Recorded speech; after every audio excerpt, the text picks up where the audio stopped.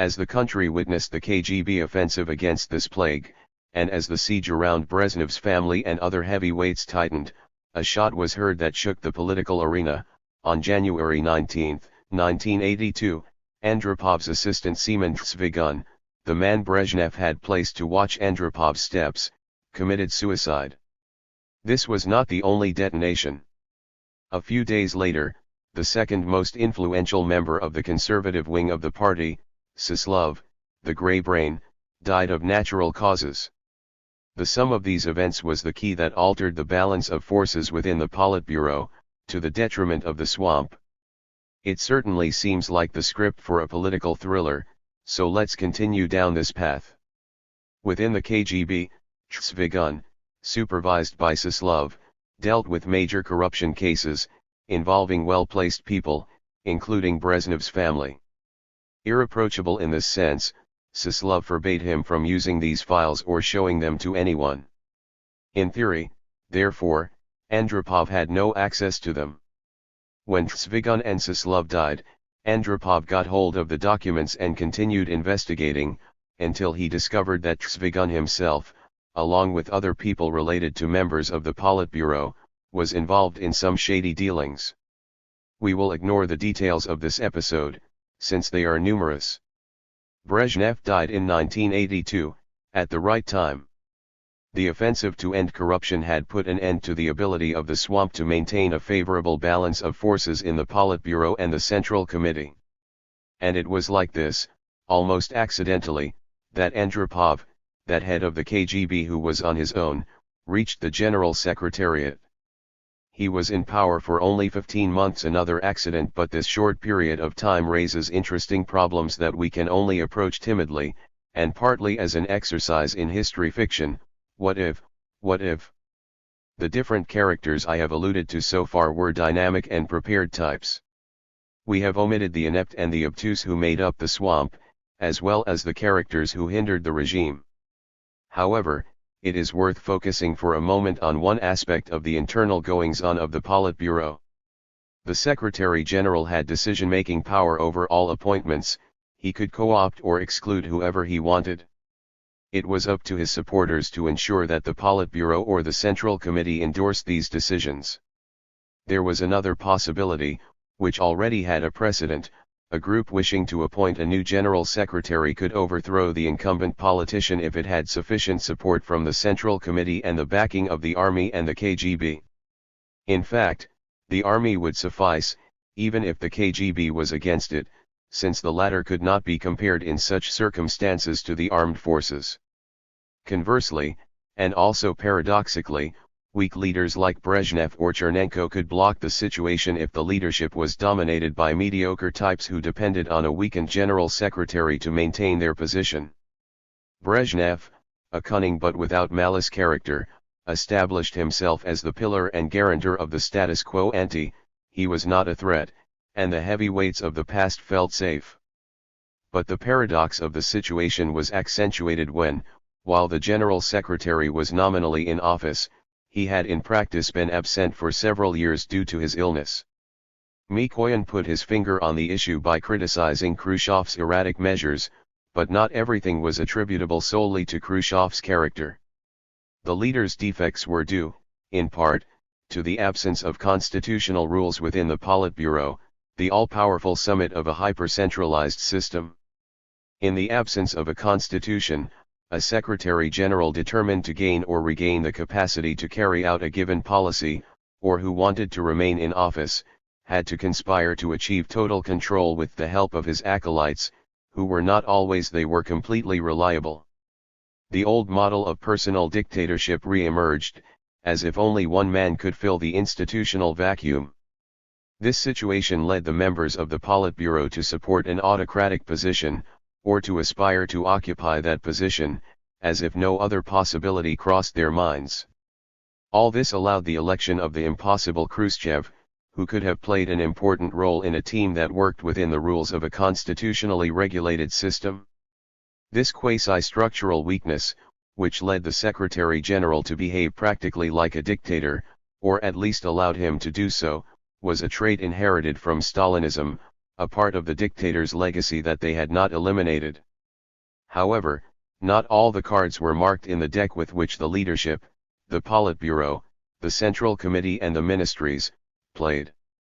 A mediocre character or a weak figure, like Brezhnev or Chernenko, could reach the top of the system, but someone determined and dynamic could also occupy it, for better or worse, a Stalin, a Khrushchev, or an Andropov. For a while, it was clear that it was impossible to get rid of a mediocre leader and turn the helm, but everything changed when the right moment arrived, the day when, in my opinion, the tentacles of corruption had reached several members of the swamp, turning them into vulnerable and malleable characters. Although no one took the reins of a system that was prone to paralysis, the figure of the pilot capable of imposing a change of course was still drawn, a change that had to begin by renewing the dome. There is no doubt that part of the success can be attributed to fortune. But as soon as they decided to take action, they soon drained the swamp through a determined purge of those who provided support from within the party apparatus. With the arrival of new leadership cadres, it was possible to carry out new initiatives. And that was precisely what happened with Andropov. Here one of his main collaborators in the KGB, Vyacheslav Keforkov, a high-ranking official in the counter-espionage service, enters the fray. 6. Keforkov was in charge of different tasks of international scope, including a secret channel with the leaders of West Germany. As such, he often met with Andropov and is therefore a primary source. According to Keforkov, Andropov was considering the possibility of reaching an agreement with the intelligentsia so that they would help him reform the system. The model on which the leader was inspired was, evidently, Lunacharsky, who, with Lenin, had known how to come into contact and collaborate with this group. Andropov, a character of extraordinary intelligence, was fully aware that the party was harmed by the low intellectual level of many of its high-ranking cadres and leaders. The frequent mockery about his pro-Brezhnevism is a bunch of nonsense, since his position depended on Brezhnev. My suspicions that Andropov was aware of the real stature of the members of the leadership are confirmed by Keforkov, who echoes this opinion from his boss. Practically not a single one of the current leaders of the party or the country belongs to the group of politicians of talent that can address the problems that plague the country. For Keforkov, Andropov did belong to this group, and he closes his book with this sentence: without a doubt, Andropov was the last statesman who trusted in the vitality of the Soviet system, but not in the system that he inherited when he came to power. He believed in the system he aspired to create through relentless reforms. From this story and many others, it seems evident that an intelligent politician like Andropov knew how to see that it was necessary to rebuild the system, because its political and economic foundations were in ruins. And rebuilding it could only mean replacing it, starting a transition process. Did he really believe it? Although his personal files remain classified, the decisions he made, or that he intended to make, allow us to give an affirmative answer to this question. He assumed power with determination and elegance. He began in a very cautious way, but the country soon discovered that something was moving in the Kremlin. The first steps he took were predictable, restoring discipline in the factories. This measure, however, not only affected the workers, but he also proposed to re-educate the elites, who did not set an example in any way if we look at their work ethic. He broke their addiction to dachas and other services. Andropov was famous for his austere lifestyle. As soon as this measure became known, his popularity increased. The country seemed to finally have a leader. The reforms required preparation and time. Working groups and commissions were created.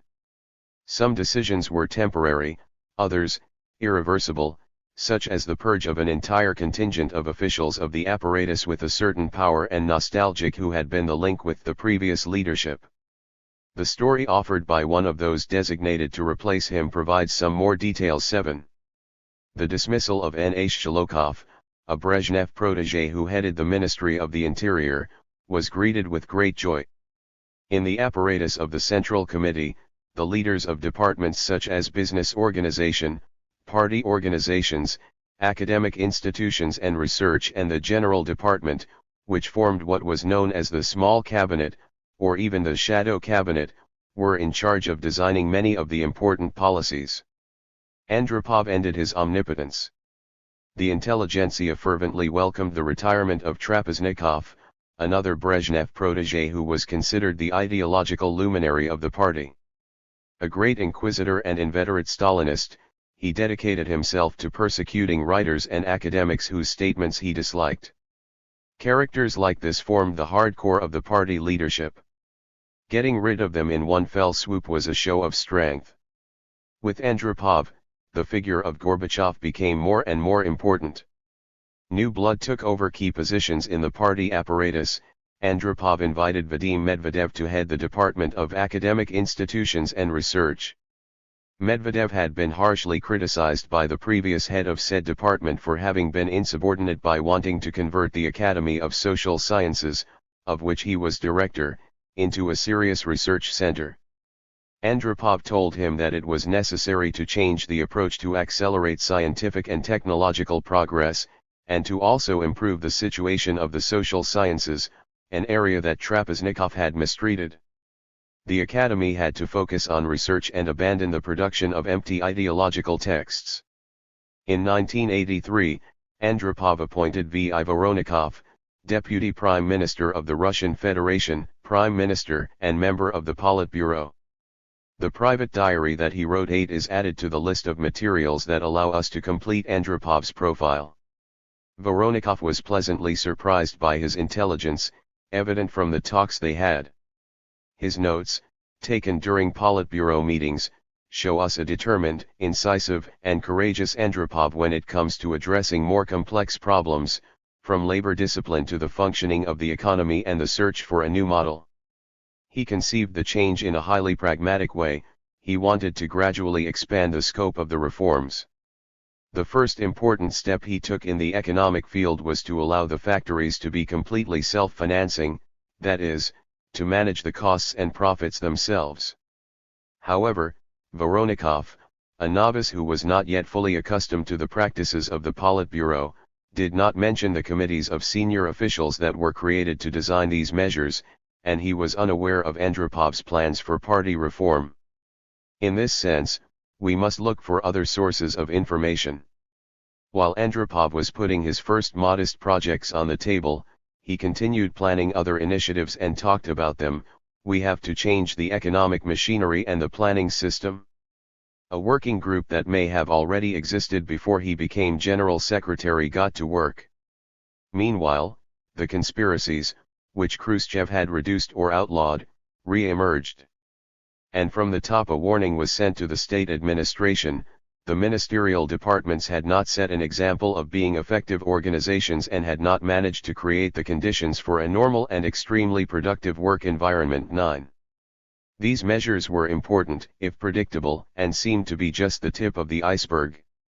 However, declassified Politburo meeting minutes shed surprising light on the emerging strategy.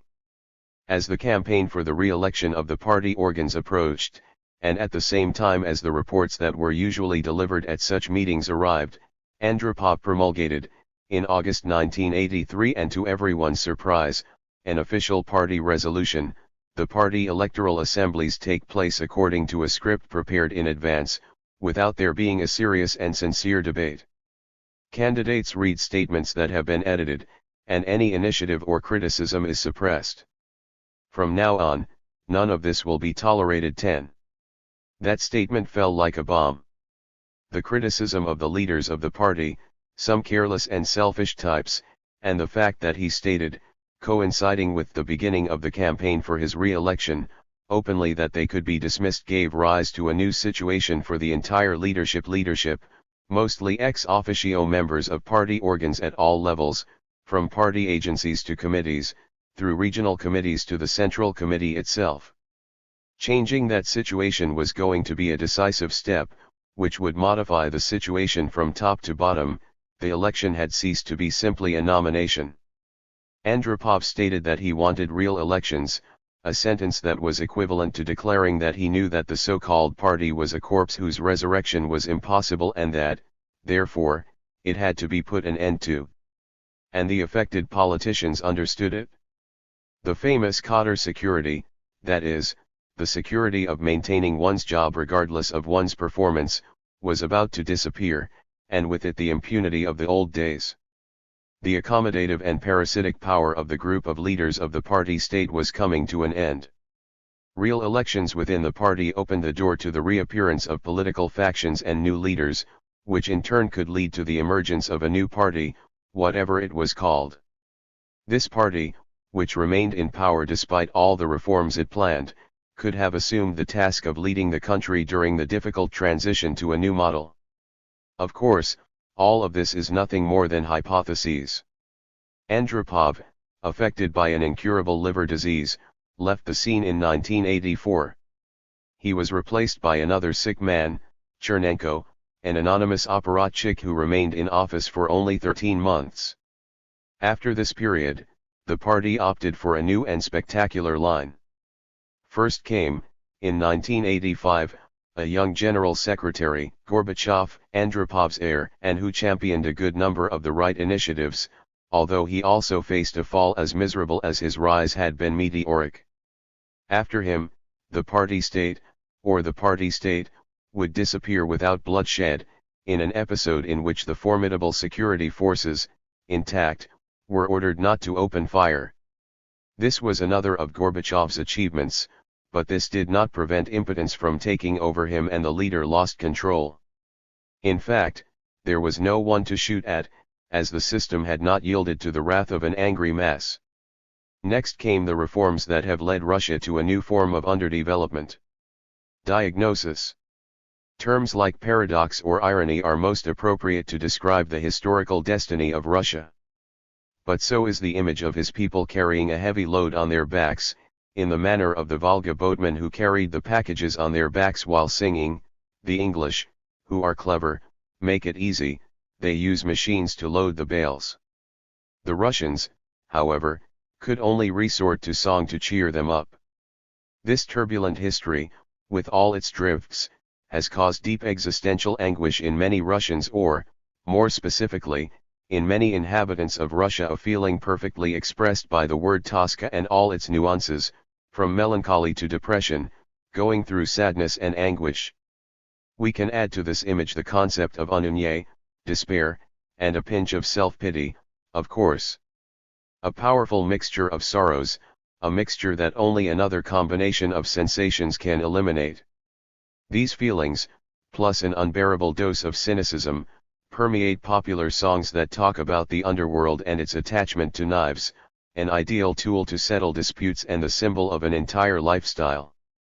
Before perestroika, singers like Okujava, Gulick, and Vysotsky barely sang happy melodies, they gave voice to a mood, their own and that of the country, in which rejection, commiseration, supplication, and despair were intermingled. And not because people did not know what joy was in the USSR, because it was abundant, but because these artists sensed that the country was going down the wrong path and that history would not be kind to it.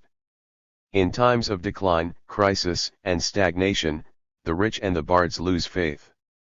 The data we have presented come from the archives of the Gosplan and the Central Statistical Office, archives classified in those years when the songs of the bards resonated in Russia. From the combination of both sources we obtain, however, the same story. Third part. The Soviet century. Russia in its historical context. 20. Time and the worlds of Lenin. In the introduction, we have pointed out that the polarization of public opinion and the powerful impact of Cold War propaganda stifled the contextual reflection essential for historical analysis in the interests of other goals and priorities that would benefit the media, the ideology, and passions. Specialized studies on the Soviet Union have to face generalized opinions that were fervently defended, a highly structured public discourse that did not occur in other fields of knowledge. This discourse is based on a series of methodological errors that the different media repeat as absolute truths. The first error consists of focusing attention on the leaders, the protagonists, and the ideology, representing them as independent actors and isolating them from the historical context, without mentioning the circumstances that shaped or conditioned them, without taking into account the past, nor the world around them. For many, it all began in 1917, the moment of original sin. For others, it began even earlier in 1902-1903 with the publication of Lenin's What Is to Be Done? From then on, events developed as if they had been genetically programmed, and the sequence Leninism, Bolshevism, Communism are the different phases of a fatal process. I am exaggerating somewhat, but the irony is justified if we take into account that Lenin wrote What Is to Be Done? At a time when the entire Russian social democracy, and the author with them, was absolutely convinced that the coming Russian Revolution would be a liberal revolution. Bourgeois democratic was the term they applied, which ruled out that the left was to take power. In those years, Lenin saw Russian capitalism as a triumphant force, a system that advanced inexorably and whose presence was felt everywhere. Whenever a deterministic perspective is adopted, historical research opts for a cautious stance. When a party discipline is embraced in historical research, whether left-wing, right-wing or center-based, the results achieved are equivalent to the effort invested in achieving them, nothing more. When it comes to historiography on the Soviet Union, there is an added impediment, the common tendency to dismiss the social changes that, of course, took place. Focusing almost exclusively on the power structure to the detriment of the long-term study of society is sometimes justified by the formula there was not a society, but a regime. The Kremlin, the Staraya Plashchad and the Lubyanka were simply three directorates. More recently, the term nomenclatura has been presented as a great discovery without paying attention to the fact that, in the absence of a detailed study of its meaning, it is nothing more than a signifier. This is just one example of many that shows the tendency of many commentators to overlook the obvious gaps in knowledge about that country. Recognizing that these gaps exist and wanting to fill them comes from a fragment of old epistemological advice, Cout Netia. The contextual approach also requires paying attention to the general European situation, its drama, and its repercussions. The situation changed rapidly, and crises followed one another. Between 1914 and 1953 we witnessed a veritable string of cataclysms that greatly affected the Russian population, and leaders, before taking any action, had to face these crises, many of them of origin beyond their control. Lenin did not cause the First World War, nor was he the architect of the fall of Tsarism, nor even of the impossibility of democratic forces to control the chaos of Russia in 1917. By action or omission, madness or reason, these events cannot be understood without taking into account that period of confusion and crisis and which was marked by the weight of the past, which took over the spirit of the people and dictated their actions. Lenin, a political strategist par excellence, limited himself to reacting to what he perceived and understood about national crises. Therefore, it is imperative that we distance ourselves from the situation to be able to place characters and movements in their rightful place. Historical complexity is made up of countless factors that can converge, diverge, or collide. There is always something more than the action of a leader, a ruling group, a dominant class or an elite. To better understand these factors, it is essential to set broader parameters. No story of a regime as brutal as Stalin's is one-dimensional. We must consider its hows and whys, distinguish between the different phases, and establish when and when it did not maintain contact with reality. Whatever the degree of isolation and autarky of the regime, we must not ignore the external situation. Not only were foreign radio broadcasts controlled, but systematic studies on the performance of the Western economy also reached the work tables of Soviet leaders.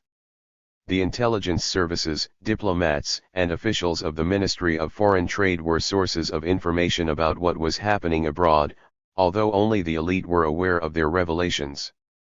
As far as a broader Soviet public is concerned, one should not underestimate the importance of translated foreign literature, which, although selected, was numerous. Among the titles were many masterpieces of universal culture, and the quality of the translations was excellent. Russian citizens acquired a reputation as great readers of quality books, not to mention their passion for poetry and its specific political role. Today these qualities have practically completely vanished. I have already referred previously to another set of problems that are equally complex and difficult to unravel. The Soviet and Western systems affected and influenced each other, with repercussions that varied in form and intensity depending on the changing international situation. At the core of this process was the desire to project the image of the USSR as a country that had been born from the force of creative socialism. A more detailed analysis of this issue will allow us to clarify some of its aspects, both those related to the history of Soviet ideology and its interaction with the outside world, especially with regard to our own and other people's images of socialism versus capitalism that both sides launched at different historical stages. How and why so many Western left-wing critics tended to see in the Soviet Union something it was not and could not be is a complicated question that must be addressed at this point. But we cannot ignore the Soviet right's claim to be what it really was not in order to strengthen its image in Western societies and thus try to undermine democratic institutions. The Soviet claim that it represented a different model, an alternative to capitalism, served the USSR to mobilize not only its people, but also to obtain considerable external support, which it used after the war to defend the existence of a socialist side, and dressing him in what seemed like his natural best. But although it was Jacob who spoke, it was Esau who acted.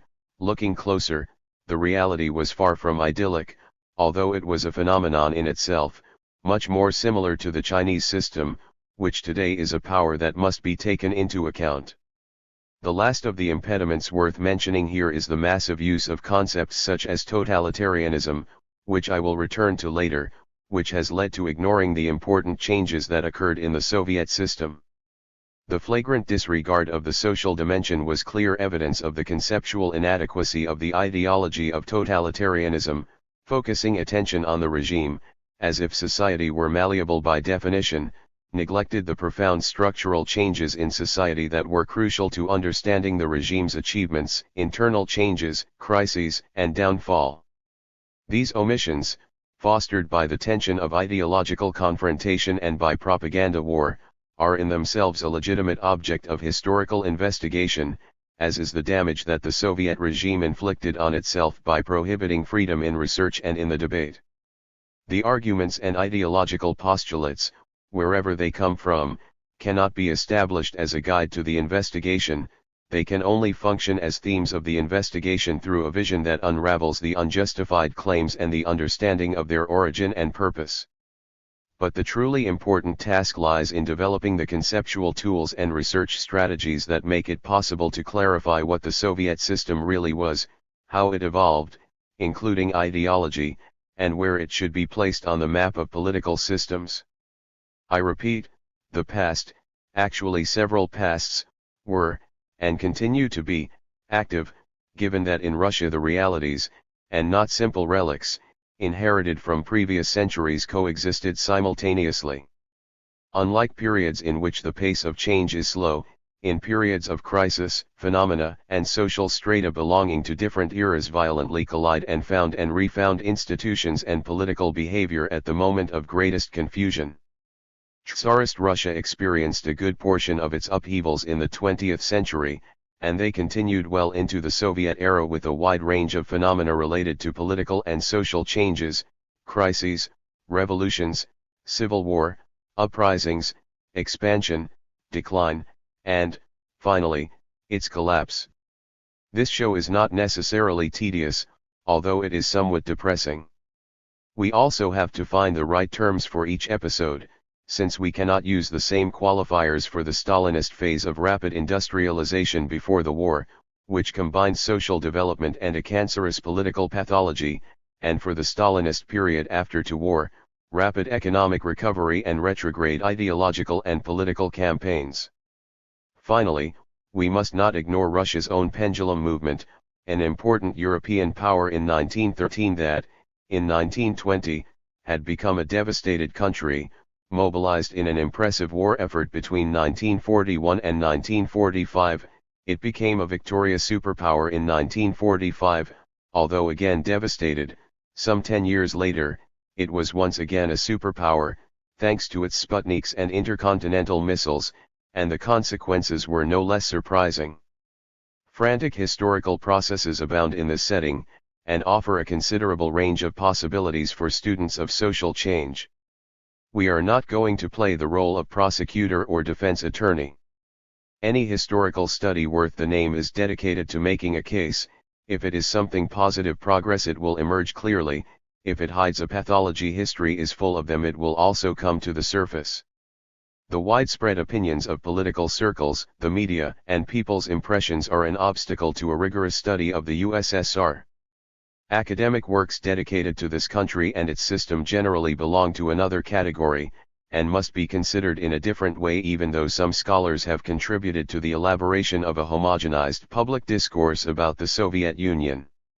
Diversified across many countries, academic research has generated a wide variety of studies that in some respects reflect the bias of the grand contest but are nonetheless the product of serious and sometimes admirable work.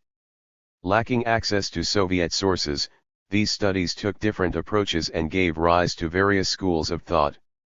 Nowadays, given the easier access to archives, but perhaps also because of the sad state of contemporary Russia, many colleagues will agree that a more balanced approach to the Soviet era, without overlooking its flaws, it is not only possible, but essential. The Soviet Union was an involved and integral part of the 20th century, and we cannot decode it without clearly understanding the role that the country played in the dramas that have been experienced in these years.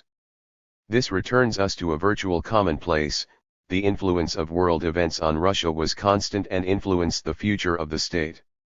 The Revolution of 1905 and the First World War powerfully influenced the program of Russian Social Democrats, including the trend led by Lenin, which became a party in 1912, and guided their expectations and strategies. It is time to repeat that this political movement had not set out to come to power or start a revolution in the short term, but rather to participate in it and push it in the direction of the obligatory historical stage. However, when the attempted bourgeois democratic revolution failed in 1905 to 1907, Lenin began to doubt the validity of the assessment that he and the Social Democratic Party had made of the degree of development of capitalism and its impact on Russia. To date, Lenin had proven that capitalism worked everywhere, but at that moment he discovered that the driving force capable of overthrowing the Tsarist regime was not the liberals, but the peasants. Consequently, he began, rather on a trial basis, to look for new approaches and strategies, and it was not until the years of the First World War that he began to change his initial idea of the revolution, actually formulated by Plekhanov, although said initial idea was the one that prevailed among the majority of the members of his party. It is important to emphasize that many members of the Russian Social Democratic Party, including Lenin, had lived in the West and participated in the activities of Western social democratic parties while closely following Russian issues. They had a political dual nationality, that is, they lived in two politically different worlds. Lenin is a good example. He was a German-Russian social democrat and member of the executive committee of the Second International. There is no reason to doubt his commitment to that part of the equation, and, as with so many others, it was there that he acquired the conceptual tools that he used to think about the world. However, and this was no secret to anyone, he was also influenced by Russia, the center of his concerns. But the Russian universe was very different from the Western one, as Lenin discovered, particularly through reading different historians of Tsarist Russia. The country was a multifaceted conglomerate whose constituents coexisted in the same space although they moved at different rhythms.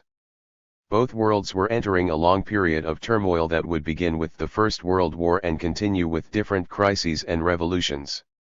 These events took place throughout Central and Eastern Europe, a largely agrarian and economically underdeveloped region, and in which highly authoritarian or dictatorial regimes had come to power, or were about to come to power, with the exception of Germany and Czechoslovakia, whose democracy was in fact more stable at that time than that of the Weimar Republic. We must not overlook these factors when studying the Soviet system, nor forget another crucial aspect: German social democracy, in a sense Lenin's ideological alma mater, had made a tremendous national effort during the war, as had other socialist parties. in their respective countries. The Second International, which seemed so powerful in 1914, split, a disaster from which European socialism never recovered. The unprecedented carnage and economic devastation that resulted from the war gave hope to many circles on the left, who believed that revolutions would follow throughout Europe, and the leftists embarked on the search for prognoses and strategies that would lead to the creation of a revolutionary government in Europe. The role of Russia and its historical potential as a backward country was given secondary importance. The exchange of letters in 1915 between two émigré Bolsheviks, Lenin and Bukharin, in which they spoke about revolutionary perspectives and strategy, reveals to us the desires and ideas of both. At that time, both Lenin and Bukharin, a young and romantic revolutionary 10 years Lenin's junior, were completely confident in a future revolution in Europe and even on a global scale. Often young, the Bolsheviks were preparing to play a decisive role in it. Lenin and Bukharin seriously discussed the possibility of resorting to a revolutionary invasion of Germany to defend the revolution, but they disagreed on the need to seek support from the German left or not. Bukharin considered it indispensable, otherwise, he argued, there was a risk that a nationalist force would emerge in Germany and put an end to our invasion. Within the framework of this European revolutionary perspective, the revolution in Russia was, for Lenin, a secondary issue, and what Bukharin called our invasion referred to any European revolutionary force, not an invasion by Russia. Lenin and Bukharin considered whether the impossibility of establishing socialism in Russia, a commonly accepted idea to date, still represented a problem. According to Bukharin, it would only be if the revolution affected some countries. However, if the revolution was pan-European, Russia would simply become part of a much larger entity. Be that as it may, national identities were doomed to disappearance. 1. From this correspondence it is deduced that it would be neither more nor less the Bolsheviks, this term that now seems to refer to the European revolutionary parties united under a new international organization, given that the Second International was extinct and its leaders, discredited, who would lead the strategy. Revolutionary, not only in Russia. What was actually happening was that a shift to the left was taking place in Europe, with the Bolsheviks at the head. The idea that these letters convey is quite utopian, and a certain red imperialism can be sensed in them. However, as the succession of present and future events was and would be global in scope, Russia was not at the forefront of this imperialism. As everyone maintained, the country did not have socialist potential, and even less at the center of events, nor did its situation allow us to speculate on the expansionist advantages that could be derived from that movement. Lenin's tendency to extol Europe's revolutionary potential continued until the launch of the NEP in the Soviet Union. With the recession of the revolutionary push in Europe, some countries, devastated by the crisis, ended up abandoning the feverish search for allies, a search motivated not only by the strength of the Russian regime but also by its vulnerability. At that time, a very different Leninism took the place of its predecessor. 1917, the main groups.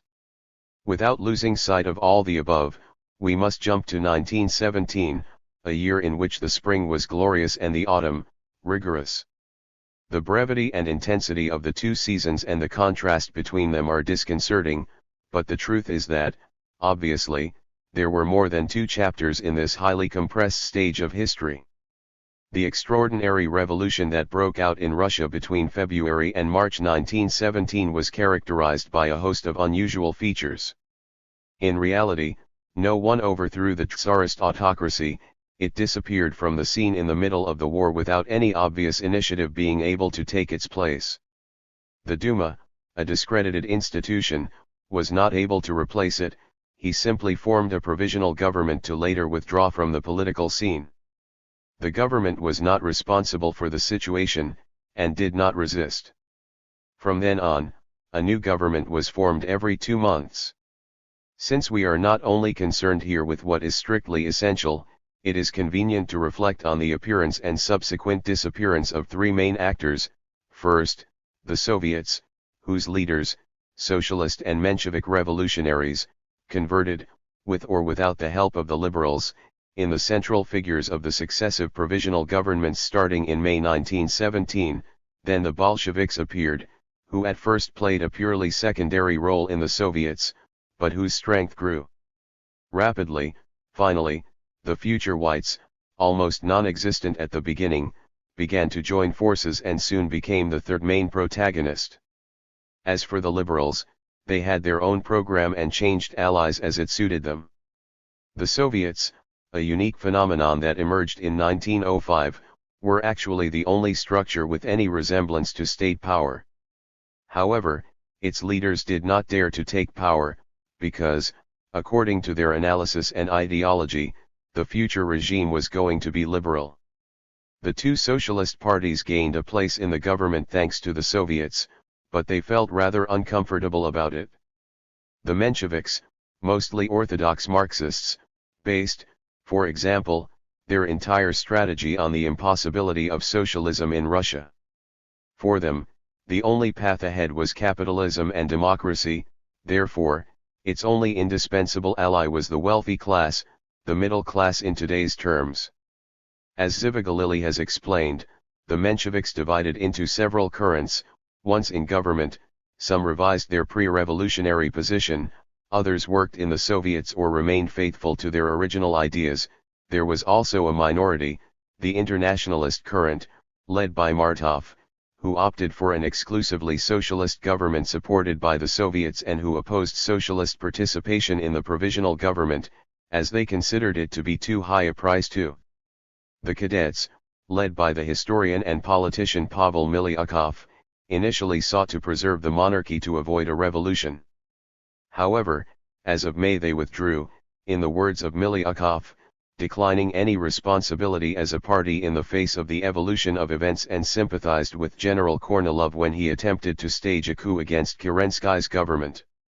They longed for a strong government capable of controlling the chaos that threatened to invade the country. Miliukov emphasized that his was not going to be a military dictatorship, but he proposed that Kornilov take the place of Kerensky, whom he did not consider qualified. Thus, the Cadets trusted that the monarchist general would restore order and establish a democratic republic when circumstances permitted. The key point is that the liberals, at least those who shared Miliukov's ideas, believed that a strong hand was needed, but, of course, not from the left, so they cooperated with the provisional government in a lukewarm manner, not as a party, but as subjects who accepted ministerial portfolios as a way of opposing the left, linked to the Soviets. The latter represented the only force that the provisional government could count on. However, since they sought the support of the Cadets, the left-wing democratic parties had to pay with their participation in the government and their subsequent refusal to support the Soviets. Such were the contradictions in which, given their political and ideological position, the Cadets, on the one hand, and the leaders of the Soviets, on the other, found themselves. These matters must be discussed in more detail, since they will help us understand all the events that took place in the first 10 months of 1917. The opinions and political choices of Miliukov and his followers among the Cadets are deeply illuminating. The most harshly criticized aspect of the Leninist revolution, its program for a dictatorial one-party regime, was born from a sense of what was possible and inevitable for other political forces to share in the public arena. It is therefore no revelation to point out that the Whites, mainly monarchists, aspired to establish a military dictatorship that would reinstate autocracy. They detested institutions like the Duma, even the one that existed during the Tsar's time, which had a merely ornamental role. And there is no doubt that they did not view Miliukov's party favorably, even when, in response to their attacks, Miliukov insisted that he had done everything possible to save Tsarism. It was not his responsibility that the system was beyond salvation.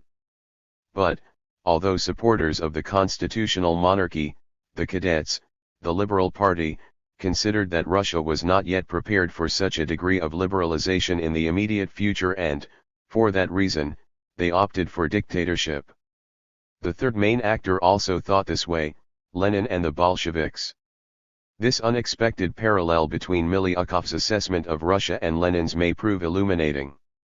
Miliukov's description of the last days of the monarchy in his 1927 book, Rossiya na Perelome, Russia at the Crossroads, is as bleak as that presented by the Soviet historian Avrey in a profuse volume on the twilight of Tsarism. Miliukov raises in his thesis the lack of cohesion between the different classes, peasantry, nobility, and middle classes, and between Tsarism and the rest of society. 3. From this derives the enormous fragility of the Tsarist system, which was reflected in the indolence of the state, a tendency to rebellion among the popular social strata and the utopian thinking of the intelligentsia. Miliukov's ideas, among them his formulas about the primacy of the state over society, which amounted to making it the only possible bulwark against the danger of fragmentation, influenced Russian historiography. Although they used different terminology, Lenin and Trotsky's ideas about the Russian social structure have certain similarities with those of Miliukov. His pessimism about the prospect of a democratic outcome of events after 1917 was based on a historical perspective, military dictatorship or chaos. Some older and unpublished texts by Miliukov, and recently discovered in the archives, explain why he intended to save the monarchy. 4. It is evident that he did it because he did not consider that there was any other acceptable alternative at a time when the door to democracy was barred, thus justifying his hand in that historic poker game. In principle, the democratic forces, which corresponded to the non-Bolsheviks, or more precisely to the anti-Bolshevik left, Mensheviks and socialist revolutionaries, had committed themselves to a democratic solution.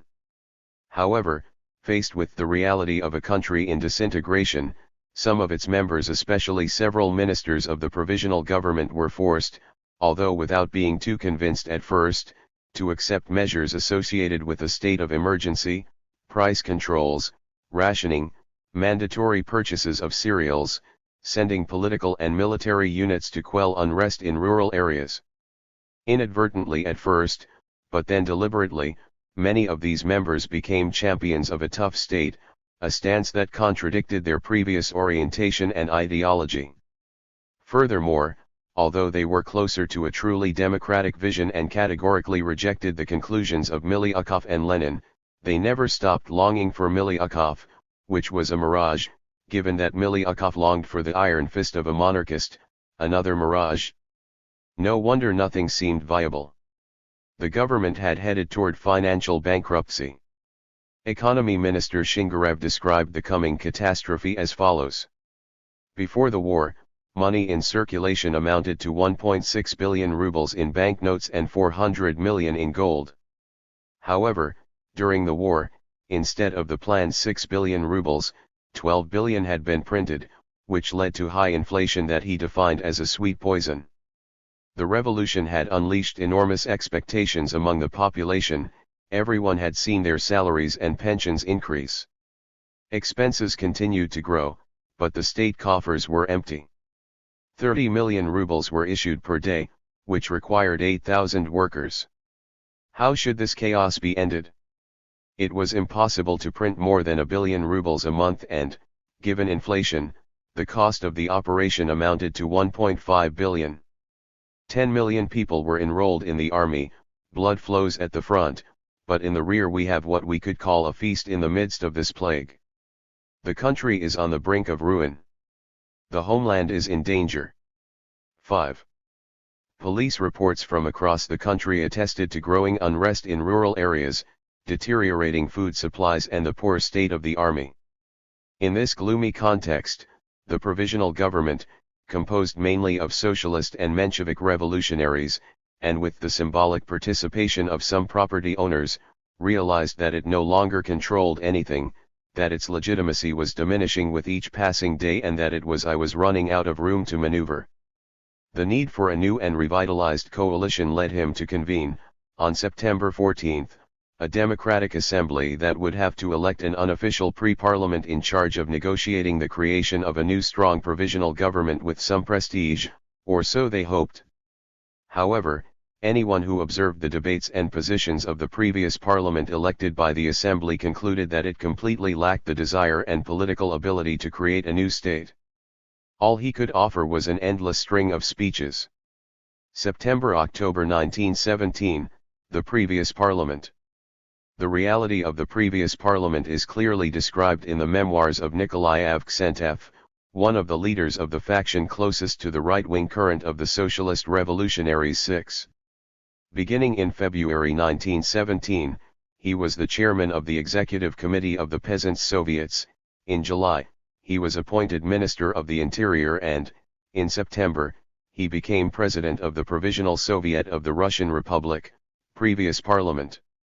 His story gives the impression that we are facing a solemn session in a luxurious palace, in fact, a completely sterile meeting with hatred of the Bolsheviks as the only link, while outside a very different system was already being conceived.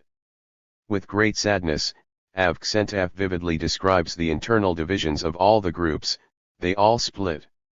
As happens in these cases, the situation was at a standstill and nothing seemed to be going to unblock it, just as it had happened at the meeting at Nicholas II's headquarters at the front the previous year, when he demonstrated his inability to do anything except reorganize and again the government while everything around it collapsed. It was not the only example of this paralysis. The scenario is different at each moment, but the spectacle is always the same, the political incapacity of the main actors of the moment. The efforts made in September and October 1917 to regain control of events were nothing more than the classic reaction in situations of this caliber. Avksentyv and his colleagues attempted to stabilize the situation by urging Soviet representatives to accept a minority position in the previous parliament that the Democratic Assembly was to establish. The owners, that is, the organizations and parties that represented the middle classes, were offered a majority position. The Democratic Assembly was held in mid-September in Petrograd.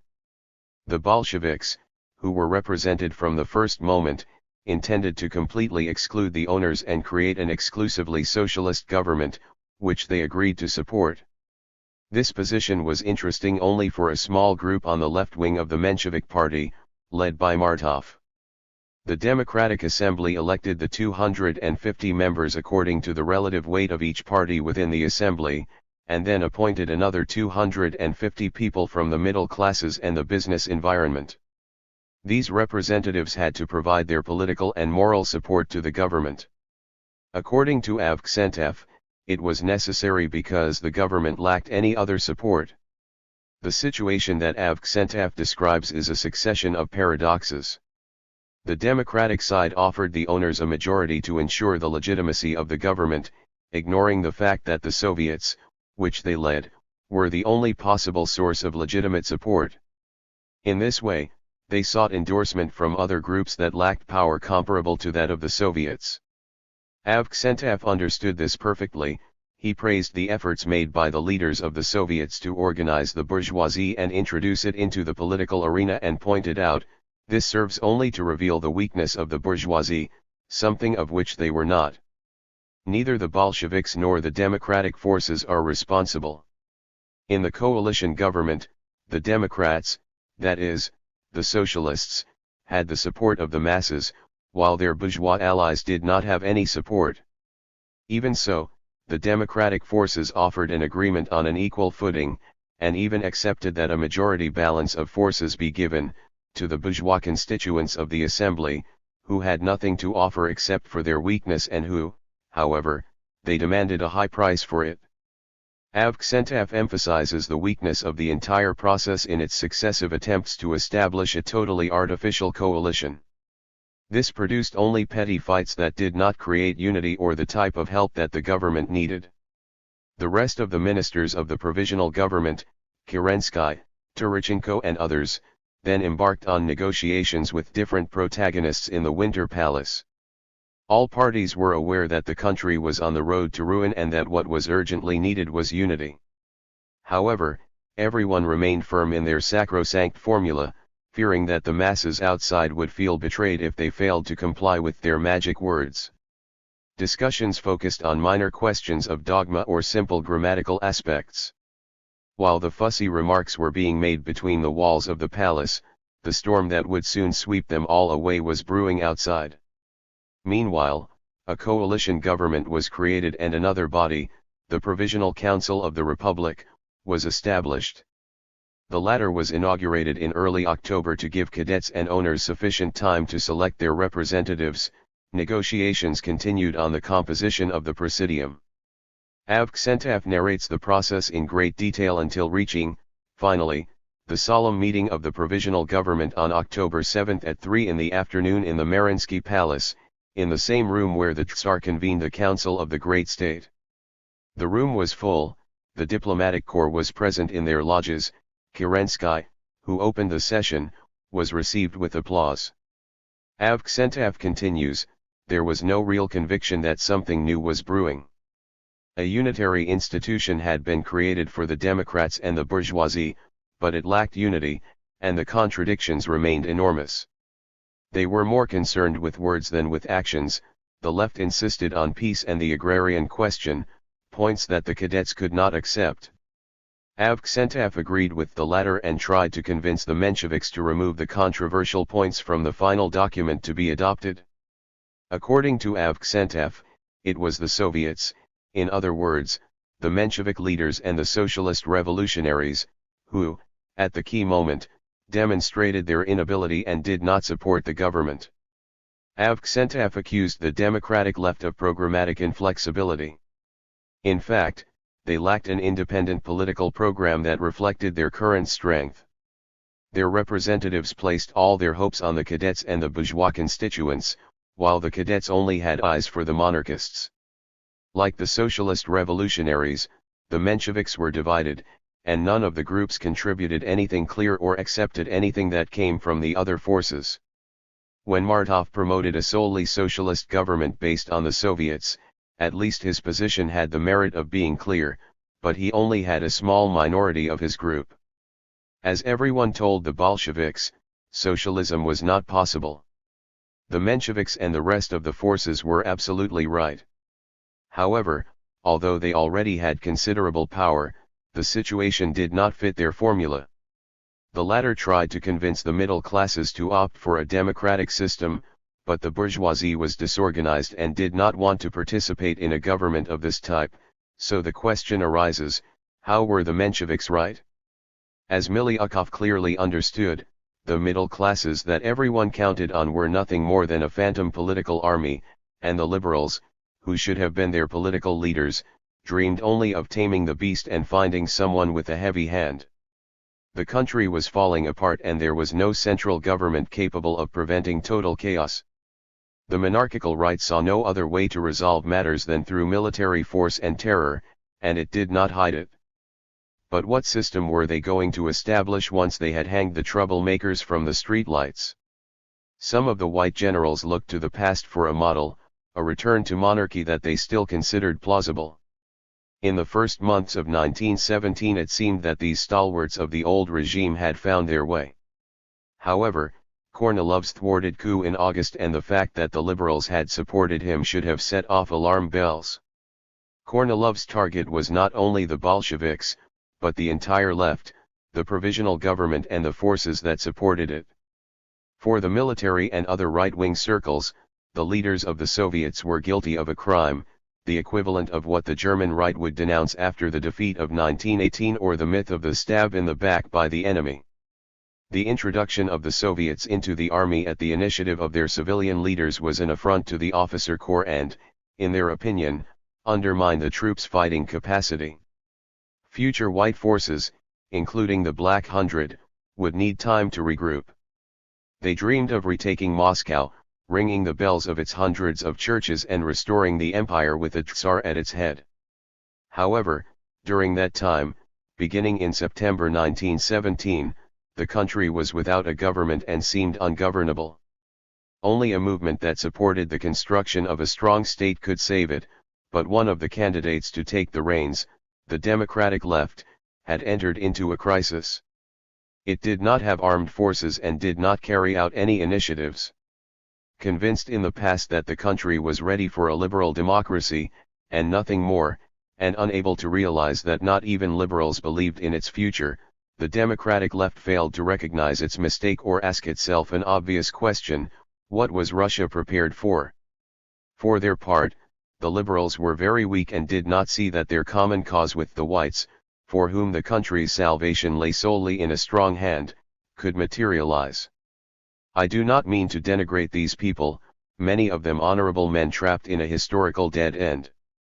A good part of the future victors also broke their heads, some literally, when facing these problems, and seeking, first of all, an answer to this question: what was Russia prepared for? The inability of the previous parliament to make decisions was chronic, a harbinger of what would happen in the Constituent Assembly after the inaugural session of January 19, 1918, under the presidency of V. Chernov, whom even his party, the Socialist Revolutionaries, discredited and marginalized. The forces that had supported the provisional government, in June 1918, were no more capable of securing a new leadership team than they had been in September 1917. By then, their political potential was totally exhausted, and they had also lost support among the military, especially after the disastrous results of the July 1917 offensive ordered by Kerensky. When the Constituent Assembly elected in October met the following January, they were already an exhausted body. The Assembly, which was something completely new in Russia, was unable to take a historic turn because it lacked the support of the troops and the popular masses. She also did not have the support of the Soviets, not even the military Soviets, and those who had elected her in October had already forgotten about her in January. That is how quickly the scenario changed in this historical stage. The Bolsheviks were not the only ones who wanted to end this Constituent Assembly. If the Whites had been a unified force at that time, they would have done the same, and the Cadets, supposedly the bourgeois Democratic Party par excellence, had no need for it either.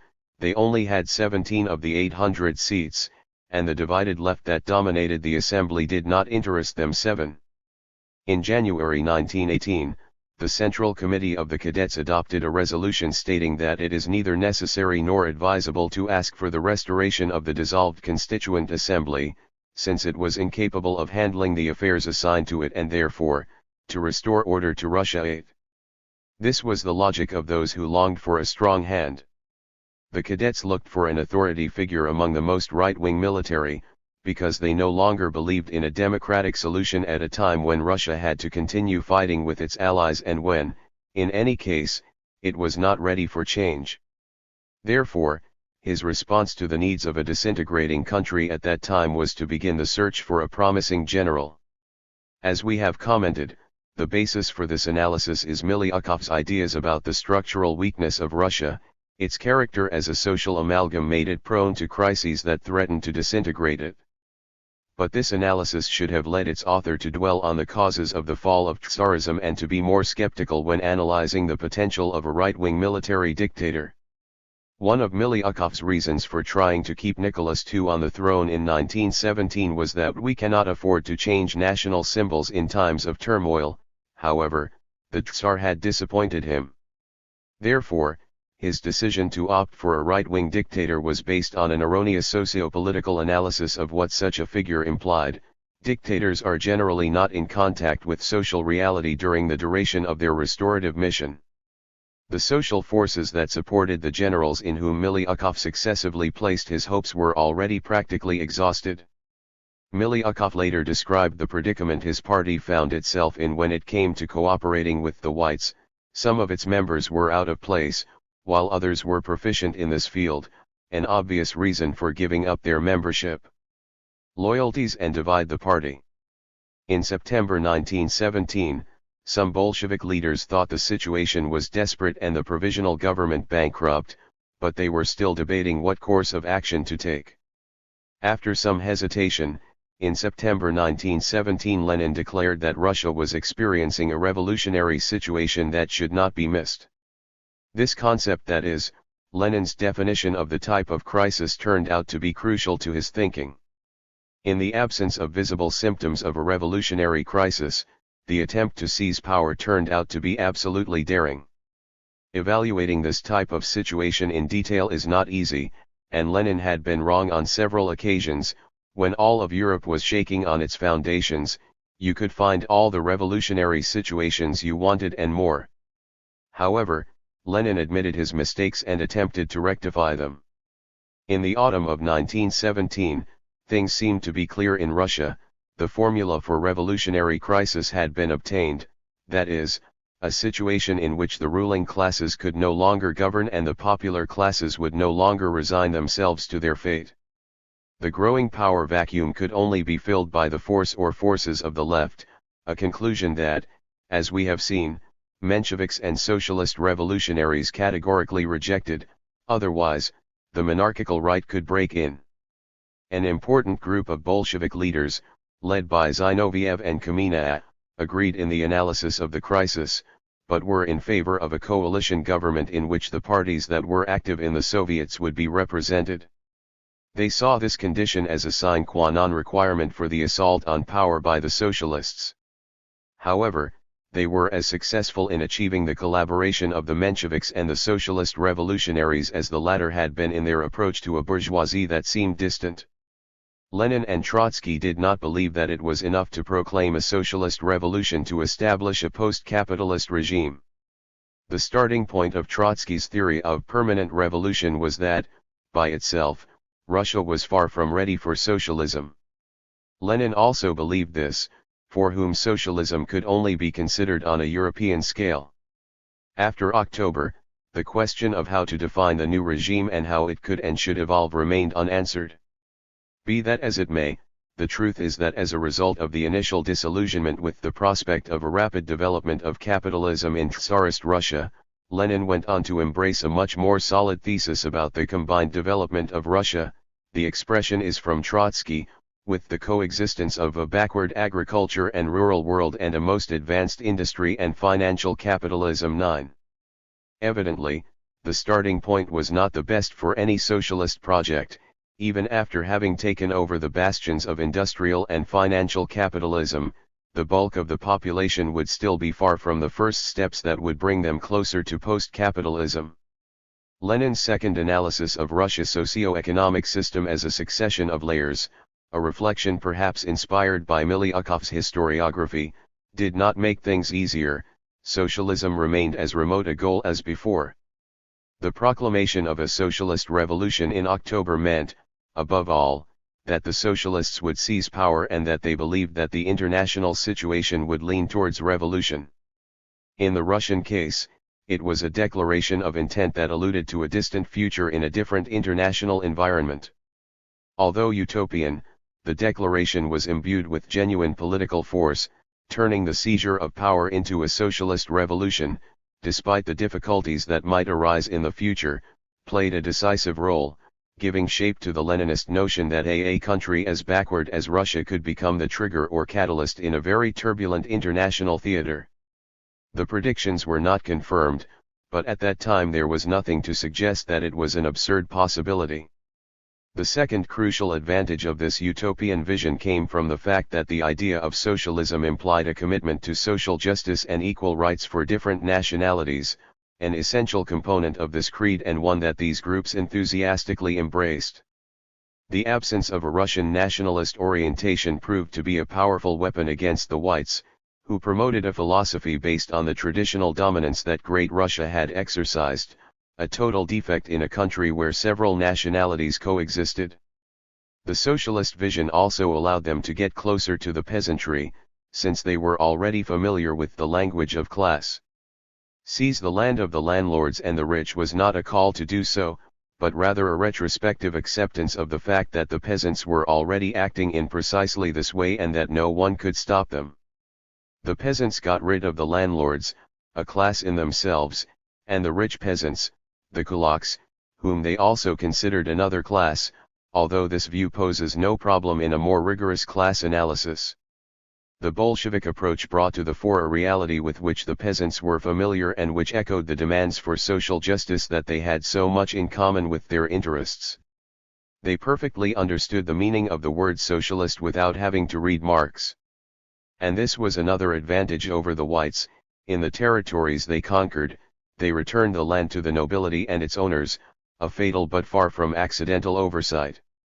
No matter how powerful they were militarily, the whites were doomed to political failure, like the Russian monarchist movement more generally.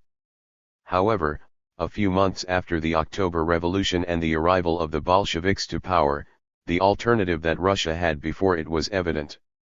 On the one hand there were the Reds, a radical group that aroused many sympathies and that had the instruments to create a state. On the other were the Whites, a body of warriors who lacked, however, the ability to build a state just as Lenin had precisely predicted. Because it was oriented towards the poor peasantry, soldiers, and workers, this revolution that could not be socialist could nevertheless be related, even if only in a distant way, to that ideology and become a plebeian revolution. And that was the key to their triumph. The Bolsheviks managed to mobilize a sensational army made up of the popular classes. The composition of the Red Army is revealing. The soldiers were mostly peasants and unskilled workers who had served in the Tsarist ranks. Others, like Khrushchev, had undergone rapid training for young commanders. Many members of the intelligentsia held military and military-political positions. The picture is further complicated by the presence of tens of thousands of former Tsarist commanders, some of them sons of the nobility. Although some members of this last group deserted to join the ranks of the Whites, the majority remained loyal to the Soviets. A winning combination. There was hardly any bloodshed in the revolutionary period proper, from late 1917 to early 1918. Tensions subsequently increased, and when civil war broke out in July 1918, the fighting was ruthless and bloody, as both sides fought each other. They played a lot. The result of the contest was going to determine who would take power in a country that lived in indescribable chaos. There was no chance of the two reaching an agreement. It was an all-out fight. These events dramatically modified the way the Bolshevik Party acted, which no longer had anything in common with the formation prior to the October Revolution. Not only had they remodeled the organization from top to bottom, but the typology of its members had changed thanks to successive waves of new members, who brought new ways of thinking and acting. As peace approached, more members entered the party who wanted to do their part in a totally new task, building a state, administering a country, and designing a strategy for directing international relations. For a time, the most important cadres were those who had joined the party during the Civil War, a time that had served to train them politically. Hence many were in favor of an authoritarian line even in times of peace. Starting in 1924, the typology of members would be altered by a new entry of supporters, who brought to the party what some members of the old guard considered virgin elements, that is, without the slightest political experience and who, unlike the veterans of the Civil War, they had not demonstrated their commitment to the regime. The old Bolsheviks, who used to occupy positions of responsibility, no longer recognized the party. It was not a formation of revolutionaries dedicated body and soul to the cause of socialism.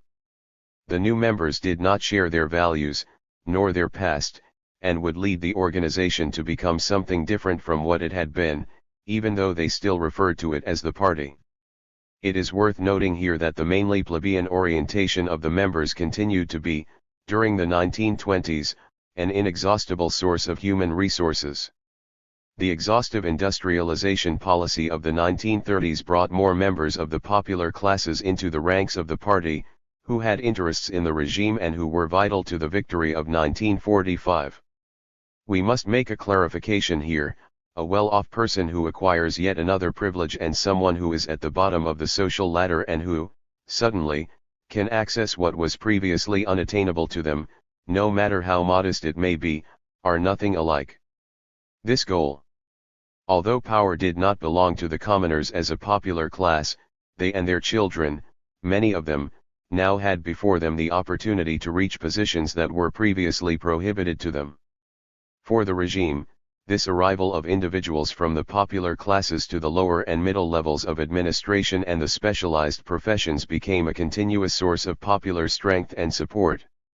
However, since commoner was equivalent to a low level of education and a tendency toward authoritarianism, pro-Bolsheviks who were generally highly educated and had studied capital, usually imprisoned in a Tsarist prison, could feel overwhelmed in an environment in which, to quote a witty Birmingham saying about industrialization, there were those who did not distinguish Marx and Engels from Marx and Spencer.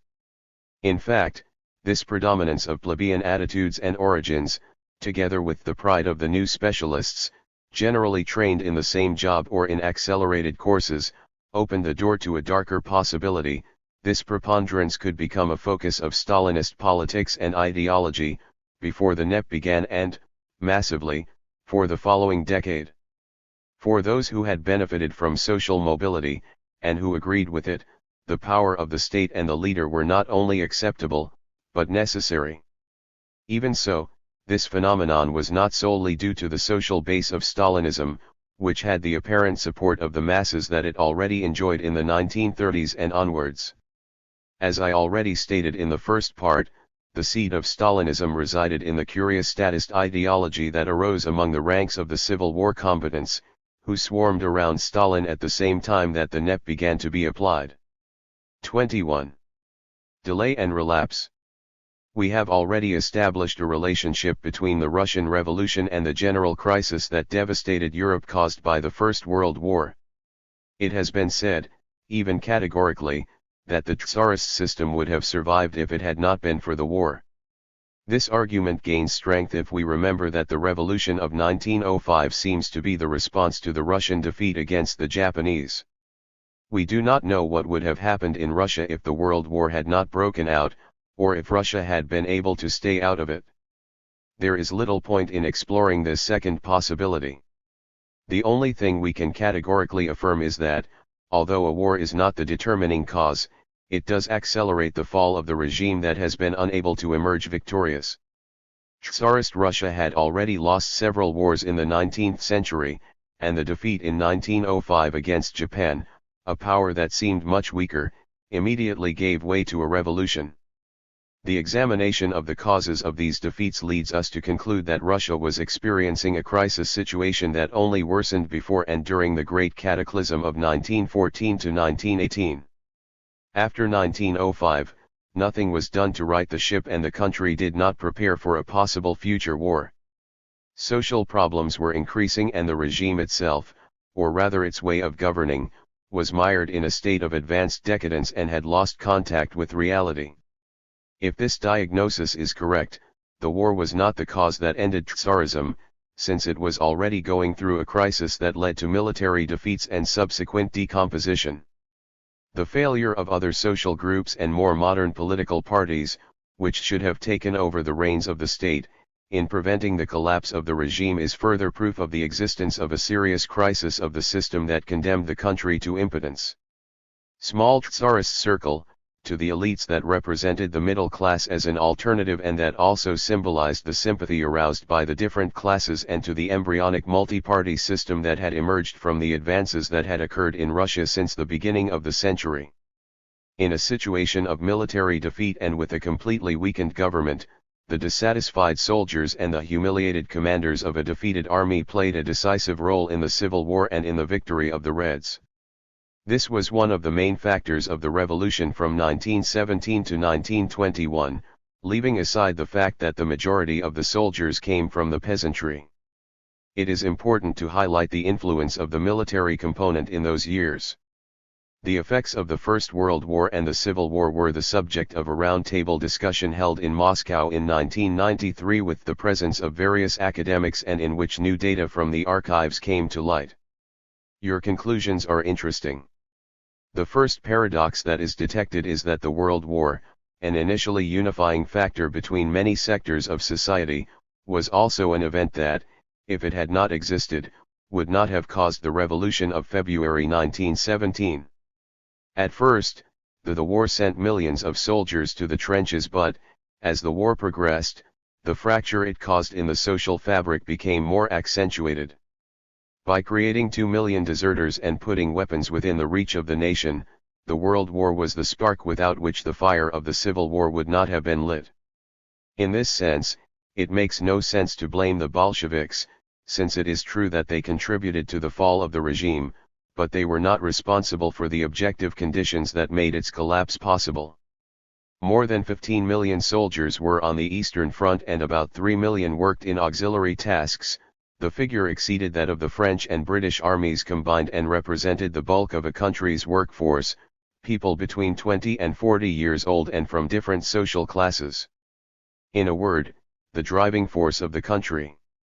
On the eve of February 1917, the armed forces numbered 10 million soldiers, and 7.2 million were part of the regular army. In 2.5 years of war, some 5 million of those mobilized and active had died in combat or from wounds received, had been taken prisoner, had deserted or were incapacitated. Practically a third. The losses were overwhelming, far greater than those suffered by the rest of the nations participating in the conflict. Russian soldiers paid with their blood for the country's technological backwardness and lack of preparation. They had to carry heavy loads, work to the point of exhaustion, and received insufficient food. In the midst of a pressing shortage of all types of products, the army received only between 30 and 60% of what it would have needed in ancient times. Of peace. The magnificent military losses considerably altered the socio-political situation of the country. A large number of people finally had access to weapons and behaved as if they were soldiers on the front line of combat. A significant number of regular army commanders and reservists of the first category perished, and were replaced by reservists of the second and third categories, and by men too old to do military service and who were not physically prepared to fight or play. Life. The most significant losses occurred in elite units, the Cossacks and Imperial Guard, and among officers and sergeants of the regular army, the backbone of the armed forces. Many ensigns and officers in the reserve also fell.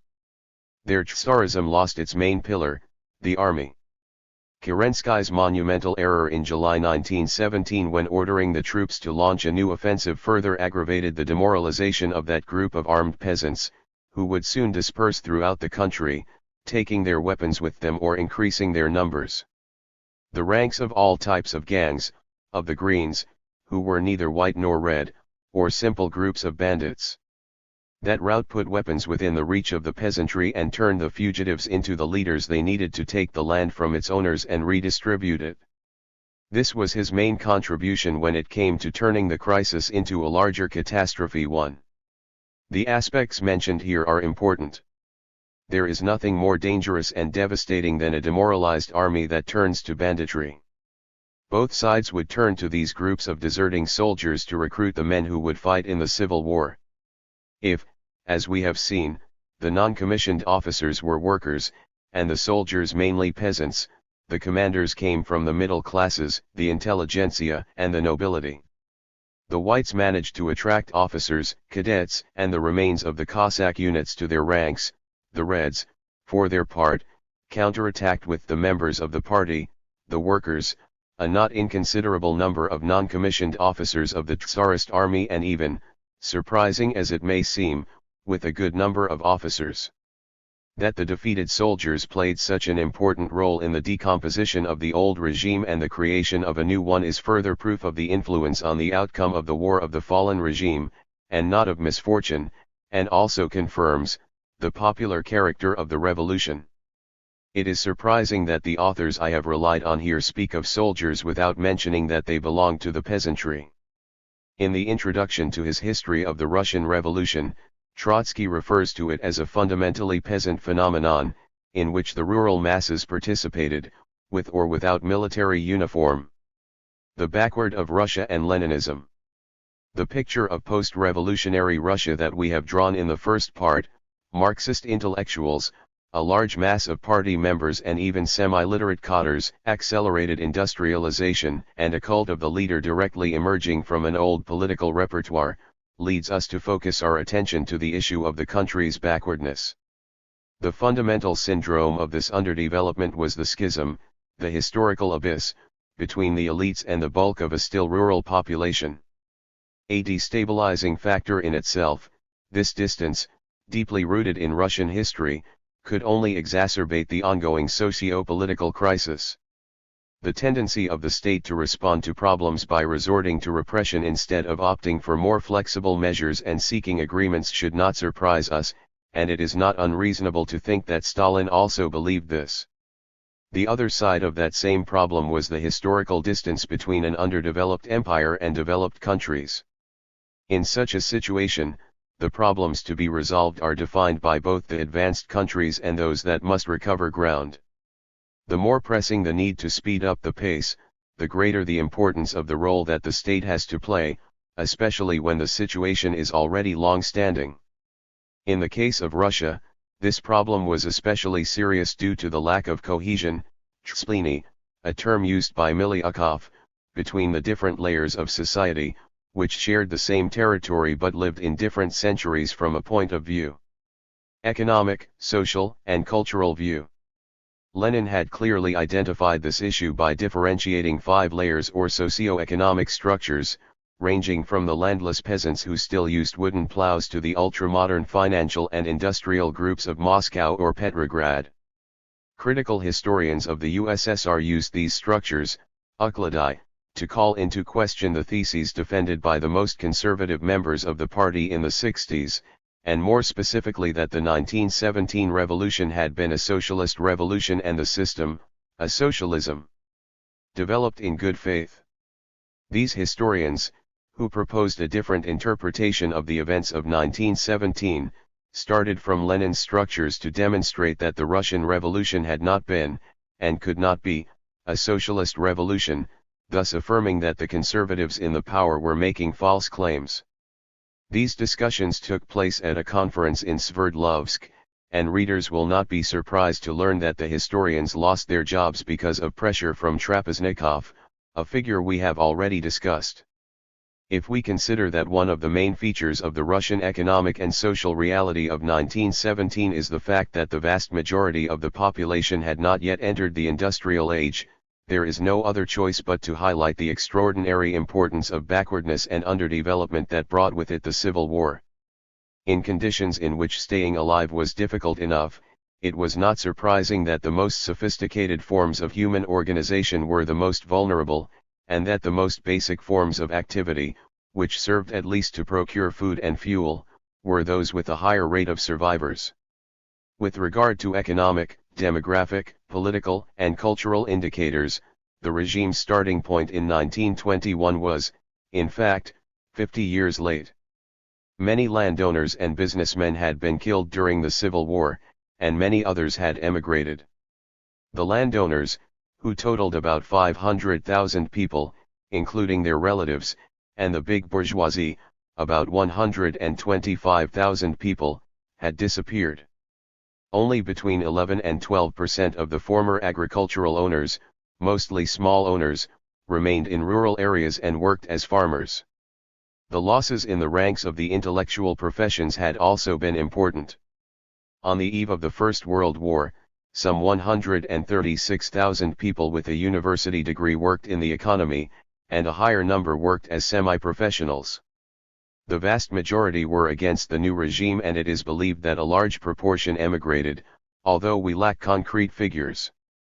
However, it is known that a large number of doctors stayed in the country and continued their work. However, the ravages of the war, the revolution, and the Civil War were much greater than what the figures indicate. As a result of the war and the events of 1917, some 17.5 million people, more than 12% of the population, were displaced and condemned to a precarious existence. These events uprooted several million more in the years that followed. The big cities lost the majority of their population.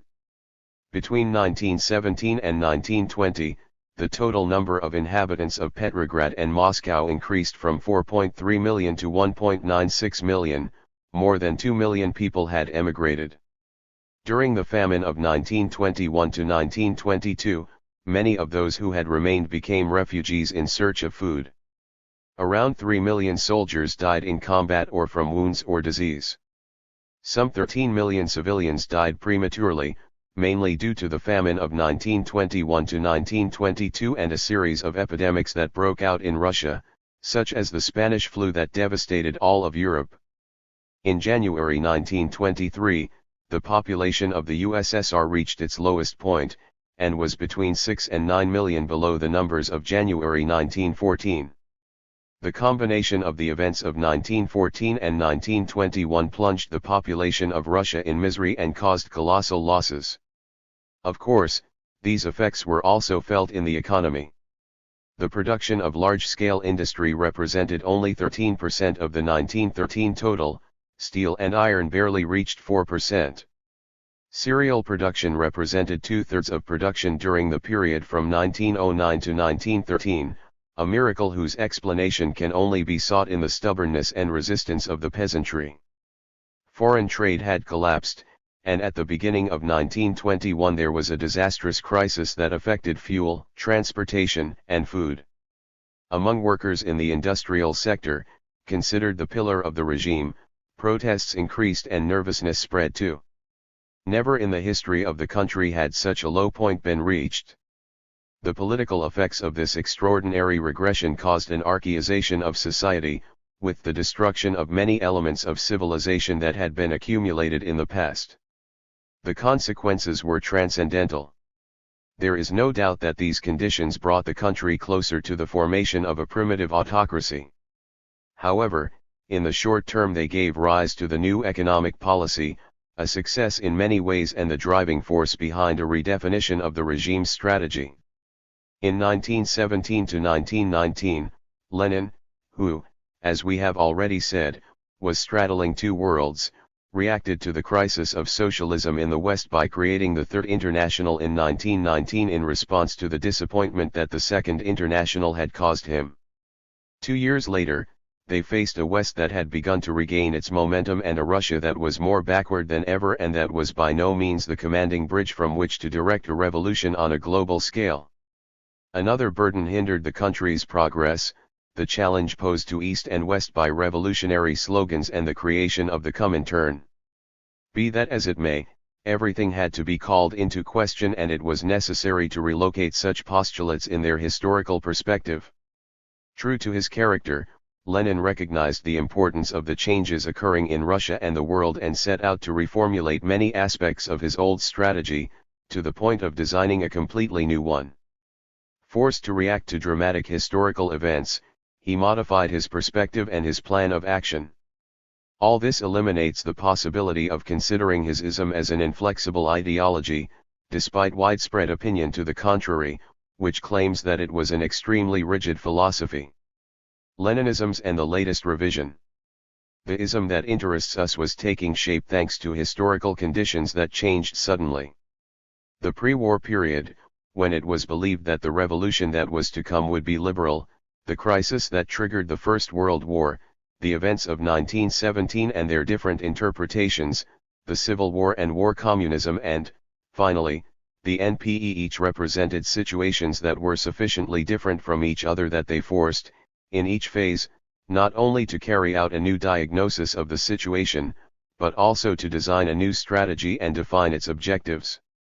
It is entirely possible that the essence of Leninism was nothing more than Lenin's ability to conceptualize and implement these phases.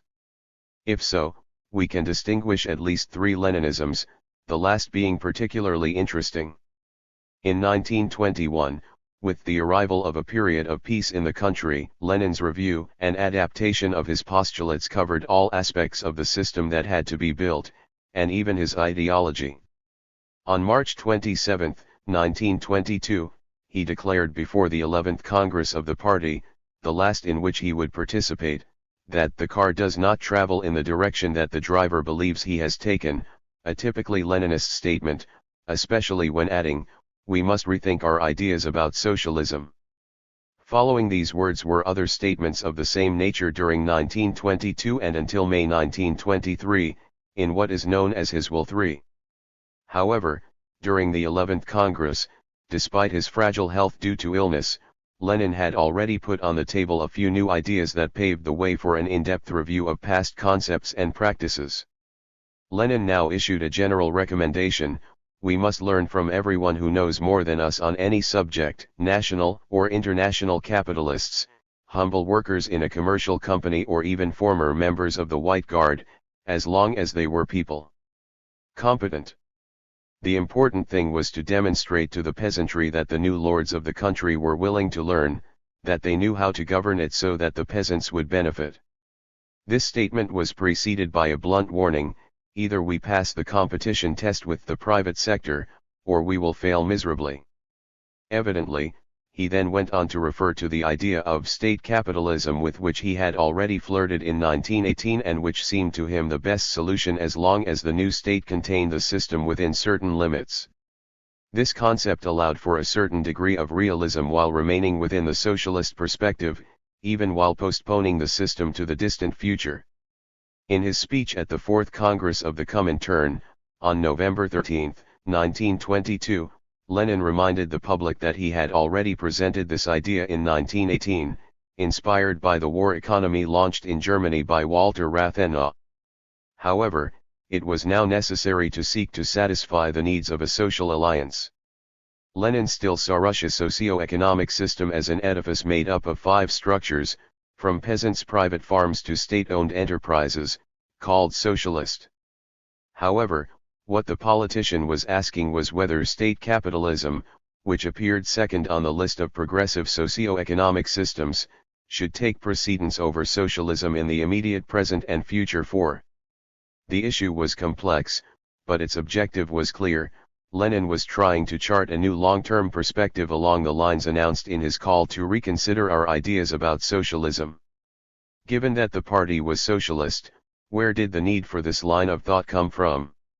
In the country, a peasantry based on a still primitive form of patriarchy coexisted with some isolated forms of socialism at the top. Although it was not a socialist model, state capitalism would obviously represent a step forward for Russia. We have made a revolution, but it is better to embrace state capitalism first. Lenin returned to the term when explaining the reasons that led him to adopt the NEP. State capitalism was the best way to create an alliance between the peasants and the government, since it offered the peasantry a state that would perform the function of producer and main distributor. Russia was not modern enough to move directly to socialism. The correct thing was to start the path with state capitalism. Lenin was eagerly searching for a non-utopian path that would allow him to maintain the perspective and ideals of socialism in the long term while embarking on a transition towards realistic objectives, under which the state would become a kind of collective capitalist with the help of a private sector. It was, in short, a form of mixed economy similar to that which Trotsky had proposed at the end of 1921 in a session of the Comintern, or its executive committee, although without using the expression state capitalism on that occasion. Trotsky explained that socialism was a distant project, that it was still several decades away, and that there was only one way for state-controlled factories to convert to socialism, through the teachings of the market economy. Lenin had read the text, published by Trotsky in a limited edition. He found it an extraordinary manifesto and wrote to Stalin and Molotov asking them to publish an edition of 200,000 copies. Evidently, they ignored it. 5. The main feature of this philosophy was the importance it gave to the peasantry and the development of a strategy in accordance with this consideration. In the texts that make up his testament, Lenin stated that, since a radical policy would have been appropriate in the context of the Civil War, it was necessary to opt for a moderate line in times of peace, not to mention communism in the field. Not one more summary execution. Socialism is a system of civilized collaboration, a mission and a challenge in itself, given that the bulk of the peasants were fundamentally illiterate. But this declaration also meant that the state was pursuing a genuine alliance with the rural world, which would respond to its vital needs, and which would lead it to understand and accept the government's policies, while at the same time it represented a considerable rectification of the dictatorial nature of the system. Not all dictatorships are born for the same reasons, and the differences between one and another can be enormous, as demonstrated by the sentence "not one more summary execution."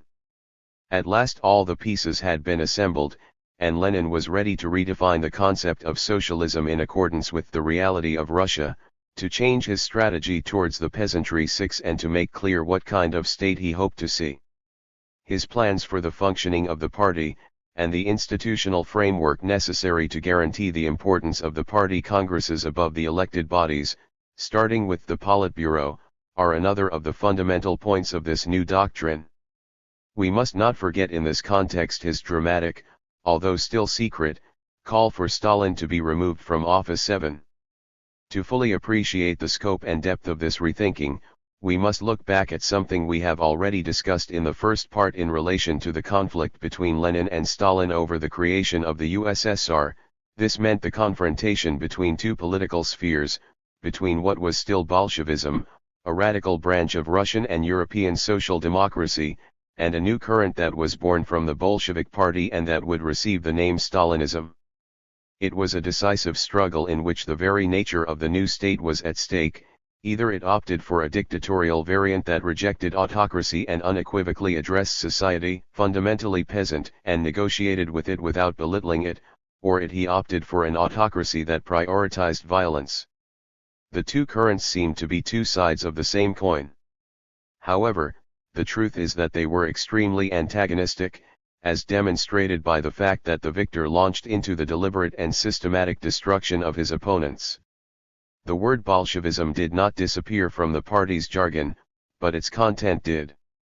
So we will now deal with this political organization before it leaves the public scene.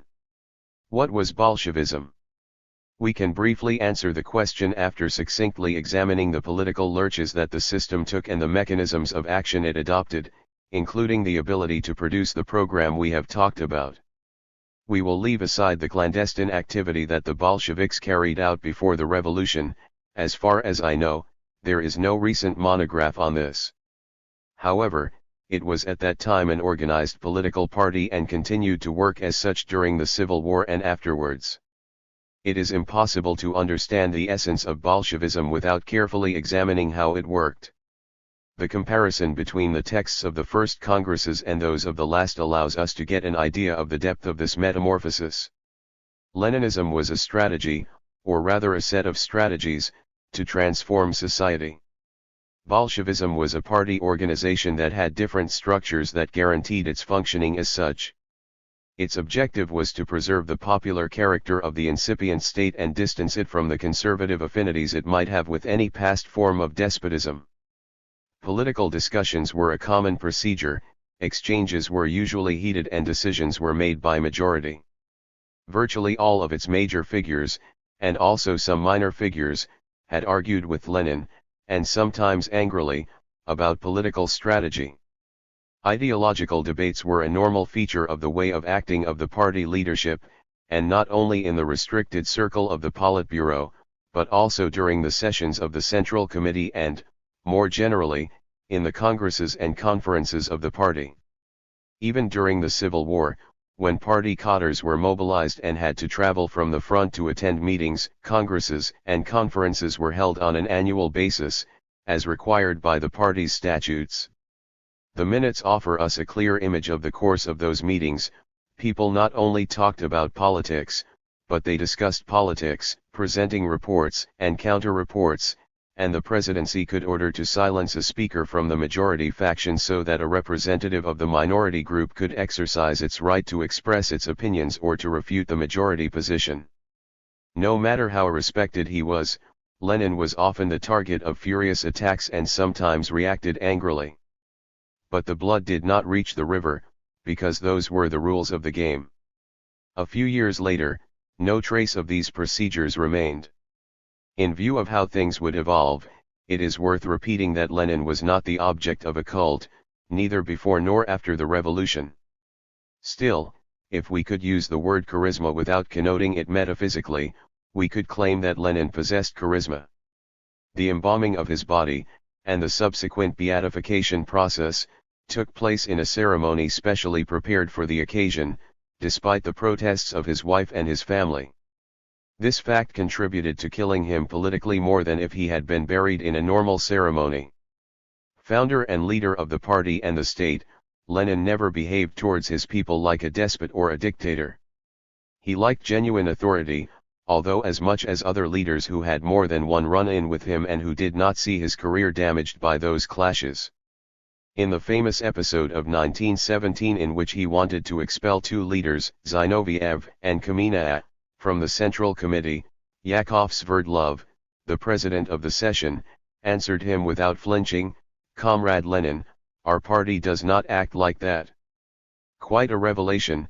During a meeting in which who would assume power was on the table, Lenin, exalted and letting himself be carried away by his feelings, was called to order by another influential leader who was leading the session. This modus operandi, characteristic of the Bolshevik tradition, continued after the revolution.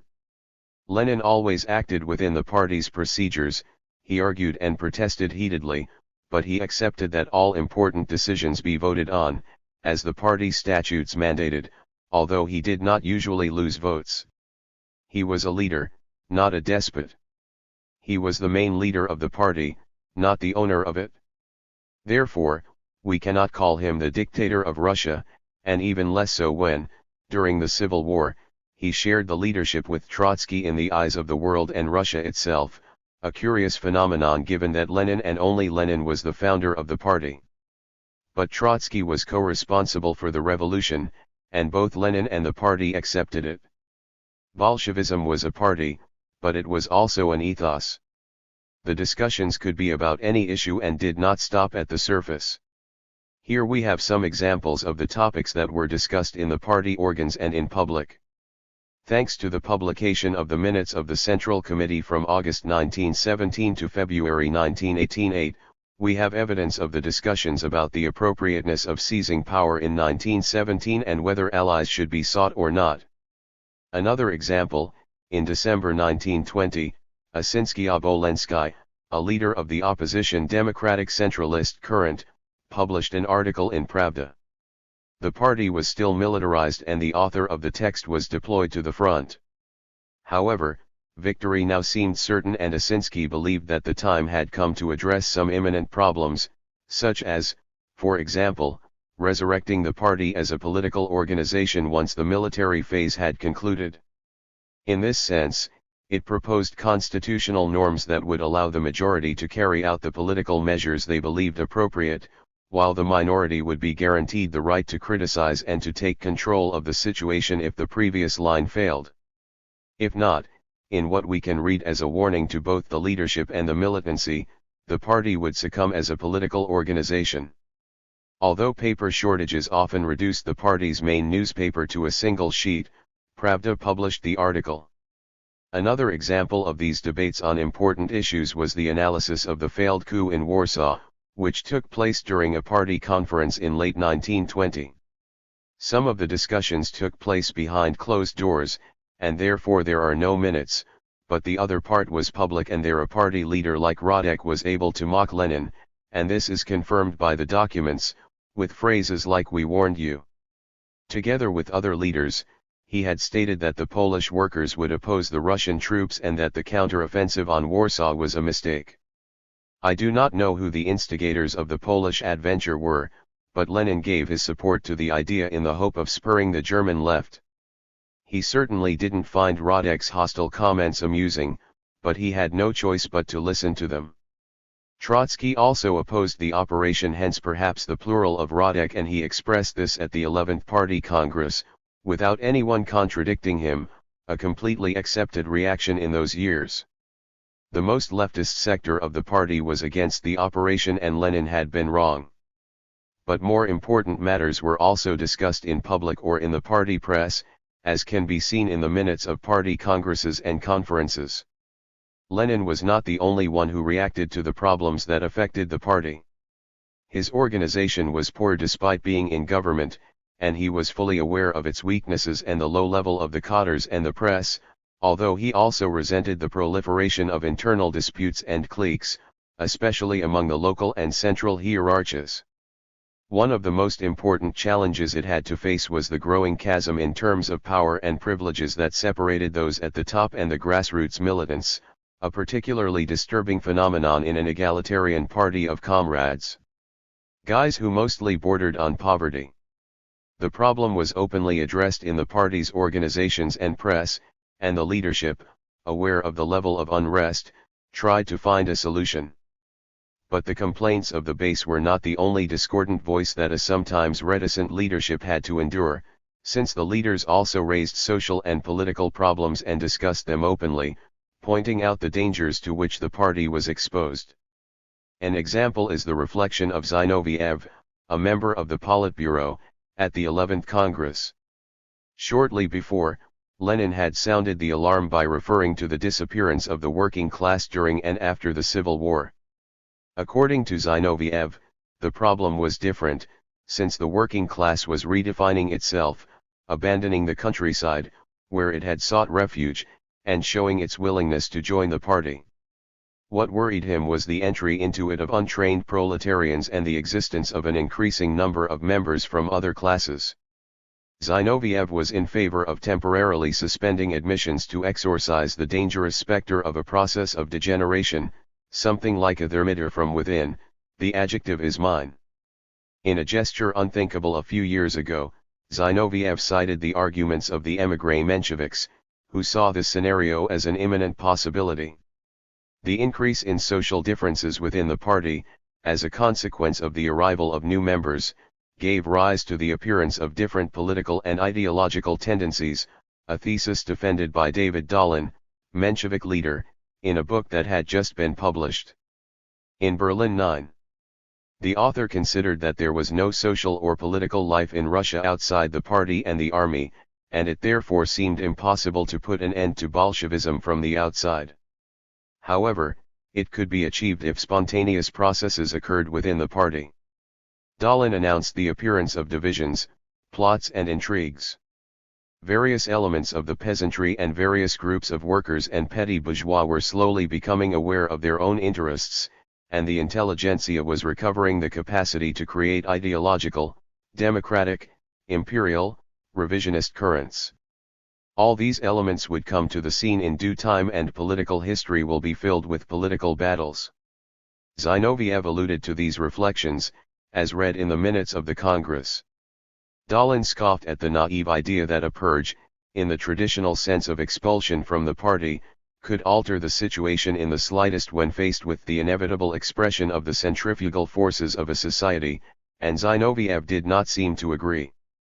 All in disagreement with these words. He himself stated that he was convinced that there is, in fact, a molecular process in the party that is not only the reflection of internal struggles, but rather encompasses everything that happens in the country in a broader sense, the entire range of the class struggle that we are experiencing. All kinds of elements foreign to the proletarian world were introduced into the party, but the leader did not lose hope that the proletarian core would survive, keep alive the initial ideological commitment of the party and prevent foreign elements from taking power. Zinoviev also affirmed that, in that situation, preserving proletarian democracy would have a positive influence on the life of the party. The proletarian opposition, formed by the leaders of the party union, lamented the absence of democracy and made this claim one of the central aspects of a list of demands. He even went so far as to demand that proletarian democracy be reinforced with the purge of administrative elements and the silence imposed on the intelligentsia, a rather problematic method of creating a viable party. The leadership did not consider these positions acceptable, since the cultural level and class consciousness of the workers was, at that time, too weak to base the construction of the party on them. In fact, the party lacked short-term answers to all these questions. The only thing he could do was implement the NPE without losing control of the process, improve his work and that of his administrative apparatus and begin a long-term educational task while purging suspicious elements. These measures increased centralism and authoritarianism. Whatever the good intentions behind all these decisions, the democratic objectives were clearly unattainable even within the party.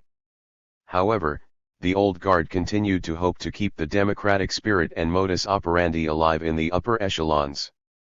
The members of the old guard remained faithful to the pre-revolutionary ethos. For them, membership in the party was not the path that would lead them to a smooth career. They had burned themselves in the service of the party during the Revolution and the Civil War, and among the ruins that the conflict had left behind. The health of many leaders had suffered and doctors warned them of the impossibility of continuing at the same pace. In several cases, a government order was required to force them to take a break and take care of themselves, often in Germany or elsewhere abroad. It is true that several thousand people who joined the Civil War did not belong to the old guard in the strict sense, but they were guys willing to pay a high price for the cause. The most convinced members did not care about power itself. Belonging to the party was a commitment that demanded a personal price, not something that would bring them a reward. All of these debates occurred immediately before or during Lenin's radical rethinking, which lasted as long as he could think, speak, and dictate. In his last dramatic appearance, at the 11th Congress, he vehemently criticized supporters of authoritarian methods, an aspect we had not yet mentioned.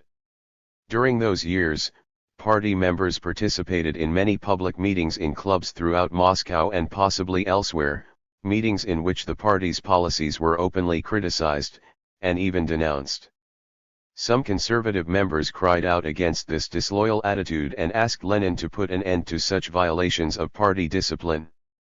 During the 11th Congress, one of these disaffected elements, Ryazanov, was in the room, and the hardliners, sure of obtaining Lenin's support, reminded him that he had banned political factions within the party in 1921, at a time when the organization was breaking up into groups and subgroups. Lenin's long response left no room for doubt.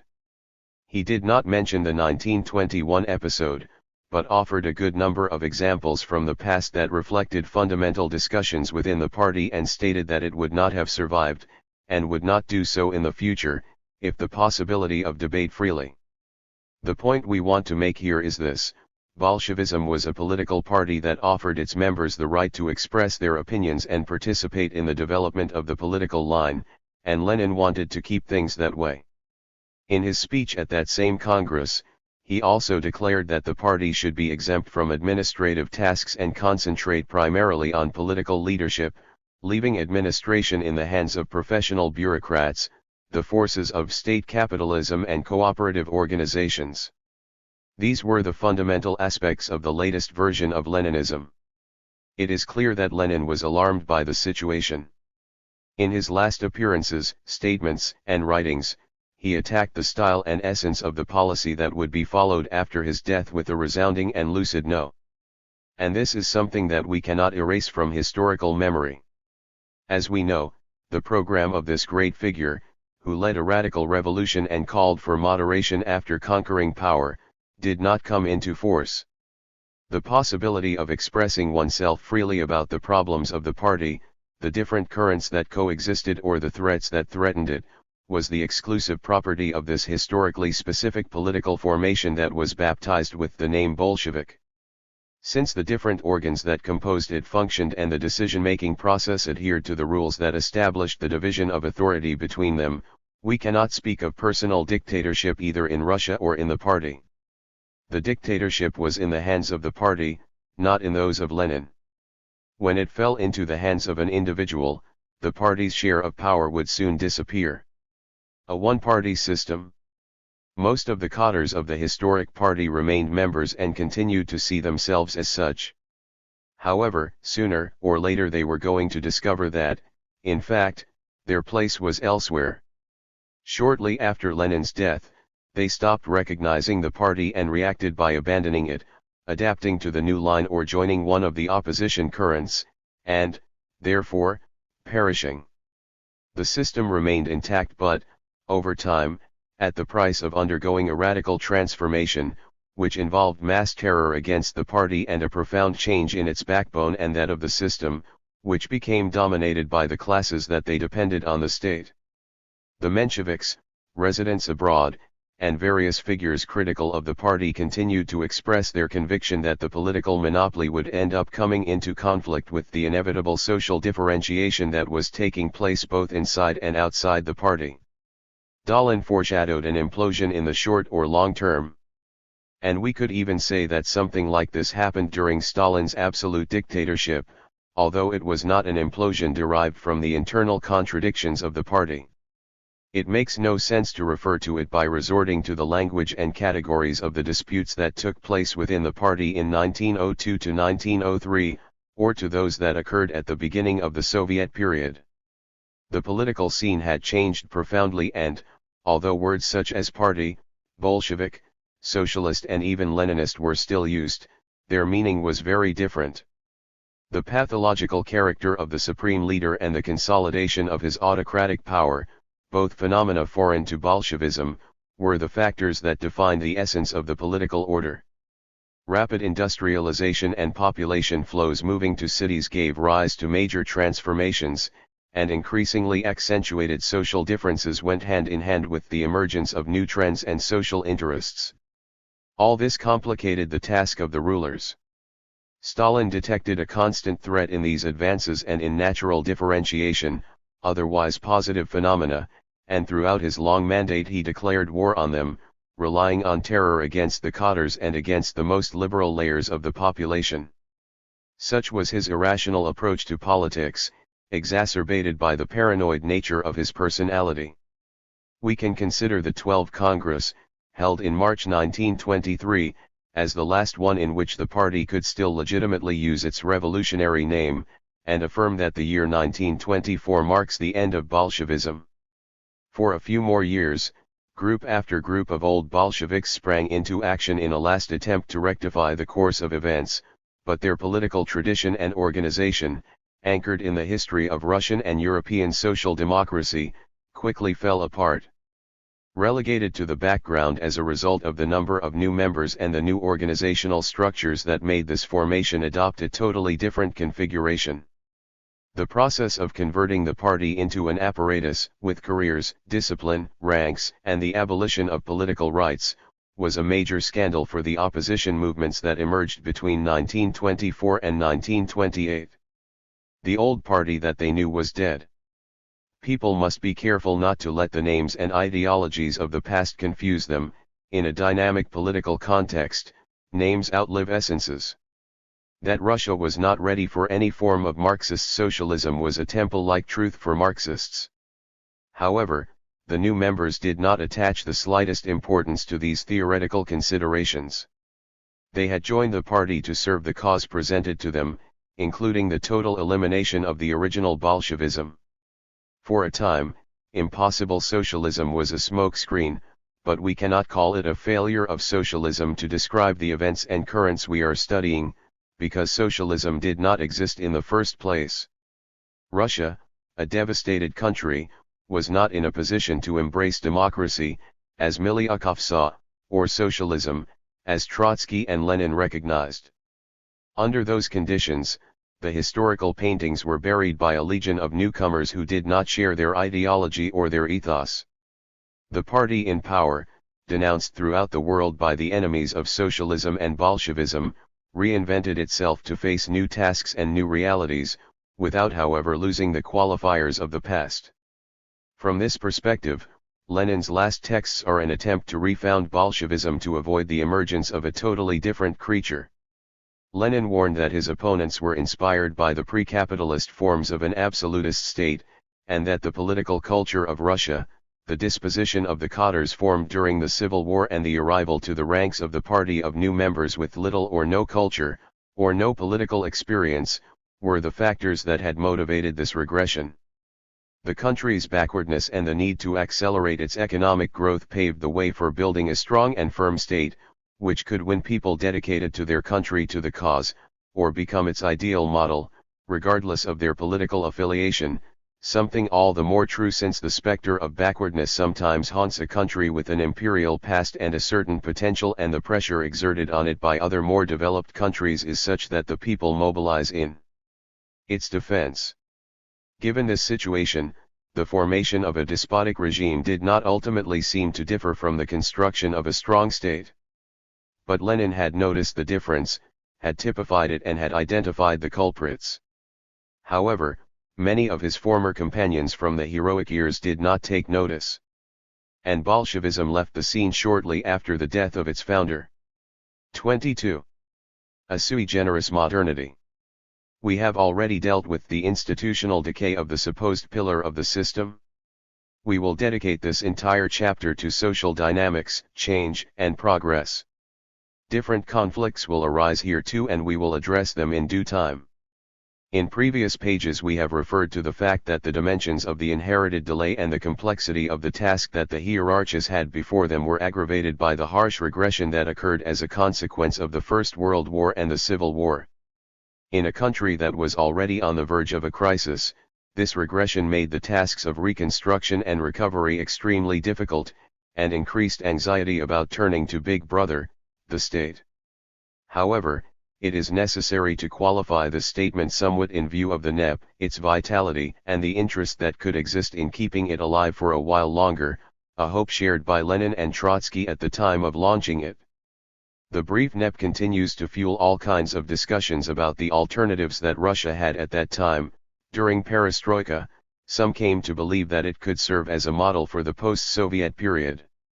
Evidently, one of the closest alternatives was a hypertrophied and despotic state, a model that, as we have never tired of pointing out, had a good starting point in the history of the country. In 1921, Russia was much poorer than before the First World War, and the abyss that separated it from the West had widened, something that unfortunately did not go unnoticed by the population. The historical distance between rural, urban, and bureaucratic elements had also widened. Those who embarked on the task of modernizing the country after Lenin's death began by eliminating the original political organization of the revolutionaries who, after coming to power in 1917, had built a state, prevented the disintegration of the country and foreseen great things for the future. The priority now was his own methods, which combined accelerated economic development with a marked form of political archaism, which caused some analysts to use the expression agrarian despotism to define the Stalinist state. Be that as it may, we are faced with a non-modern state that is struggling to modernize, which gave rise to a few questions that would mark the destiny of the country for decades. This line of reasoning is also useful if we try to understand the Soviet phenomenon within the framework of its entire historical trajectory. The contradiction present in the expression a non-modern state struggling to modernize survived and manifested itself in many ways after Stalin's death.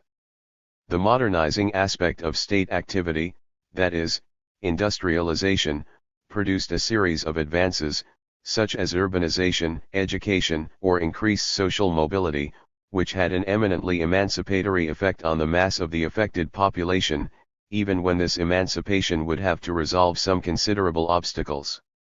One of the keys to unraveling the Soviet problem lies in the interrelation between emancipation and the factors that constrained it. Development in the usual sense of the word was impossible without moving millions of peasants to the cities and without ending the distance that separated privileged minorities and the majority of the population. This dynamic matched the plebeian spirit and the character of the revolution. In fact, Soviet social development was considerable and profound, and had extremely important effects that varied depending on the period, in the 1920s, during Stalin's time, and after his death. Often used and sometimes criticized, the term modernity is applicable in this case as long as we stick to the facts and move away from its ideological connotations, which the sources we use in this chapter cannot always free ourselves from. Indicators of modernity in the USSR. One such source is the recently published two-volume Social History of Russia by B. N. Mironov, a Russian historian and statistician. His approach is fundamentally based on anthropometric data, although the presence of social factors is also important. The book combines analysis and information, but readers should be careful with the highly subjective and metaphorical nature of certain statements by Mironov, some of which we will discuss since most are obvious. Miranov's adoption of the West not only as a model but also as a yardstick for measuring historical development is most naive. Readers will be able to judge for themselves as he presents his conclusions. In short, the opinion that is present throughout the entire work is to make us understand that Russia was not part of the West. To do this, however, it is not enough to cite the shortcomings of the East in relation to the West. Over the centuries, the East, a name that covers different concepts, founded states, solved problems, and gave birth to cultures. It is therefore advisable to also examine things from within, and not limit ourselves to talking about what does not exist. Despite this, Miranov's general approach to the real path that the USSR took towards what we can call modernity is realistic and well argued. The author maintains that the difference between Russia and the West was the same as that between a teenager and an adult. It is an emotional, hyperactive, naive country with absolutist pretensions, although it also has an innate curiosity and the ability to assimilate any novelty. Not in vain, a teenager is not a retarded adult. The Russians did not found Western institutions, but not because they were not capable of doing so, but because they did not see the need. Everything of value in the West reached Russia sooner or later, if not at the beginning of the 20th century, at the end.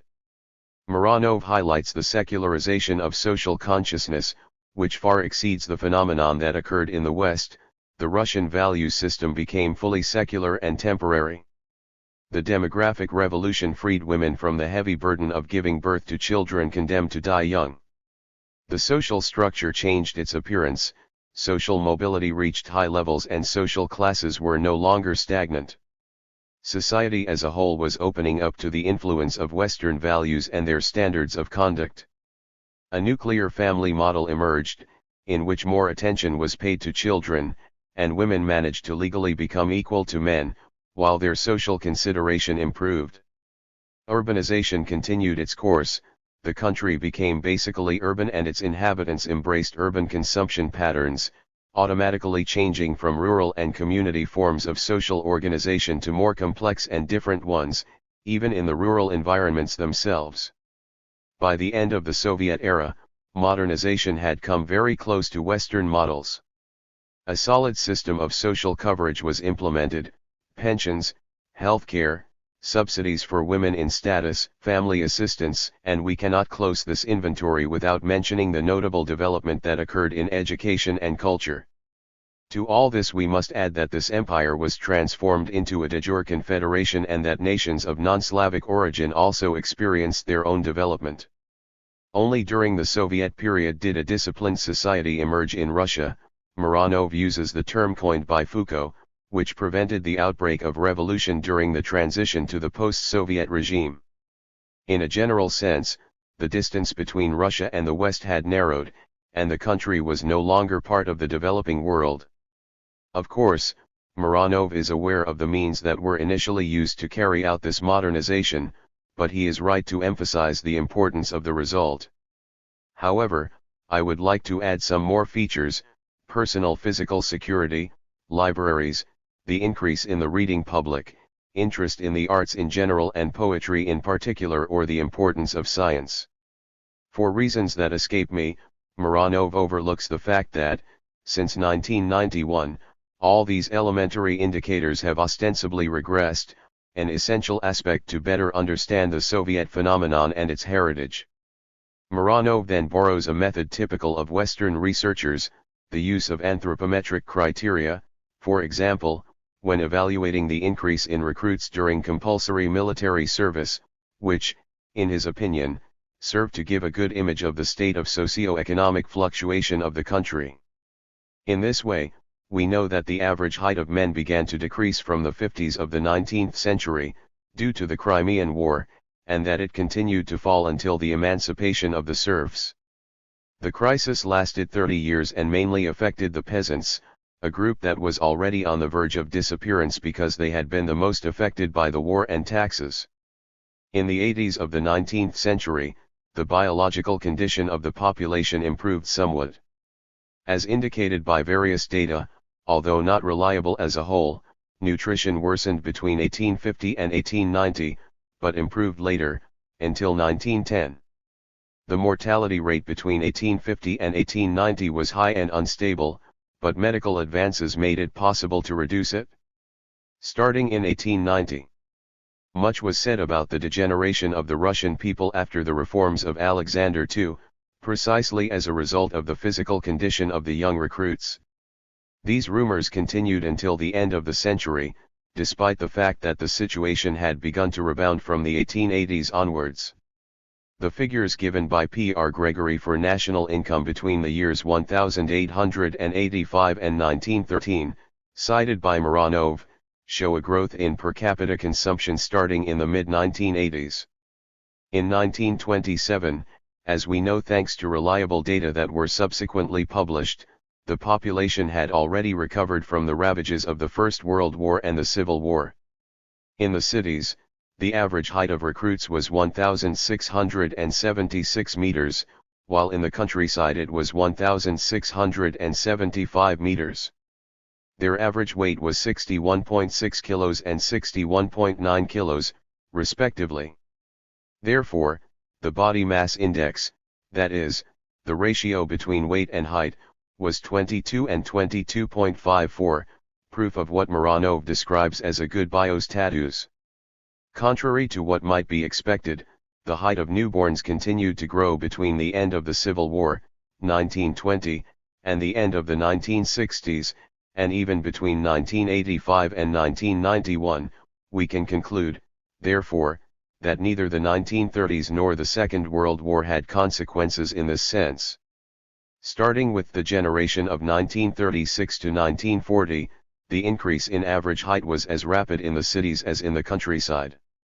In 25 years, it grew on average, according to different categories, between 47 and 61 millimeters, an unprecedented increase. During the Soviet era, the biological status of urbanites, and probably that of rural people as well, improved. How could it be if we know that the state was constantly lowering living conditions? Mironov asks. The author believes that, between the 1930s and the 1950s, per capita family income grew in 4 different ways thanks to internal resources, and partly also thanks to external resources. The birth rate decreased considerably, and with it the cost of raising children. Likewise, health expenses were reduced, both for the population as a whole and for children. Many women who had not worked until then could do so, because they had fewer children. There was a great demand for labor and the state made daycare centers and kindergartens available to them.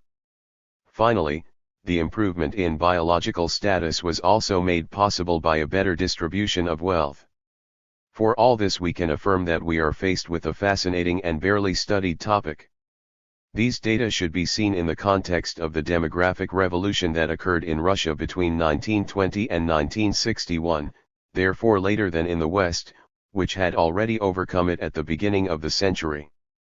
The features that characterized it were the sharp decline in the birth rate, at the express wish of the parents, the success in the fight against infectious diseases and the reduction of infant mortality. Thus, a more modern, rational, and economic pattern of population reproduction was established. Following the reforms of 1861, a decline in the birth rate had already been observed. We can attribute the subsequent decline to the ravages of the 2 world wars and the Civil War. By the mid-1920s, the birth rate had returned to the pre-war birth rate. During the second half of the 1920s, a downward trend was recorded, which continued throughout the 1930s. In 1941, the index was 25% lower than in 1925. The Second World War worsened this trend if possible. Peace, however, did not bring recovery. After a slight increase in 1949, a marked and irreversible decline occurred. 2 figures illustrate the extent of this phenomenon. Russia went from a birth rate of 206 per 1,000 in the 1920s to 29 per 1,000 in the 1960s. The main reason was the desire of Russians to limit the number of children, resorting especially to abortions. It was the country with the highest rate on the planet, although we cannot ignore the role played by the tendency to postpone marriage, number of divorces and the increase in single women. This downward trend in the birth rate was offset by an extraordinary decline in general mortality, 39.8 per 1,000 in the 1980s, 30.2 per 1,000 in 1900, 22.9 per 1,000 in the 1920s and 1900s. 7.4 per 1,000 in the 60s, the consequent increase in life expectancy, 28.3 years in 1838 to 1850, 32.34 in 1896 to 1897, 44.35 in 1926 to 1927 and 68.59 in 1958-1959, and the corresponding growth in the number of retirees. In 1926, for every 100 eligible people, 92 were not in the active population, including 71 children and 16 pensioners. In 1959, the number of non-active population was 74%, 53 children and 21 pensioners. In the period between 1926 and 1959, the average fell by 20% per family. And, since the majority of disabled people received pensions, family benefits suffered a similar decline. Overall, both society and families benefited from declining mortality and increasing longevity of working life. Mironov concludes that everyone gained from the demographic revolution, in what he calls the nationalization of the reproduction process. This type of modern reproduction made it possible to rationalize the entire life cycle of families and individuals, and especially that of women. The procreative functions that had required such an effort in the past, from the beginning of the nubile stage until the arrival of menopause, began to occupy a smaller part of their existence, so that they were able to integrate into the world of work and contribute an amount of money to family income. In fact, women became an important component of the workforce in all major sectors of activity. By 1970, both their level of education and their presence in technical professions was notable, and also in the field of scientific research. Mironov is right to insist that no other country in the world has had such a level of participation of women in the world of work and culture. We will stop here to point out that, although everything stated here is fundamentally true, the text exudes an excessively triumphant tone. Many Soviet sociological studies have shown that the true emancipation of women was limited by two factors: their purely symbolic presence in the power structure and a solid patriarchal system, even in urban families. This second aspect was even more serious due to the shortage of household appliances. After a hard day at work, women returned home and had to face 3 more hours of housework, adding to widespread chronic fatigue. In the 60s, the state made titanic efforts to increase the production and distribution of household appliances with satisfactory results, but this measure was not enough to eliminate one of the main obstacles that stood in the way of women towards equality. Despite these caveats, no one can deny the figures that appear in the indicators of women's emancipation, and we are indebted to Mironov for having shed light on the changes that occurred in the social structure of the country and in the formation of the which I have baptized as a new society, all in record time and overcoming the cataclysms of the past. Demographic data will once again focus our attention in the next chapter, because although they show true emancipation, they also describe some more dismal realities. We will now limit ourselves to mentioning in passing a phenomenon described by Mironov, which is specific to Soviet society and well known, although no one has ever studied it in depth, and whose importance has also been echoed by the prestigious sociologist Tatyana Zaslavskaya, of the Academy of Sciences. Mironov states that the equalization of the income of the mass of the population around a certain average became one more reserve that Soviet society could mobilize. It also refers, more insistently, to the fact that the low income inequality between social groups influenced the improvement of the biological status of the population. The poorer a society is, the more its biological status can be affected. Because of inequalities. We lack serious studies on this inequality in the USSR, but work was a factor that contributed to reducing it, and there is no doubt that it succeeded. The notable mobility of the population and intermarriage between people from different regions and cultures also had a positive impact on indices such as the height of recruits, as did the extraordinary rate of urbanization, which rose from 15% in 1921 to 50% in 1961. Although the living conditions that the system offered to its citizens were inferior to those of Western countries, the height of men continued to grow in Russia until at least the 1980s, at the same rate as in Western countries. Developed. From Mironov's work we can highlight, above all, the idea that the secret of the system, a secret that he himself may not have been aware of, was the improvement of the biological status of the population. And given that this biological status entered into crisis in the post-Soviet period, it is possible that we have one of the reasons for the nostalgia that many Russian citizens feel for the defunct Soviet system. 23. Success and failures of urbanization. The constant attention we are paying to the changing social landscape and bureaucracy, politics, economics, and respect for the law belong to this landscape offers us a framework of analysis that allows us to distinguish between what had been urbanized and modernized and what that had been urbanized but where modernization had not reached. A question as important as that of income equality deserves more detailed study, but relative equality, and the consequent reduction of class differences and barriers between large population groups, were indisputable facts, which were still kept in mind. I remember many Russians who emigrated, for example, to the United States, where economic inequalities are part of the ethos of the system. Muranov's positive assessment of this phenomenon contradicts his own concept of modernity, defined in terms of conformity to the Western model. Furthermore, he leads him to consider the loss of the old Russian community spirit, obshchinost, inherited from a rural past, as a symbol of the country's maturity. But what was the sense of equality and closeness that had such a positive impact on the health, physical growth, and moral well-being of Russian citizens, if not the non-modern spirit of community? Is it good for modern societies to get rid of it? A phenomenon as common as loneliness, even when surrounded by urban masses in constant movement, is a pernicious product of social atomization that can only be remedied through a spirit of community. If until now we have focused primarily on mechanical changes, continuous migratory flows, a complex phenomenon in itself, it is important that we appreciate that urbanization gives a new meaning to the word mobility. It not only involves changing address or workplace, or moving from one place to another. In what was now an urban environment, we will be dealing with social, cultural, economic, and psychological mobility, and there is no better way to understand it than to juxtapose it with the spatial meaning traditionally given to the term.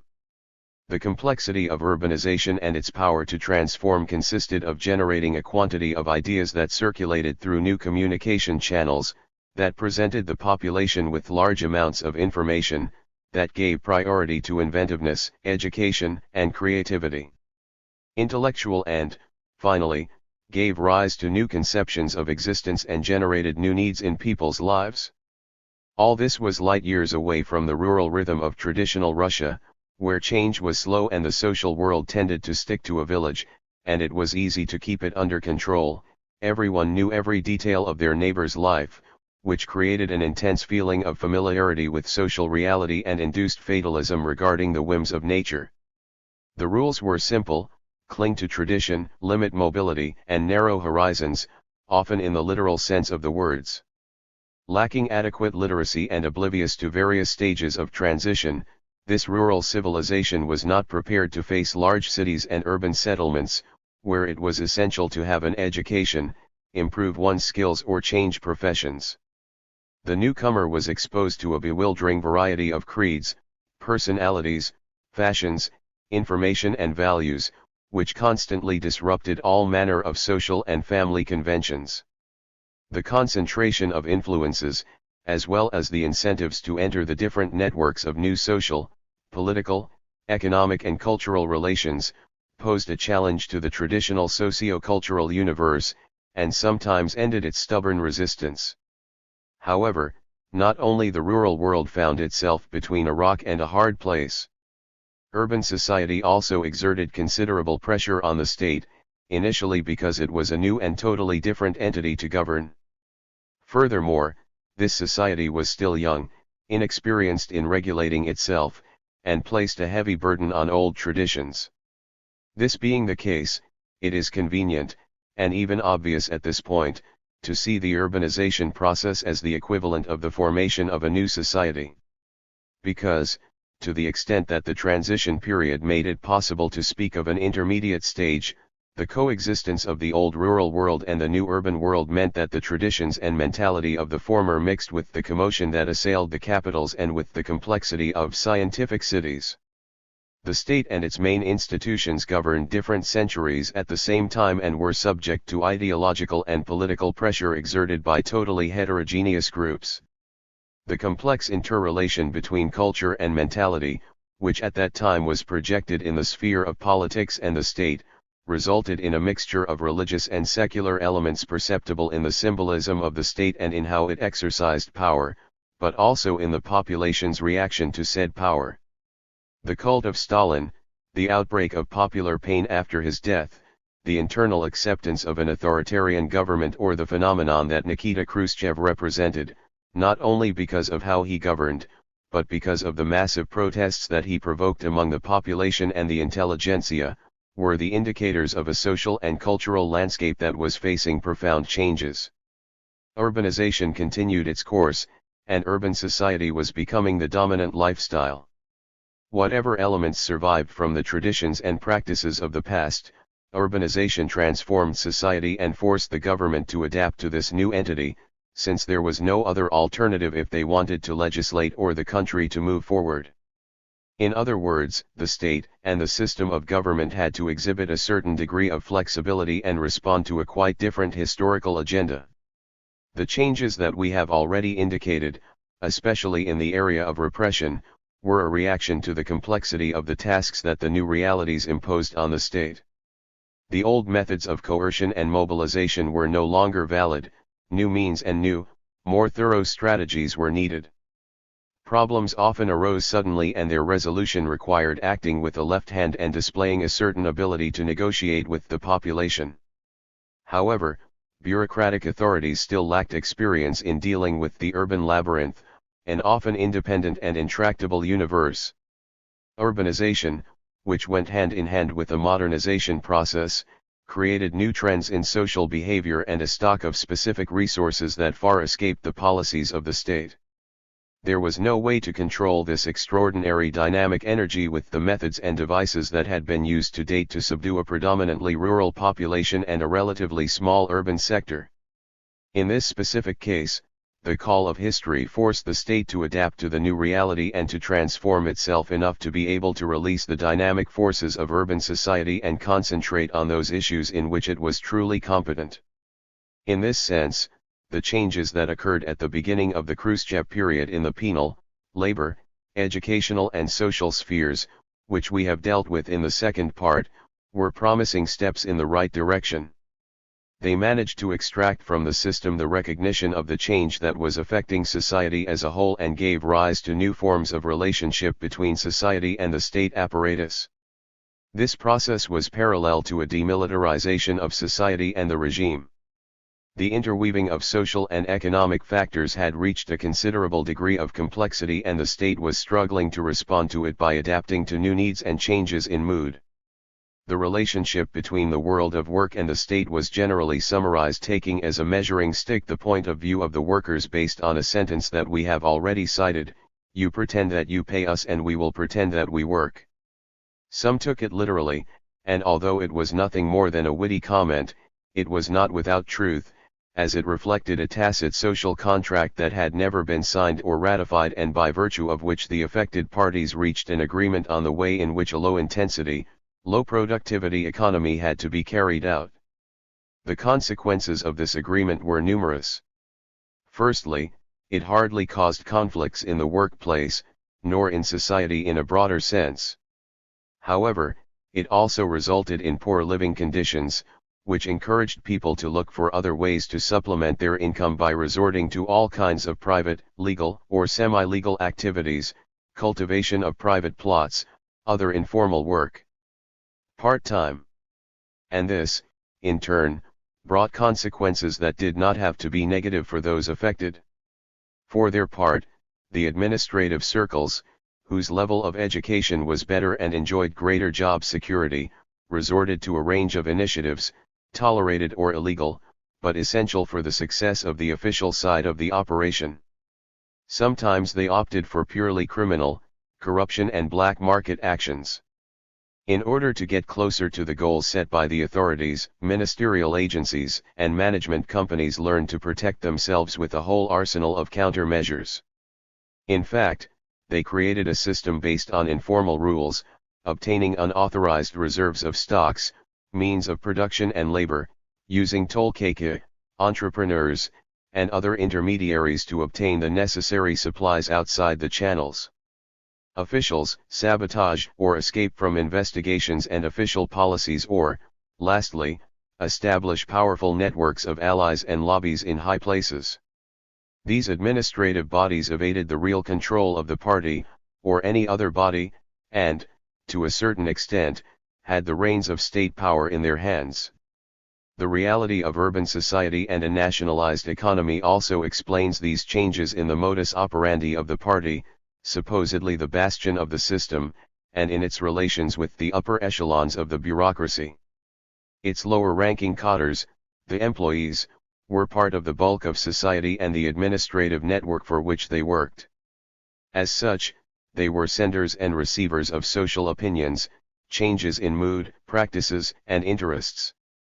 Bureaucratic interest groups, those responsible for the economic sectors, the military-industrial complex, the scientific community or the military establishment, as well as the interests, opinions, and rights of the lower layers of the bureaucracy, all of them, union members were de facto legitimized. The right of experts to negotiate their contract conditions in an expert labor market was also immediately recognized. The legal and real existence of a labor market became part of Soviet reality, as did the complex relationships maintained between leaders, workers, unions, and the party. One of the aspects that, from that moment on, began to appear more frequently on the government's agenda, and that modified its actions in a way that had not happened since the end of the NPE, was the concern for the expectations of the population and the desire to satisfy them. The party and state documents that were published at that time, or that have subsequently been discovered in the archives, contain a lot of information and various warnings about the climate that prevailed in certain social groups.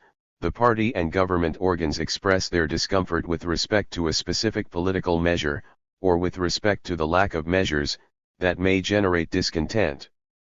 The attitude of the workers was one of the main concerns of the authorities, and an issue often addressed by the apparatus, especially when the reports suggested that the workers did not attend party meetings, that they did not open their mouths or that they booed the speakers, not to mention other more determined actions, nor the different ways they found to demonstrate their dissatisfaction.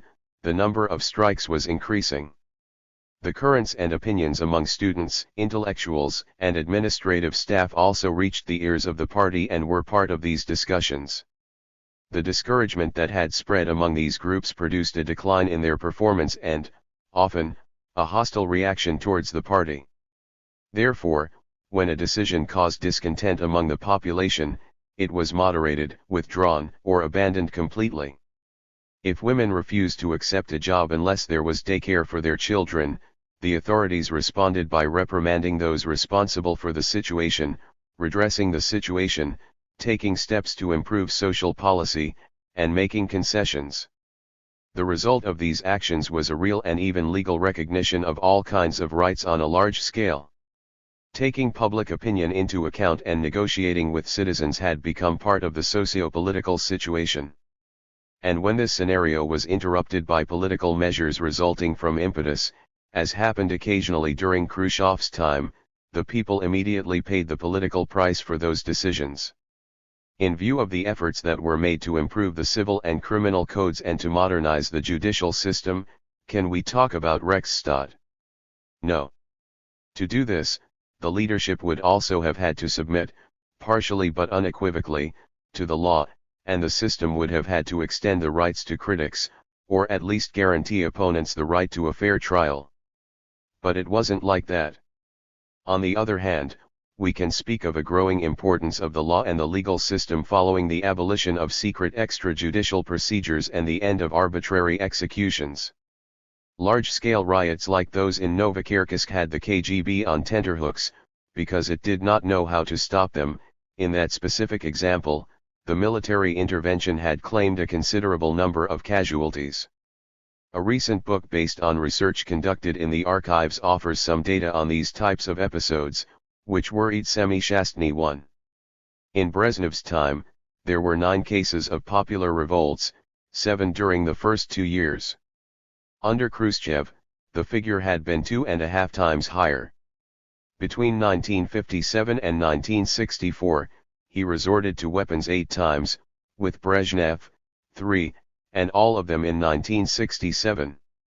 With Khrushchev, the number of dead and wounded among the rioters had been 264, with Brezhnev, 71. The total number of casualties during the riots in 25 years was 335, mostly wounded, although the exact number is not specified. The annual average number of deaths or injuries was 13.4, even though there were years in which no incident of this type occurred. It would be useful to have details about these episodes in other countries, about their recurrence and the casualties that were incurred. Was the figure in the Soviet case exceptional, 335 people in 25 years, given the size of the country and that it was a non-democratic regime? The panorama drawn by the changes, innovations, and reforms fortunately allows readers to gauge the difference between the Stalinist and post-Stalinist models. The elimination of large-scale terror as a method of government forced the authorities, and the party above all, to commit to what I have called negotiation with the main social and bureaucratic actors, thus increasing the regime's dependence on them. Over-Stalinizing the history of Russia by making the dictator's period of government encompass the years before and after is a common practice that responds to different interests, but in no case serves historical research. There is no reason to overlook the magnitude and significance of the changes in the social structure, the strategic weight of different social groups, large or small, the fusion of the state apparatus with the party or the end of mass terror to unless, of course, we let ourselves be guided by certain ideological hypotheses instead of trying to unravel a complex historical reality. That said, we must also not forget that this society and this regime were not immune to the emergence of reactionary ideological and political currents, even within the state and among the leaders of the party. Here we will deal with this issue only in relation to the difficulties of de-Stalinization and the pressures to rehabilitate the figure of the dictator. The continuous internal debates between the post-Stalinist leadership and the opposition to Khrushchev's de-Stalinization did not revolve around the continuation of Stalinism as such, but rather the image of Stalin as a statesman and leader of a great power, Держава, and on the predisposition to opt for drastic methods if the interests of the state were at stake.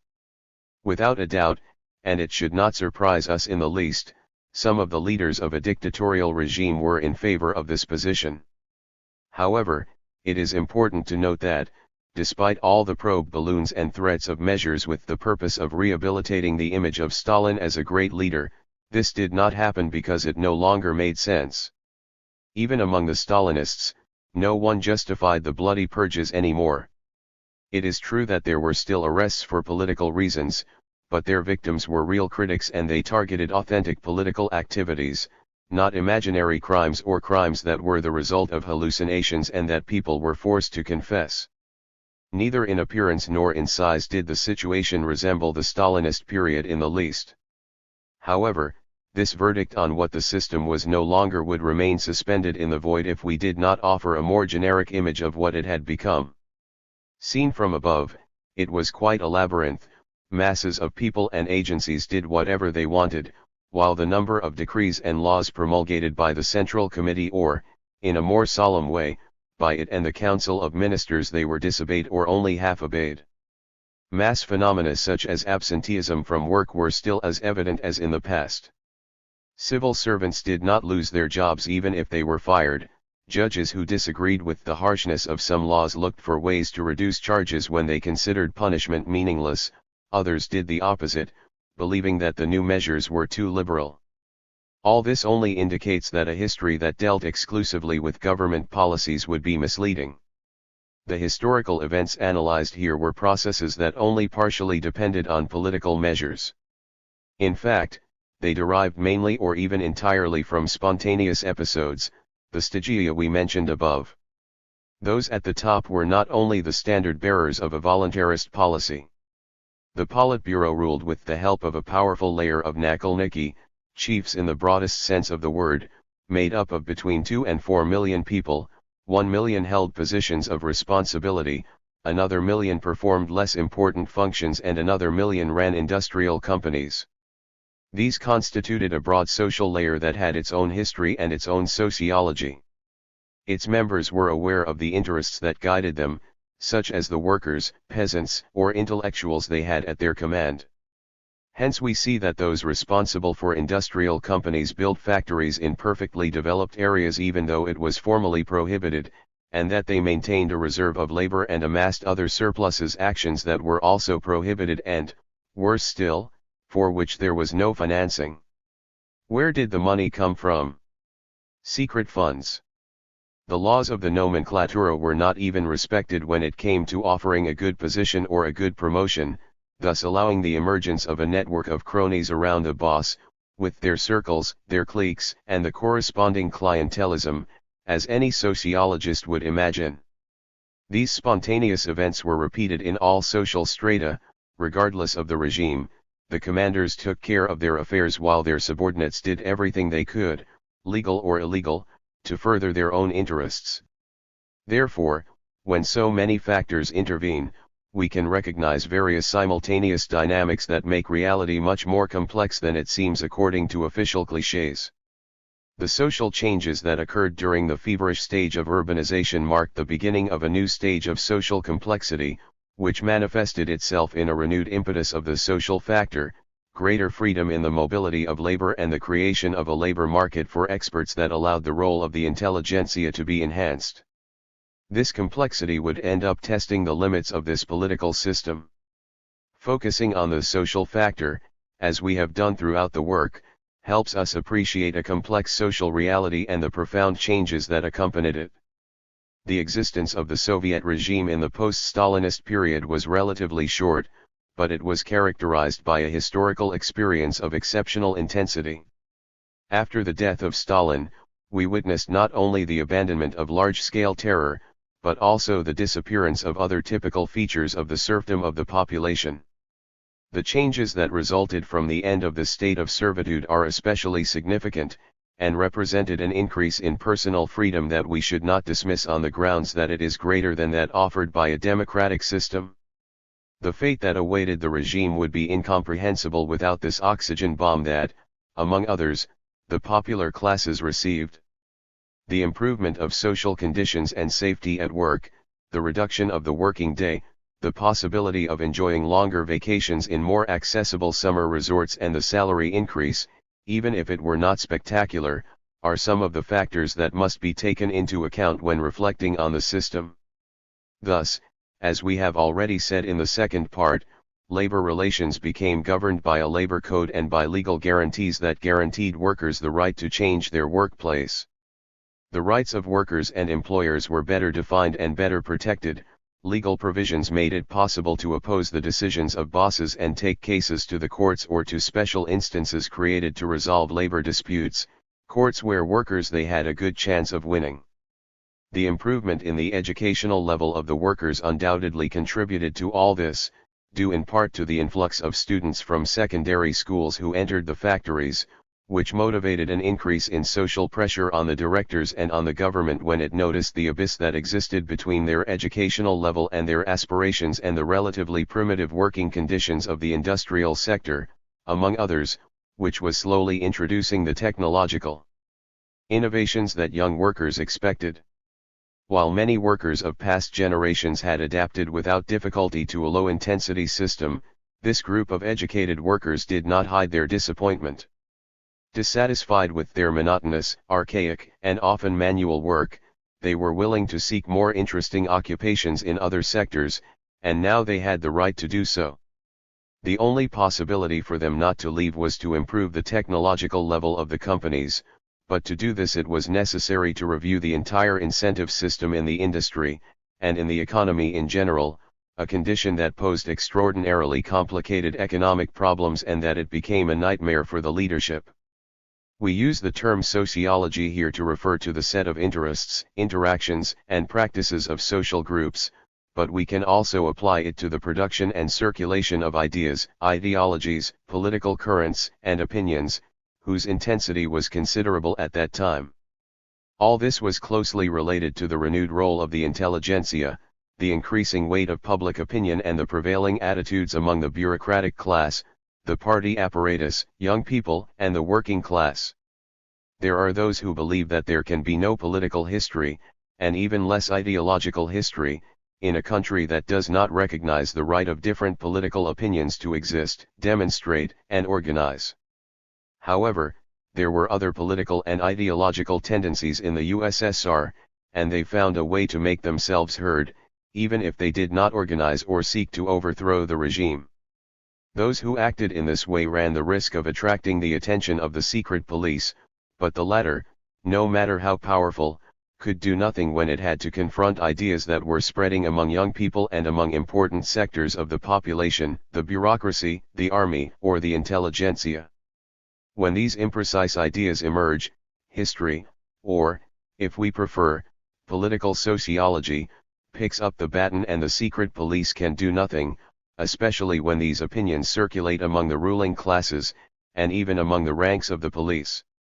The party was also tied hand and foot, but it also succumbed to these ideas and currents.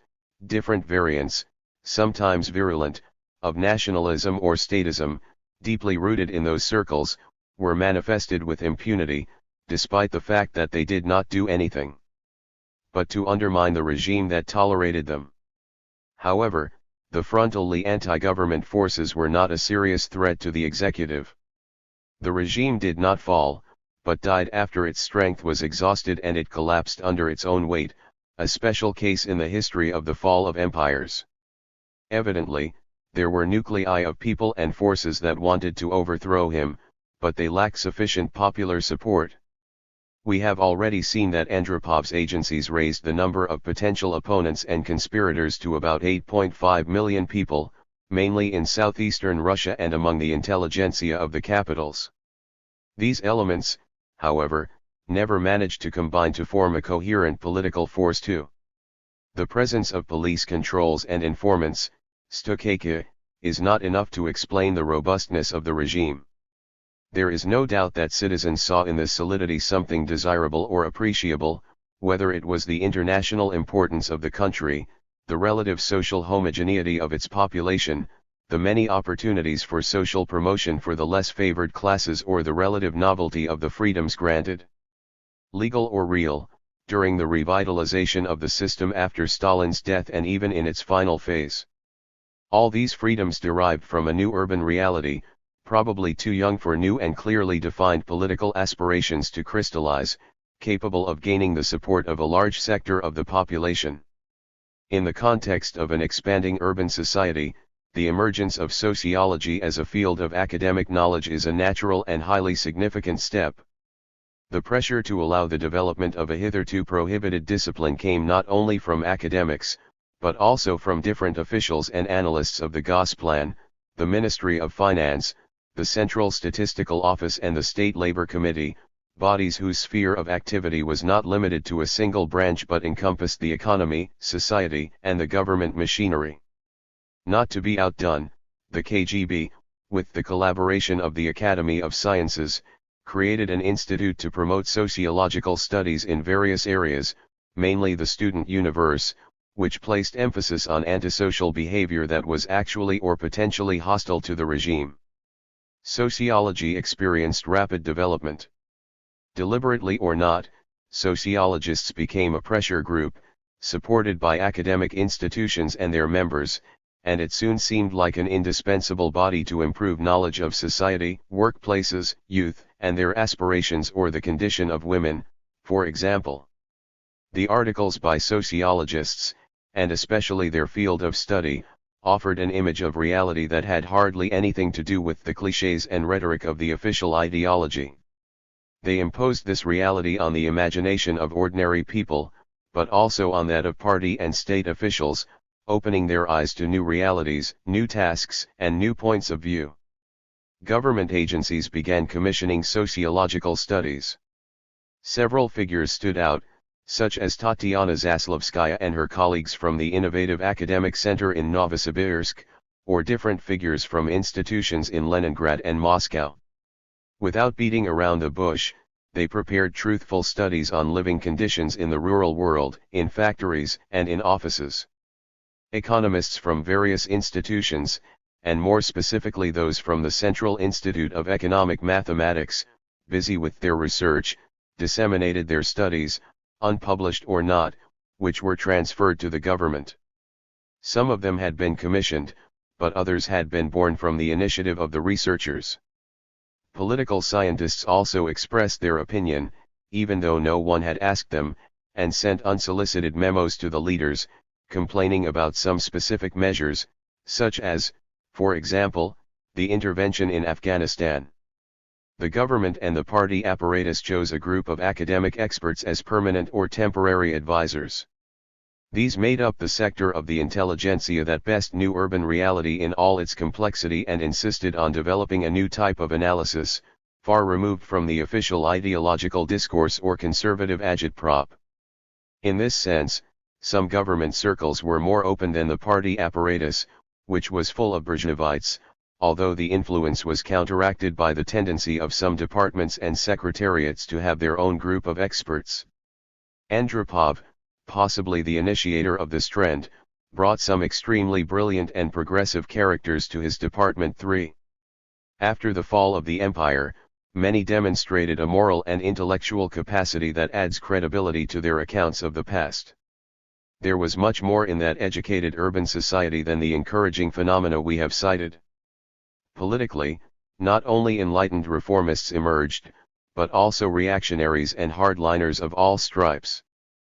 But we have chosen to focus here on the novelty and complexity of the urban reality that the regime had to face, not on a specific political current, especially given that these trends can take another direction. What did the economy think? The functioning and performance of the economy was increasingly a problem. A fatal dichotomy seemed to have manifested itself. As the new social structure increased, economic growth rates continued to decline. Suffice it to say that the rate of growth of national income, according to Western estimates, after reaching the respectable figure of 5.7% in the 1950s, which was an increase almost as rapid as that which had been experienced during the first five-year plan, fell to 5.2% in the 60s, to 3.7% in the first half of the 70s and to 2% between 1980 and 1985. Robert Davies has confirmed this impression. Beginning in the mid-1970s, the Soviet rate of growth fell so much that, for the first time since the 1920s, GDP growth was less than that of the United States, and much less than that of other newly industrializing countries. These data hid a more complex reality that escaped political or economic regulation. Economic agencies and academics knew that the situation was getting worse by leaps and bounds. It is not surprising, therefore, that the person at the head of the ship, Prime Minister Kosygin, had addressed the Academy of Sciences in 1966 so that it could evaluate the situation from the point of view of competitiveness in relation to USA. The Academy had a department that dealt with competition with capitalism, hence it was possible to go to it without offending either the Gosplan or the Central Statistical Office, which regularly transmitted comparative data on the development to the government of Western economies. The report in question, commissioned by the Council of Ministers, was probably completed at the end of 1966 and reached the hands of the government in early 1967.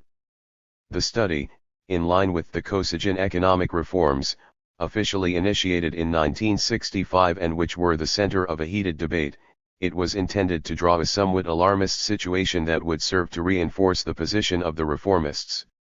The text presented the government and Gosplan with a difficult economic situation.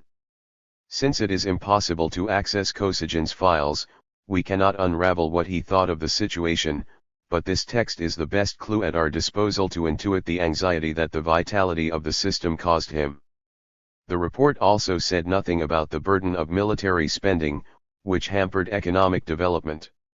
He limited himself to commenting that high wages and increased production of consumer goods were essential requirements for the entire economic system to embark on accelerated technological development. 5. But Kosygin was already aware of all this from other sources. We know that the Academy's economists demonstrated that the USSR was lagging behind in all important indicators, except those that had been considered first-order factors at the end of the 19th century. It is possible that the conservatives who were resistant to Kosygin's projects stated that it would be enough to improve economic management to eliminate waste and increase resources, without needing to interfere in the system, a way of insinuating that the waste was Kosygin's fault. But although he was tied hand and foot by that problem, he could not be held responsible. Waste was the effect, not the cause, of the disease, and investigating the dimensions of the problem would help to identify the obstacles more clearly. This task fell to a commission against waste, which was granted broad powers and which undoubtedly had the support of Kosygin. Despite the fact that his enemies were also supporters of such a body, it is possible that the initiative even came from them. Created in 1966, after having been renamed the Commission for the Saving of State Resources, it was made up of those responsible for the ministries and intersectoral agencies, Gosplan, Finance, Statistics, Labor and Wages, and Goshnab. With the help of other agencies, its mission was to study the key sectors of the system, although we do not know if its tasks also included the analysis of the vast military-industrial complex. The Commission's investigations led to a detailed report that examined the work of administrative bodies in many areas, including research, investment, economic sectors, the world of culture and public health. To some extent, it resembled a medical examination of a painful body of gigantic dimensions carried out by the entire staff of a hospital. Kosygin probably knew the data and figures in the report, but it could also be, as has already been noted, that the initiative was a double-edged sword.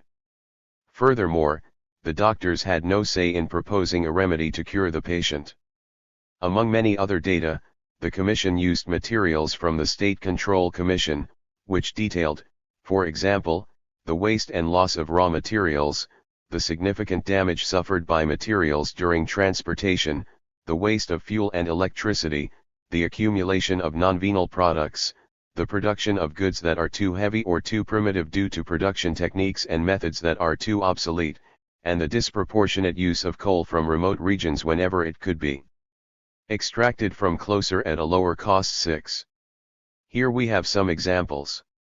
Although the importance of pipes and tubes to the Soviet economy was enormous, the system continued to produce metal pipes instead of reinforcing, for example, the concrete pipes in the supply network, even though the latter were between 30 and 40% cheaper, including the costs of the investment necessary to start producing them. Likewise, concrete ducts would allow metal savings of between 80 and 90%, and their lifespan was 3 times longer. However, the 1966 plan only provided for the production of a small number of modern pipes, despite the million cubic meters needed for the country. Another anomaly of economic importance were the factories that accumulated reserves of materials, raw materials and finished products, at a level much higher than that authorized by the regulations. These products were generally stored in inappropriate locations, sometimes even outdoors, where they were exposed to inclement weather and theft. The companies refused to sell the stocks to other companies that needed them, even though they had permission to do so. Contrary to regulations, factories also used a considerable amount of their resources to pay bonuses for exceeding production targets for goods for which demand was low. In this sense, measures had already been proposed to force directors to reduce stocks to acceptable levels.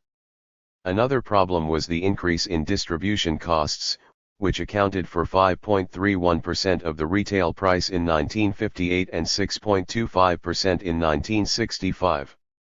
The price of products had also increased considerably in the same period.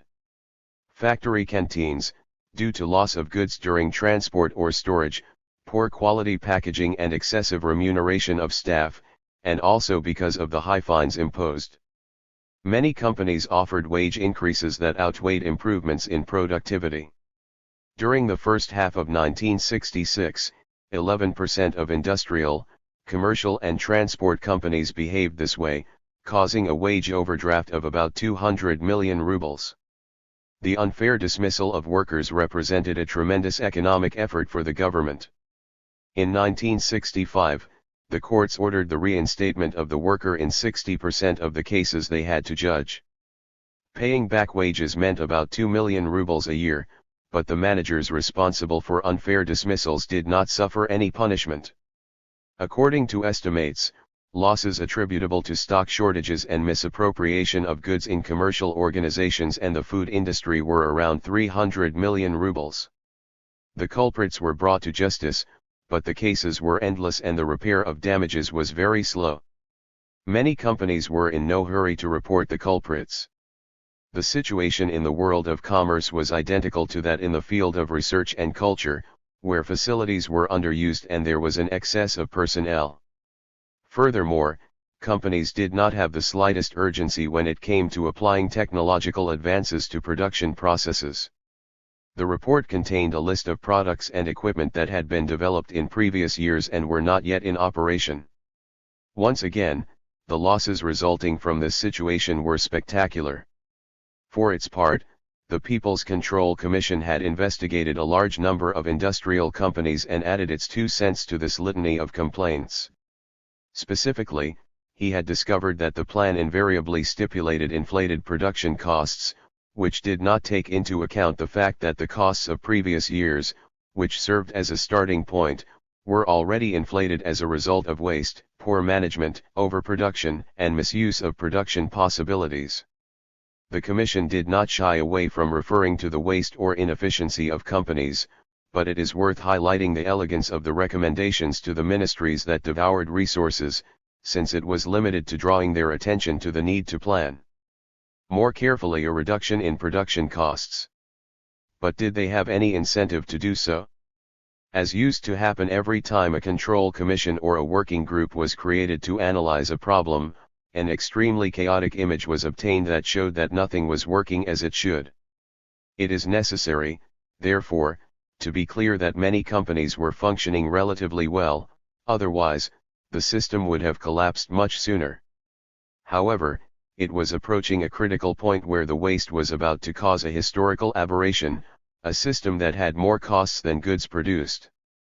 If the building was still standing for good or bad, this was due to the fabulous resources available to the country. Here is another paradox: a very rich country with very low consumption. The Commission ultimately suggested that everyone should tighten their belts. In fact, the problem did not lie exclusively in waste. No less surprising was the fact that the planning system perpetuated, or even exacerbated, inefficiency and waste in the production process, when by definition it should have prevented it. In this situation, purely economic or technological measures were no longer useful. Some experts considered that it was necessary to identify the obstacles that hindered economic development in the expensive arms sector, since, according to Gosplan calculations, 40% of the machinery produced in the USSR was dedicated to special projects. Wasn't it about time you helped breathe oxygen into the civil sector? But this was just another chimera. In the military-industrial complex, technological progress derived from waste and the most absolute disregard for economic considerations, a situation that was aggravated if possible by excessive secrecy, and by the excessive power of the sector. Whatever their achievements, and they were many although they did not leave the closed cities, bottomless pits from which nothing was obtained in return, the indirect economic benefits for civilian industry were non-existent. On the other hand, the Soviet planning system, based on almost exclusively quantitative objectives, failed to create a sufficiently elaborate correlation between these objectives and the incentive system, nor to guarantee the balance between the main socio-economic factors that favored the scientific and technical progress and the satisfaction of changing and growing social needs. Soviet planners were well aware that the most advanced Western economies had managed to draw these interrelationships, at least most of the time. On paper, Gosplan dispatches had the formula to overtake the West, and it seemed that things had gone well in the early years of the regime and during the war. Ultimately, however, all this only indicated that the pathologies had been tolerable for a time.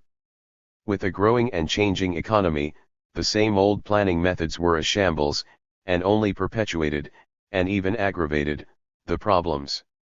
The planning system was alien to reality and was collapsing along with the entire socio-economic model of the state. Hence, for Kosygin, the task should not be limited to getting each agency, whether industrial, commercial, etc., to tighten their belts. The task before him was nothing less than Herculean. 24. The labor problem and demography. A useful indicator to evaluate and understand the growth of the 1960s and the crisis of the 1970s is found in the accumulation of factors that, surprising as it may seem, gave rise to a growing loss of jobs. As we saw in the second part, based on research carried out by Gosplan, the main problem in 1965 was due to a distorted geographical distribution of work. In some areas there was a surplus of supply, but it was difficult to convince workers so that they could move to them. In others, there was no offer and it was difficult to get ahead. As the years went by, it became more and more evident that planning methods had not evolved sufficiently after the original model of the 1930s, and that they were still based on large investments and reliance on the system's ability to mobilize large numbers of people. Contingents of labor when and wherever they were necessary. The planning and education systems had, first of all, to train a considerable number of qualified personnel, high-level technicians and specialists, as well as scientific researchers, and they came out quite well in this task. However, starting in 1968, a totally different problem arose, the shadow of a total shortage of jobs, affecting all categories and with no real prospect of a solution. How can this situation be explained in a country of 270 million inhabitants, a population larger than that of the United States, and with a much smaller economy and national income? The report summarized in the previous chapter revealed that waste was one of the main factors. The causes that had made it possible also harmed productivity and meant that the only way to achieve growth was through an injection of large sums of capital, which led to quantitative expansion, a formula that, in a longer term or shorter, could only lead to a dead end unless action was taken. Some understood the situation at a time when the Soviet economy still appeared to be in reasonably good health. The plan could not guarantee the correspondence between investment objectives, production, and an adequate labor supply. They had the figures on the number of workers needed, but the state lacked a coherent policy and measures to ensure that these positions were filled. For this, in turn, an appropriate social policy would have been necessary. In the past, the need for labor had been solved with the spontaneous displacement of workers or through their mobilization, but these mechanisms no longer worked, and everything became even more complicated due to demographic factors. The articulation of the relevant factors in a situation in which it had become impossible to mobilize the workforce was the subject of analysis, in 1968, by an expert, before a chosen audience made up of top officials. The speaker, E.V. Kasimovsky, was the head of the Gosplan Research Institute of the Russian Federation, and his talk was titled Problems of Work and Living Conditions 1. That presentation, widely documented, dealt with the problems of work, productivity, and the geographical distribution of labor resources. Next, we will cite some important points.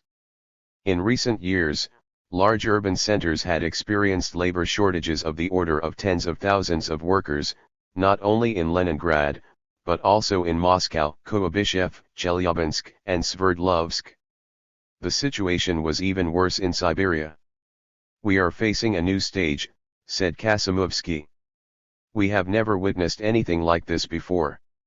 It is true that demographic forecasts fueled hopes that, during the next 5-year plan, there would be a significant influx of young people who would enter the labor market, but they also foreshadowed the subsequent decline in this increase.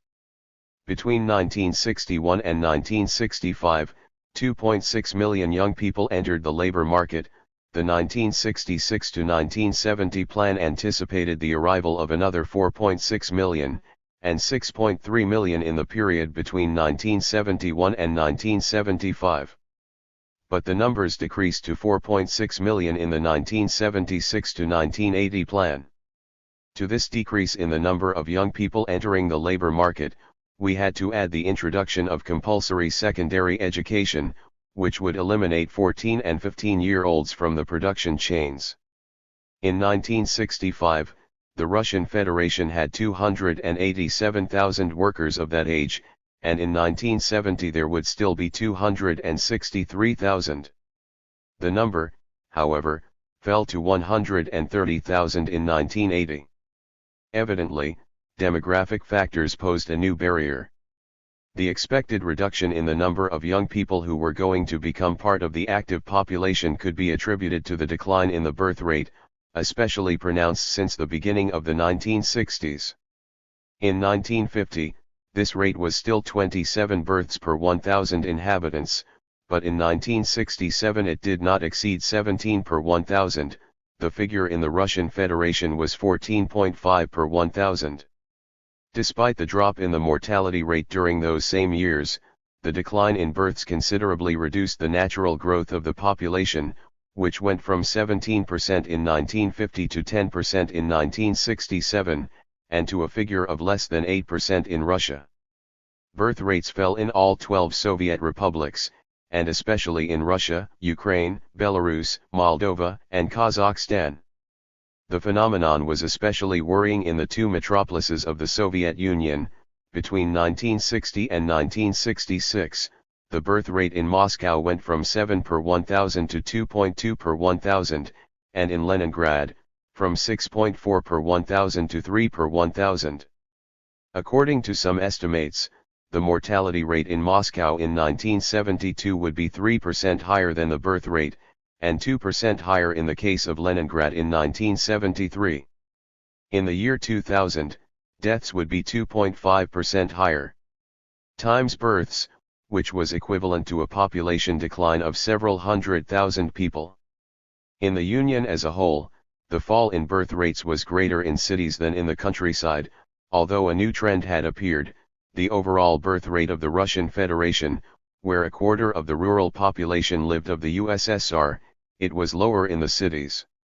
Of the 71 administrative units of the Russian Federation, 18 had a birth rate lower than that of cities. In areas such as Novgorod, Pskov, and Kalinin, these rates were also lower than the mortality rates. The population's reproduction rate had plummeted. In the USSR as a whole, it went from 1.4 in 1938 to 1939 to 1.12 in 1968, a figure lower than that of the main capitalist countries. In the United States it was 1.56, in Canada, 1.13, in France, 1.38, and in the United Kingdom, 1.44. In the Soviet Union and also in the Russian Federation, women had an average of 2.6 children, 1.9 in cities and 3.3 in the countryside. Studies by the Central Statistical Office showed that, for the population to reproduce at a normal rate, an average of 3 children was necessary, which meant that the urban population had stopped reproducing, and was only growing thanks to births in rural areas. The decline in birth rates in the USSR was faster than that experienced by the rest of the socialist countries and capitalist countries.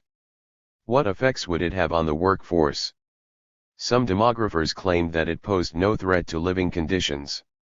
However, Kasimovsky did not agree. If this trend continued, the living conditions of the workers would suffer.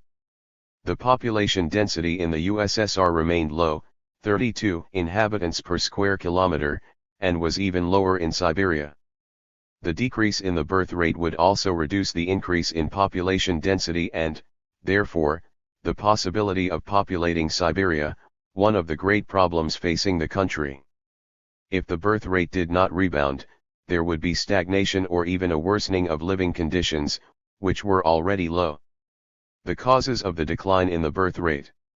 Births had declined during the war and the situation had not yet been righted. The structure of the population in terms of gender and age had changed. First, there was a disparity between men and women, but there was also a gap in the 30 to 50 age groups. In 1959, the ratio of women to men in the age group of 20 to 24 years was 106 women for every 100 men in the cities and 98 for every 100 in the countryside. In 1967, the figures were 98 per 100 in the cities and 95 per 100 in the countryside. The situation had practically balanced in the cities, but had worsened in the countryside. In the age group of 25 to 29 years, in 1959 there were more women than men in the cities, and the situation was even worse in 1967. In the countryside, the proportion was 131 women for every 100 men. These imbalances constituted a serious problem in terms of labor availability and demographics, and had a considerable impact on the population's birth and reproduction rates. Another factor was the marked increase in the number of women working in production tasks, 19 million in 1950 and about 40 million in 1968. The proportion of women working in the field of production in the Russian Federation doubled, but the birth rate among working women, regardless of their category, was 30 to 40% lower than that of women working. They worked at home or cultivated the family plot. The main reason was the greater difficulty that working women found in leaving their children in the care of someone. Many did not have relatives who could help them, and could not afford to hire a nanny, and in many cities there were no places in nurseries or kindergartens. But we cannot forget a third factor either: many women, several million, carried out very demanding and manual jobs, mining, machine building, metallurgy. Kasimovsky recognized that the time had come to review the list of jobs suitable for women so that they could work and take care of your children. Added to all this was another factor: birth control. The number of abortions exceeded the number of births.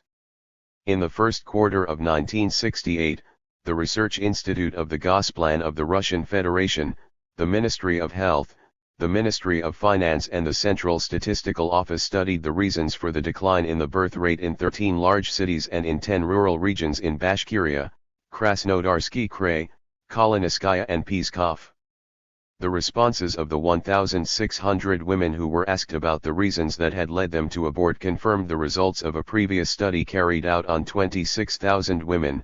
22% stated that they did not want to have a child because they lacked adequate housing, and the situation would only get worse with the arrival of the little one. 18% cited the difficulty in finding a daycare center, 14% believed their income was insufficient and would decrease with the baby. These three answers represented half of the reasons given. Although housing construction had increased, the situation was still not optimal in many cities. The supply of places in nurseries and kindergartens had also increased, but they only served to satisfy half of the demand.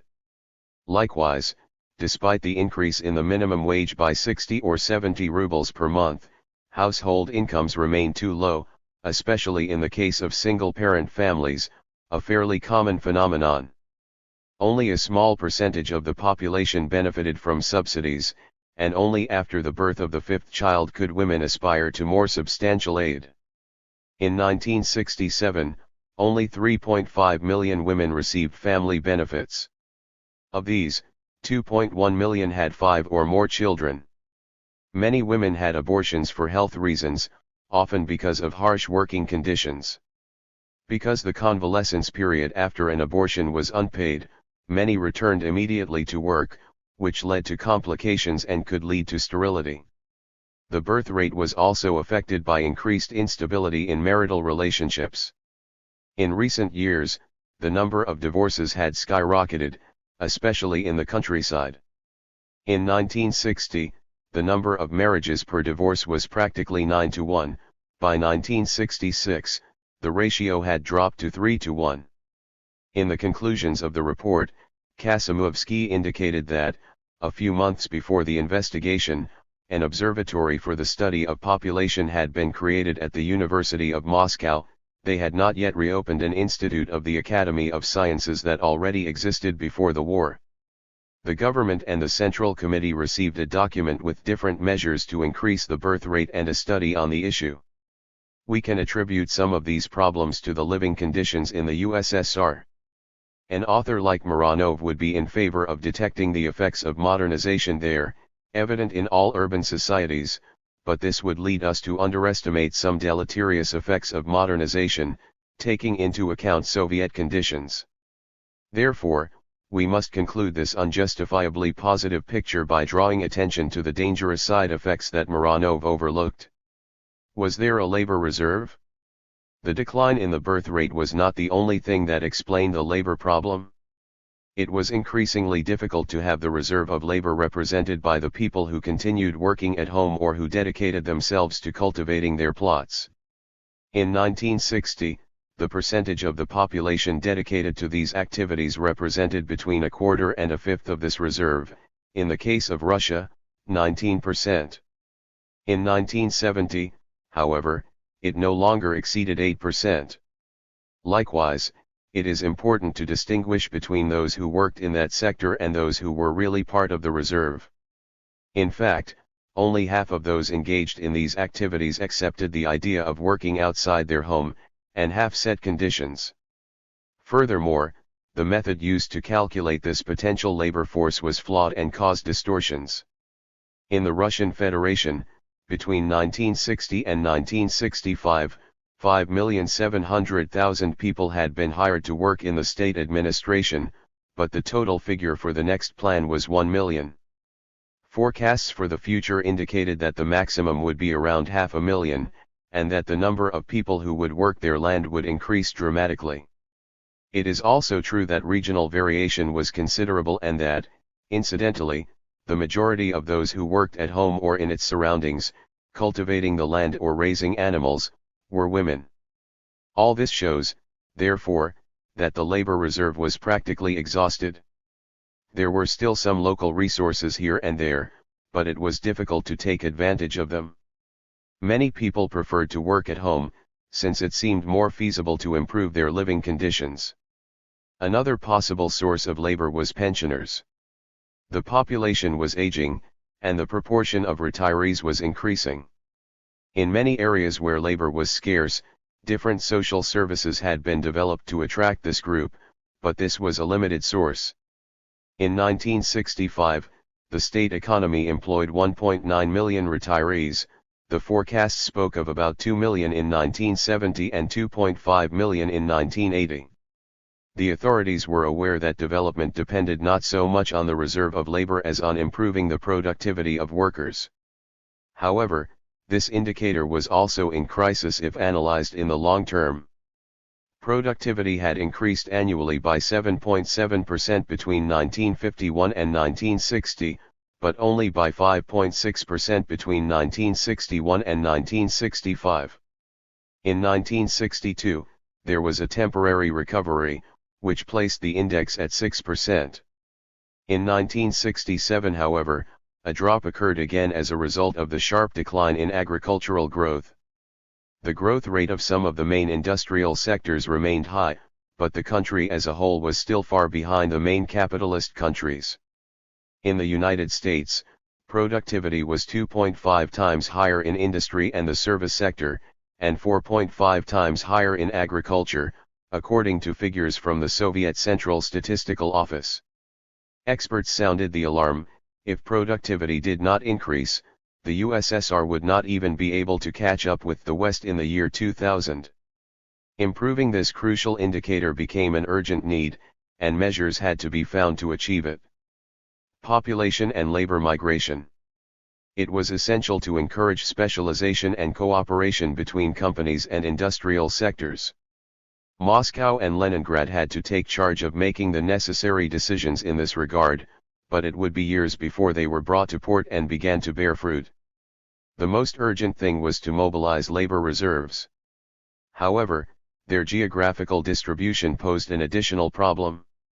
Of the 128 million inhabitants of the Russian Federation, we will restrict ourselves to them here, only 25 million lived in the eastern regions, basically, the Urals and, above all, Siberia. This imbalance conditioned the economic development of those regions, which would have had to experience the greatest growth given that it was where the majority of natural resources were concentrated. To achieve the set objectives, 2.6 million people had to be relocated. The period they refer to appears to be 1968 to 1980. However, during the last 15 years, population movements had occurred in the opposite direction. People left Russia for other republics, at an average rate of 200,000 each year, although the figure for the Eastern republics was even higher. Between 1950 and 1960, Russia had lost 2.8 million inhabitants, who had moved to other republics.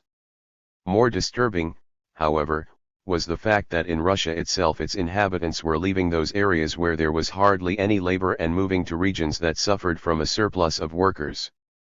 What attracted them to the North Caucasus or Stavropol, for example, was a more pleasant climate and that small-scale animal husbandry was more developed. The countryside was also a victim of its own miseries. Productivity there was 4 to 5 times lower than that of the United States, although there were regional variations. The gender and age imbalance in the rural population was worsening. Migrations to the cities were important and unpredictable, and the data was all the more alarming since 73% of those who emigrated were under 25 years old. Of that percentage, 65% were women. The proportion of young people between 30 and 40 years old among the rural population decreased, while there were increasingly older people or people unable to work. And precisely the people who left were essential for the countryside to take advantage of the growing mechanization and electrification of agriculture. In 1968, there was only one eligible man for every 2 collective farms. The average age of a collective farm worker was 50, and many worked past retirement age. As you can see, the panorama was bleak. The chronological typology, dangerously distorted, and the sum of the decline in productivity and the flight of people to the cities were leaving the rural world bloodless, and that source of traditional labor that until then had seemed inexhaustible was no longer capable of even being able to take care of his own needs. Rather than looking for labor, it seemed like they were after leftovers.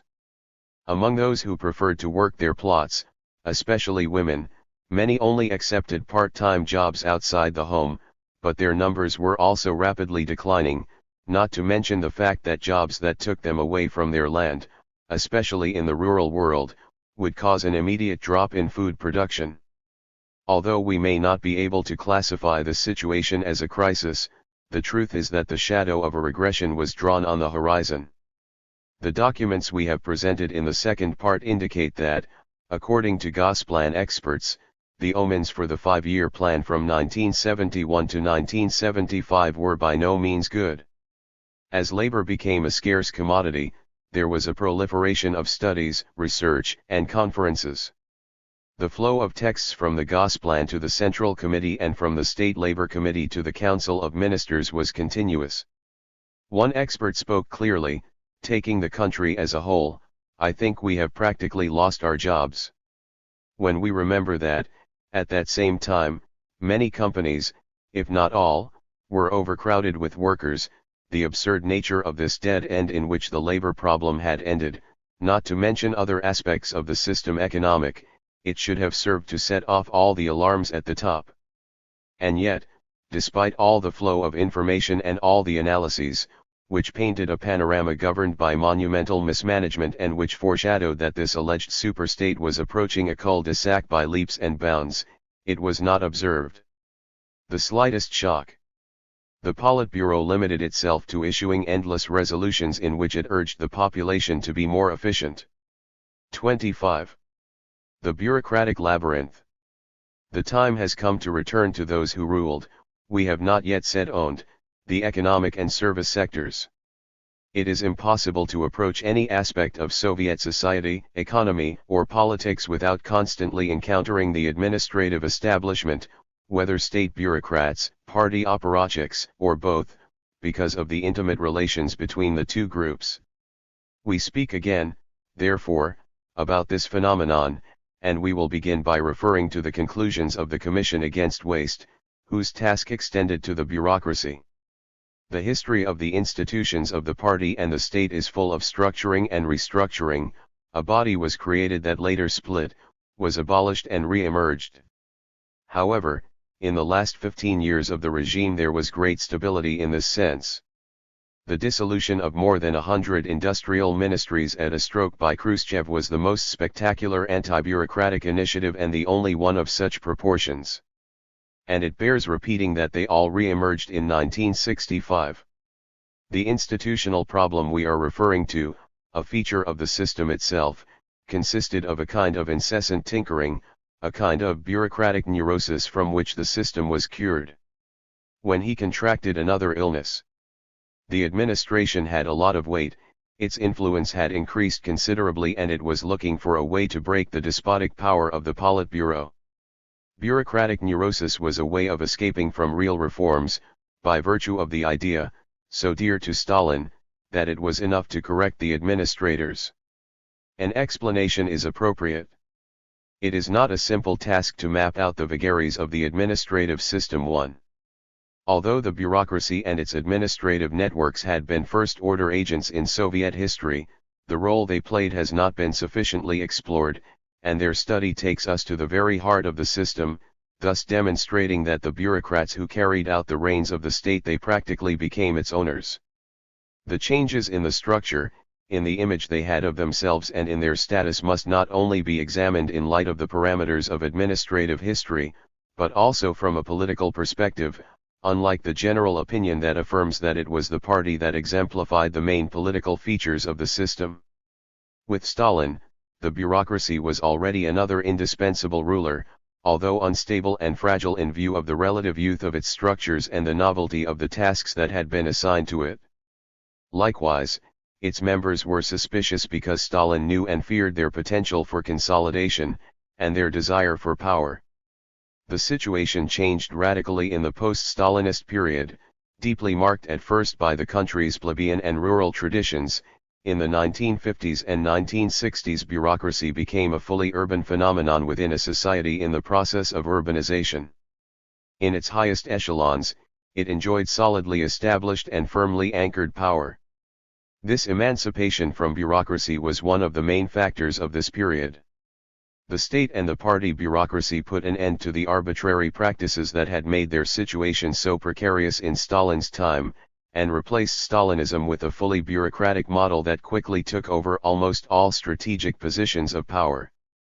We must remember at this point the speed with which social changes occurred in the 1950s and 1960s and the consequent drastic alteration of the socio-historical landscape. The construction of a still fragile bureaucracy under Stalin, and the consolidation of it as a monopolistic power structure in the years immediately following his death, occurred in a fundamentally agrarian society. His monopolistic position within the state and his reaffirmation of power preceded the definitive transition to an urban civilization. An old characteristic of Russian history, observed by Miliukov and reformulated by Trotsky, was repeated here: the creation of a strong state preceded the development of society and allowed the former to dominate the latter. However, the Soviet period also witnessed the opposite phenomenon. Successive waves of large-scale social advances led to new characteristics of the system and all kinds of complex phenomena, which we try to unravel in this work. The bureaucratic phenomenon would be much more evident, without a doubt, if we had an idea of its dimensions, its internal structure and its power. We already know that it is not an easy task to give the exact number of people who worked for the state and other administrative agencies, since it depended in many cases on the criteria used by those in charge of the count, and more specifically the Central Statistics Office. Possibly the data from the 1970 census of administrative agencies are the most reliable. From reading this material and its conclusions, the complex and tentacular nature of the phenomenon emerges. Here we will limit ourselves to making a summary. The census focused on the administrative staff of all state institutions and broke down the number of workers in the different administrative units, companies, and important organizations. Each Republican administration appeared separately, as was the case with local government. We mention this abundance of statistics only to remind readers of their existence. The Calculation Center of the Central Statistics Office explained that, on that occasion, it had chosen to include all those who were not directly involved in productive activities. In those cases that presented ambiguities, they pointed out the differences. For example, an engineer who worked in a workshop was not considered a member of the administrative staff. On the other hand, an engineer who worked in the administrative department of the factory was, unless he was dedicated to planning or design. The study also included auxiliary and service personnel, although they were listed in a different category, as was the case with security guards, possibly because they were better paid than auxiliary personnel in the literal sense. On September 15, 1970, the date of the census, the administrative apparatus was made up of some 13,874,200 workers, or 15% of the active population, workers and employers. The managers, rukovodители, and their assistants numbered 4,143,400 people, a figure that included the workers of the central, Republican, and regional institutions. The second category in order of importance was that of chief expert and his assistants, which included engineers, technicians, or agronomists, who worked in the administration, in total, 2,080,400 people. Later, there were the engineer economists, the economists, and the planners, 543,400. The rest were accountants, statisticians, computer scientists, office workers, and support staff. The census highlighted a special type of institution, the central ministries and their equivalents in the republics, as well as other large agencies of comparable rank and importance, state committees. The organizations that belonged to this group employed the bulk of the population, 49,708,377 people, including workers and employers. At the head of this contingent were 7,996,116 officials, of which 2,539,797 belonged to the managerial category. In other words, a third of the workers were bosses too. Above this group were the titular officials, hundreds of people at the head of gigantic institutions. Thanks to another source, by 1977 there were 32 ministries in the Union, 25 of which were industrial in nature, and 30 union ministries with equivalent bodies in the republics, 10 of which were industrial in nature, 3, to which we must add about 500 more institutions, considered as ministries but which were in reality government agencies in the autonomous republics, an important fact for the study of local elites, even if they were not the upper echelon. Before the 1970 census, the number of people working in the state administration was usually estimated at 8 million, of which 2.5 million were nakolniki, chiefs. The census served to obtain a more realistic figure, 13 million, of which 4 million were nakolniki. The statisticians distinguished yet another category, the members of the ministerial corps, who constituted the true ruling class. This group included 6 state committees at the level of the Union, Science and Technology, International Trade, Meteorology, etc., 12 committees with dual powers, at the level of the Union and the republics, and agencies such as the KGB, Gosplan, the Central Statistics Office or the Ministry of Finance, among others. All the officials who headed these institutions were members of the central government. To this hard core, formed by the leaders of the approximately 80 main government institutions, we must add the members of the Politburo, those responsible for the party apparatus, at the central and Republican level, and the party secretaries in the regions and capitals. A select group of about 1,000 people, of which just under half belonged to the Central Committee. All of these characters were the main actors, and they were aware of the interests of the 2.5 million people who supported them. If what interests us is the ruling elite, the relevant figure is the first, 1,000, if, on the other hand, the object of our study is the ruling class, the appropriate figure is the second, 2,500,000,000. Some intellectuals, scientists, and artists belong to this group. Several of them were part of the first category, but the majority were in the second. But this is beyond the limits of our immediate interests. The environment in which leaders were trained. When exploring the amount of files and documents related to the Politburo, the Orgburo, and the Secretariat, we never cease to be surprised by the intensity of the contacts between the state bureaucrats and the party bureaucrats in each apparatus. A factory director, who could also be a bureaucrat, both in the formal and pejorative sense of the word, was in daily contact with people from other social groups, such as workers and technicians. The hierarchs, however, only saw the workers on official visits. Usually they gave a speech and the workers applauded.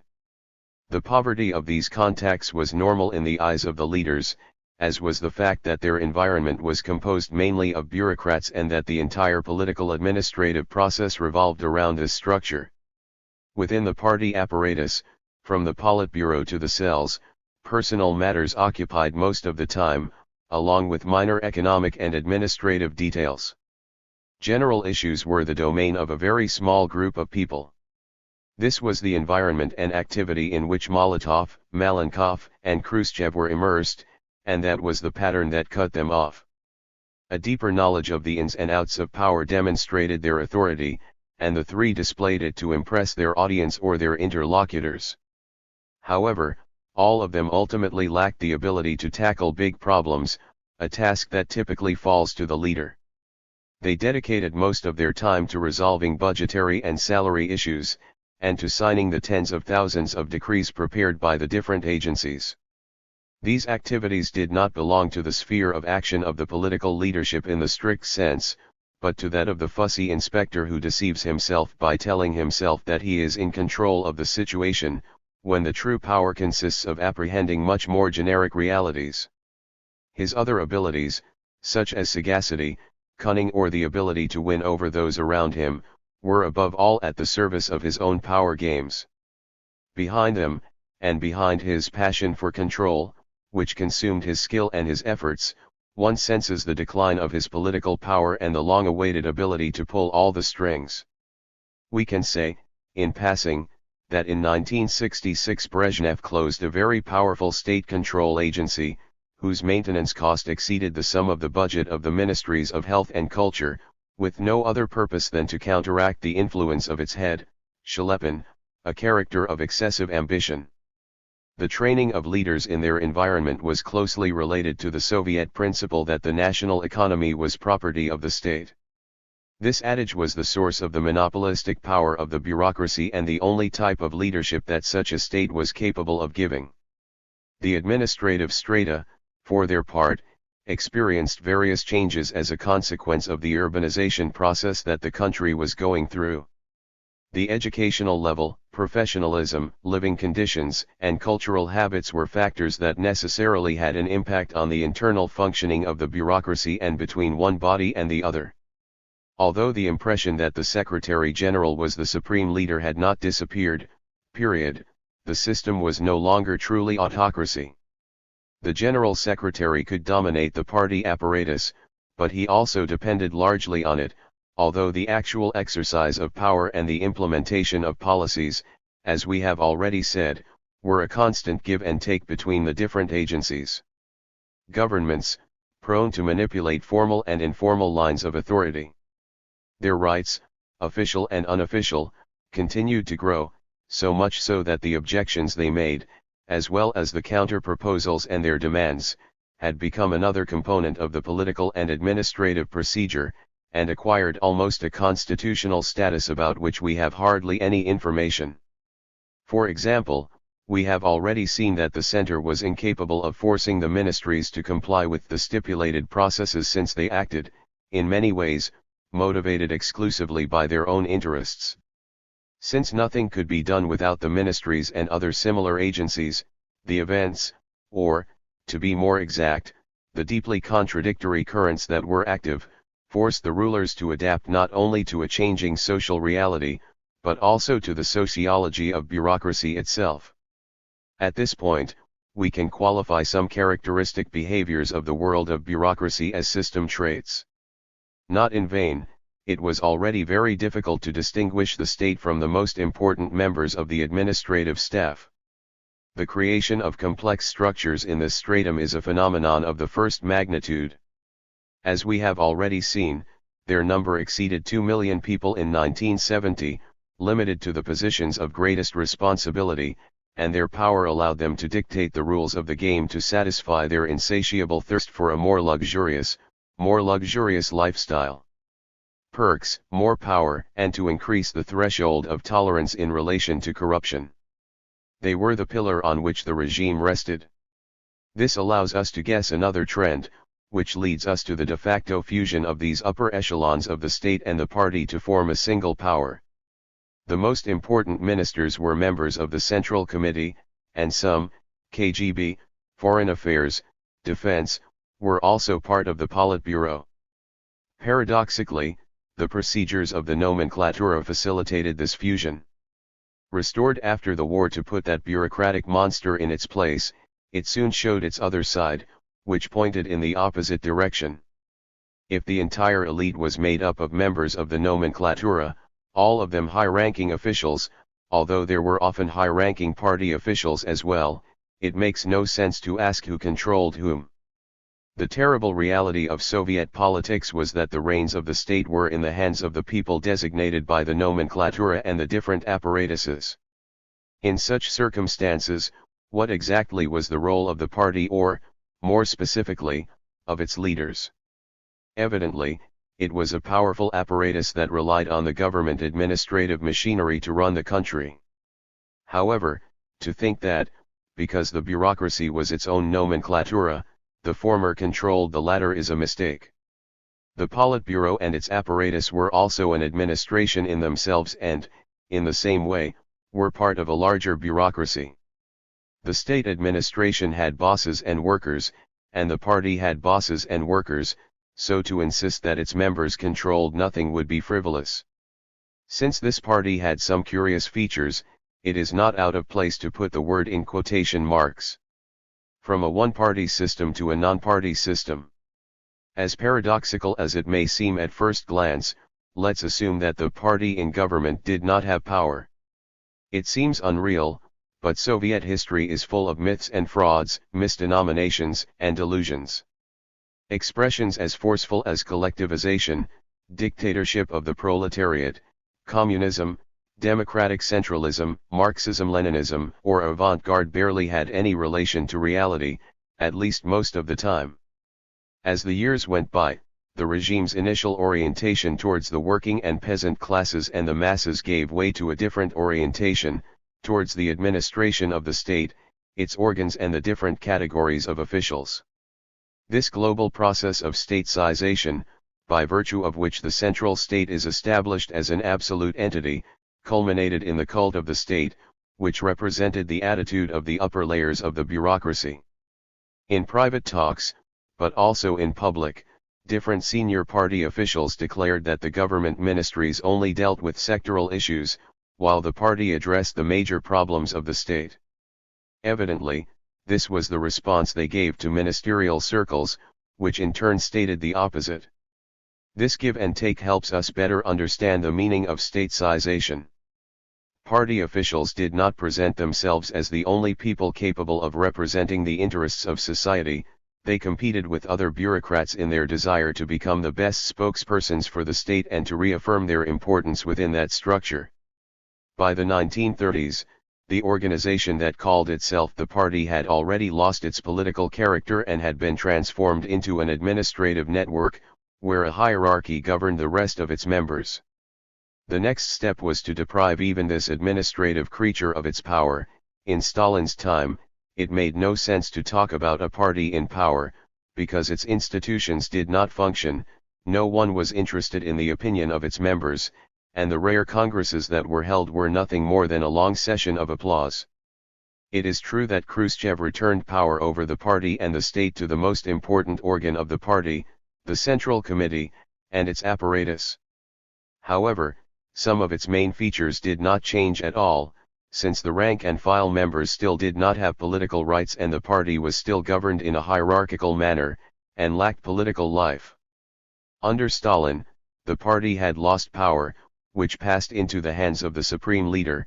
After Khrushchev, it continued to lose power, this time at the hands of the state machinery, which ended up absorbing the group of leaders, turning them into its spokespersons and representatives, forever and ever.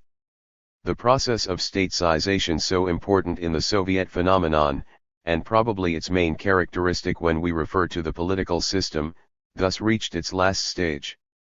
When the system entered a prolonged phase of stagnation, the party, unable to act and unable to impose far-reaching measures on ministries and other agencies, collapsed along with the rest of the edifice. At this point, we can formulate some initial conclusions.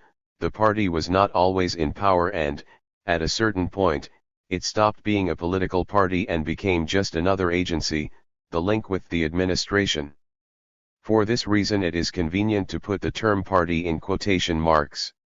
We could even go further and venture that the one-party system, which has spilled rivers of ink, ended up being a non-party system. It is perfectly possible that, if a party committed to political life and capable of assuming political leadership had existed in the USSR, it would have avoided such a disastrous fate and the country would have been spared a monumental crisis.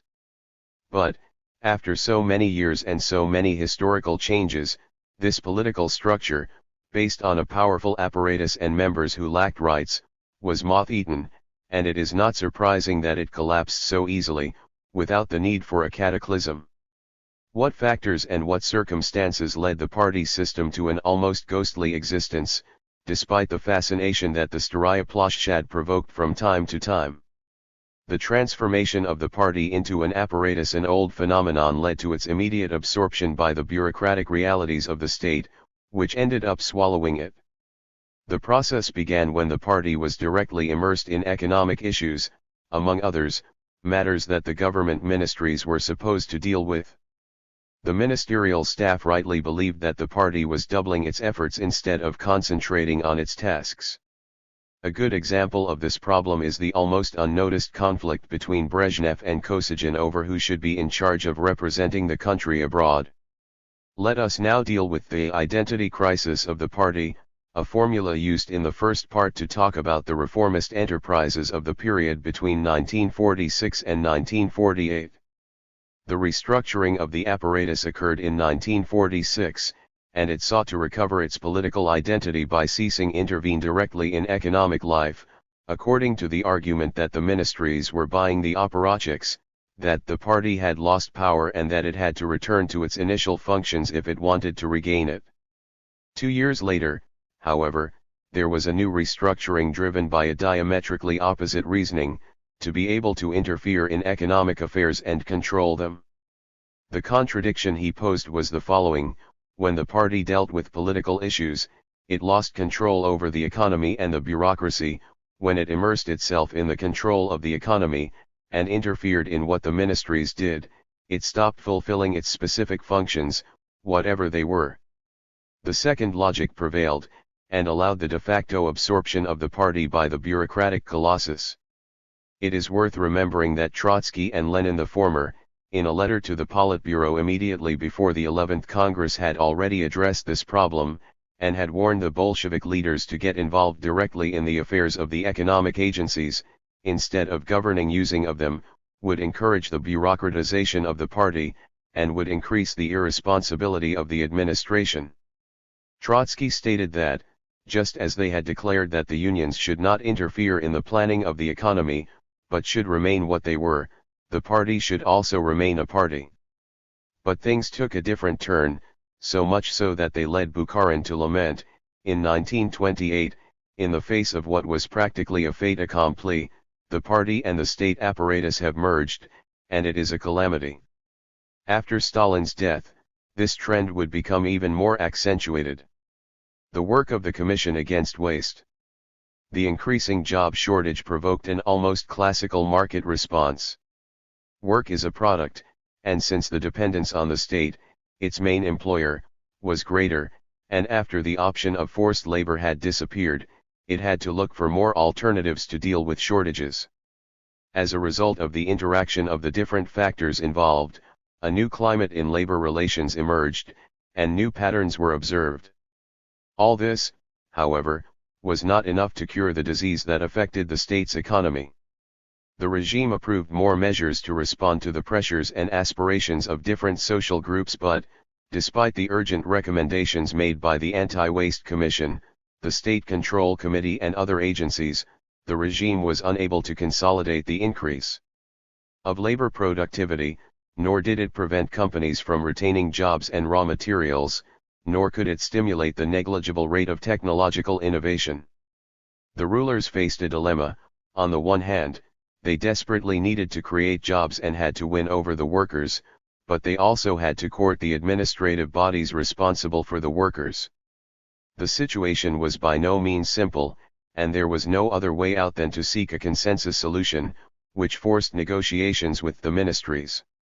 But, as often happens with bureaucracy, the result of the rounds was that they had to give in and share their power with it. In the case of labor, power was not shared, although we could list here, as we have already done, the many concessions, improvements, and exemptions from rights that were granted, as was the case with other social and interest groups. This new way of taking the reins of the state, which consisted of attending to all pressures and responding to them, does not appear in any of the works of the theorists of totalitarianism, for whom dependence remained total and unilateral. In this case, it is difficult not to smile at the difficulties that this situation poses for them. By definition, a semi-totalitarian regime is as unviable as a half-pregnant woman. This was, however, the main novelty of the post-Stalinist period, and there is no doubt that it contributed to the vitality of the regime in the 60s. But it is difficult to reconcile the fact that the bureaucracy that controlled the state achieved, or more accurately reaped, more fruits than the others, and reached an entente cordial with the political leadership, and satisfied the interests of the workers and other social groups. Any hope of maintaining social peace and continuing the development of the country was frustrated by a stagnant and wasteful economy. Bureaucratic planning modernized the economy, and the deal struck with the bureaucracy increased its power, but did not improve its performance. The informal agreements with the bureaucrats were not politics, but one more step in a direction that aggravated the ills of the system. By now, readers will have already formed a picture of the malfunctioning of the system and are likely to be curious to know what solutions the Anti-Waste Commission proposed to government ministries and other agencies. For some conservatives, the path before them was clear: the remedy lay in greater discipline, law and order, as they said in political circles. But they were wrong. From the beginning, the history of state administration had been dominated by the Politburo's endless battles to contain, and even reduce, its growth and increase its effectiveness. The Anti-Waste Commission, which had redefined its mission from elimination of waste to a less offensive formula, saving of state resources, met with representatives of the ministries of the Union and the republics to prepare a draft proposal that took into consideration all the data and information that each of the branches had collected. His efforts to find formulas that would allow cutting the expenses of the state administration was worthy of praise.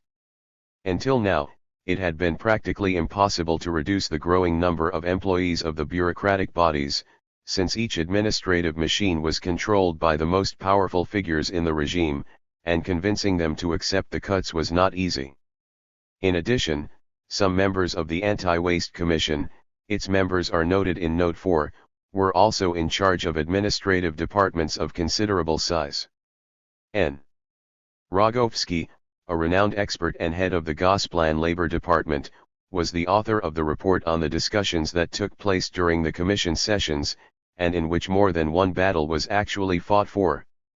The Commission initially proposed reducing administration costs by 1,015 million rubles, but after long and arduous negotiations, a slightly lower figure was agreed, 905.3 million. For their part, the ministries of the Union government and the republic stood at 644 million. There were long discussions about spending and personnel with each ministry separately, although the same pattern always emerged.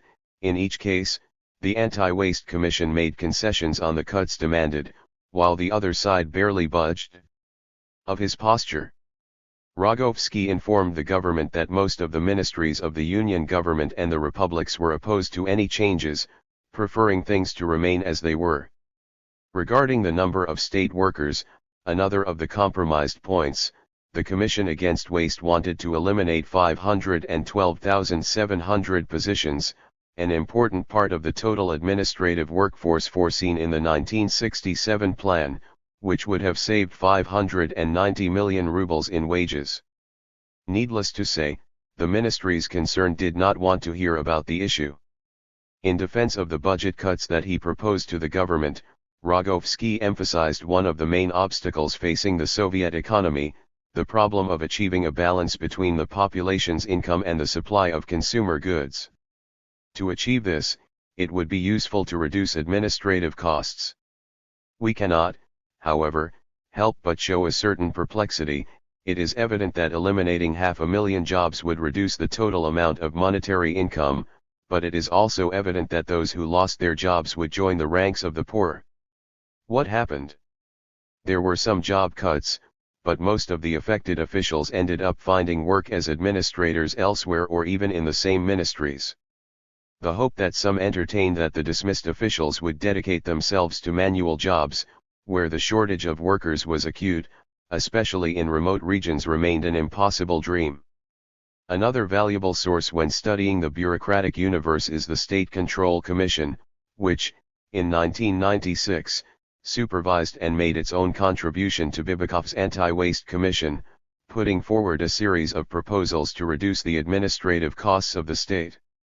We could begin by pointing out a suggestion that was camouflaged among many others: the abolition of the bonuses received by some categories of senior officials, which would lead to considerable savings.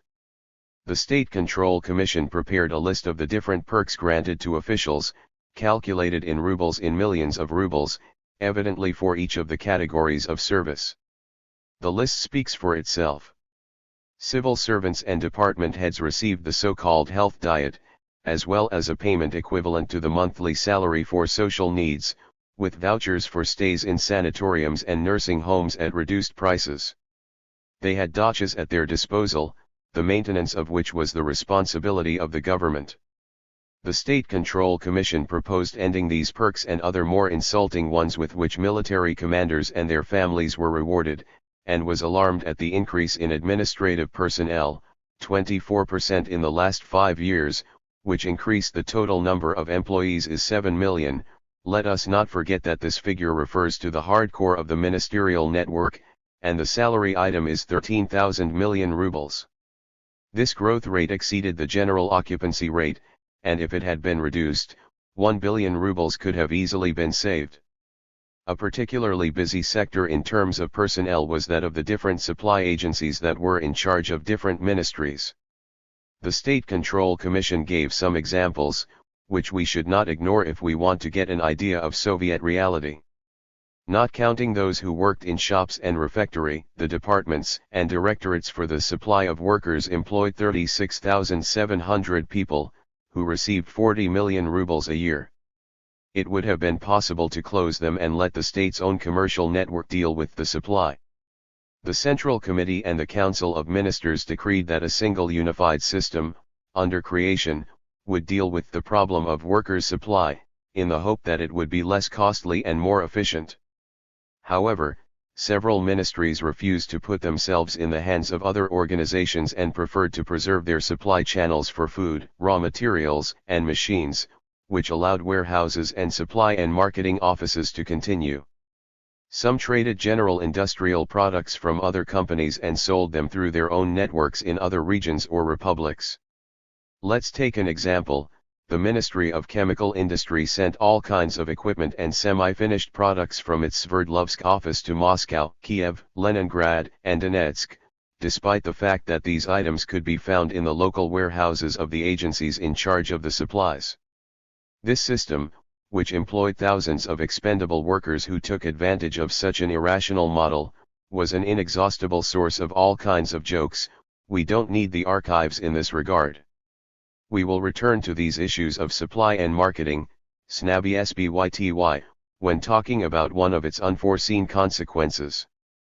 But first let's take a look at other examples of the excesses incurred by the bureaucracy and that the State Control Commission condemned, among which it is worth highlighting the official trips, Komandirovki, to Moscow, 1 million annually, for seminars or conferences, or even, in 50% of cases, without reason or invitation, which cost the state about 600 million annually.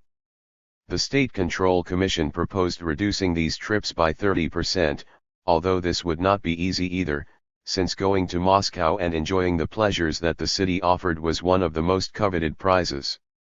Another practice that had reached intolerable proportions was sending all kinds of intermediaries, Yudati Tolkeke, to close deals and look for materials. In general, the State Control Commission regretted that the measures and efforts that had been made to reduce bureaucratic mobility had not produced the slightest result. 5. As we have already seen, administration officials like to treat themselves to as many services and perks at the expense of the state as possible. And they also liked parties. Even in the lean days of the post-war period, senior officials had had a great time. But in the 60s, the libations were more lavish, and the parties were wilder. No one ever tried to justify that they were at the service of the common good. The number of empty bottles consumed by officials in charge of the state spoke for itself. The government regularly received angry letters condemning this lifestyle, and the alarm bells went off. A national campaign was launched to combat the illegal spending of state resources on banquets and receptions, and large-scale investigations were launched that revealed the dimensions of the problem. Any occasion was a good occasion to give a banquet: anniversaries, commemorations, conferences, visits by dignitaries, in which vodka, cognac, and wine were served in generous quantities.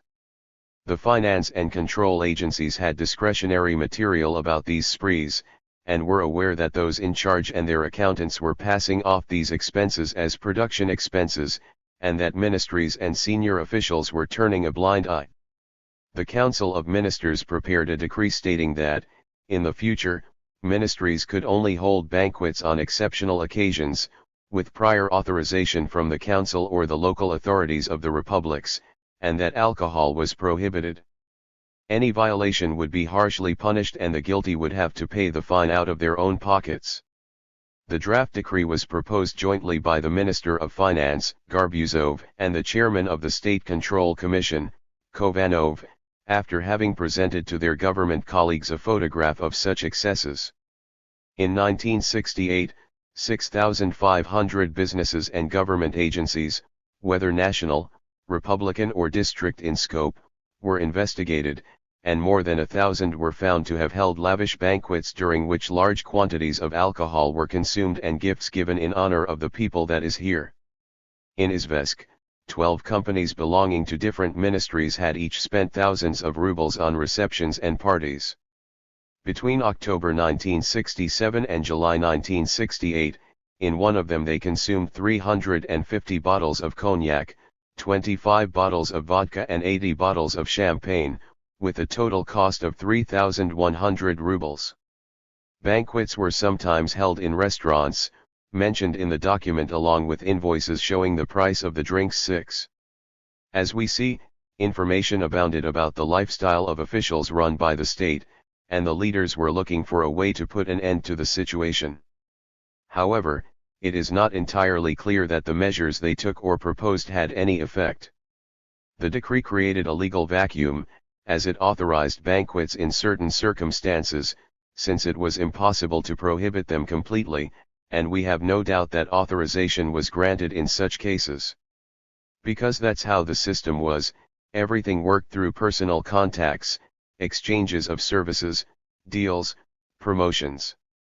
This detour was necessary to return to the masses of suppliers, snabsbense, for whom meals in restaurants, receptions, and parties were part of their routine.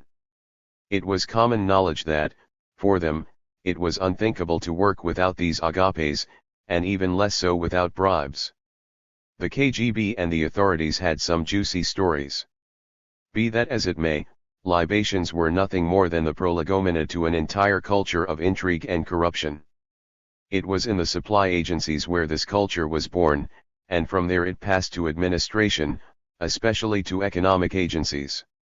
As we progress, we will discover the existence of extremely powerful forces in the system, which transformed the entire Soviet bureaucratic universe into the setting for a totally different work. The Goshnab, Staff and Activities, 1970. At least by name, the existence of Soviet institutions such as the KGB or Gosplan was known throughout the world. However, with the exception of experts, no one outside was talking about Goshnab. For Soviet economists and the entire administrative class, the Goshnab, State Committee for Material and Technical Supplies, was the driving force of the economic system. Like the KGB and the Gosplan, the Goshnab was a supraministerial body, headed by the prestigious economist and administrator Vadims Hitz, who had earned his stripes at the Gosplan. In theory, the Goshnab should give the economy everything it needed to function. Its warehouses, shops, and offices were a kind of mecca for the countless tolkaki, entrepreneurs, and other agents of the different ministries, agencies, and production units. These emissaries arrived to make sure that the Goshnab would deliver what had been promised to them with the intention of fulfilling the objectives of the plan. One of the situations that caused the greatest degree of anxiety occurred when not everything stipulated was received, nothing at all, or the materials arrived late. And, since the Goshnab was often short of assets, the Tolkeka were in charge of meeting with the officials at the head of the committee, closing deals, and achieving results. Leading Soviet economists viewed the existence of a centralized supplier at this level as a contradiction in terms. Even though it was an effective agency, Goshnab, like the rest of the Soviet agencies, also suffered from product shortages among other deficiencies. It was in the eye of the hurricane for practically everyone, except for those who had been given priority by the government when it came to supplies, the arms sector and other small projects of the hierarchies. Despite occupying a place of preeminence in the Soviet institutional hierarchy, the Goshnab had to adhere to the same administrative routines as the rest of the bodies in matters of budget, personnel, or structural units. A look at these procedures will help us understand the character of this device.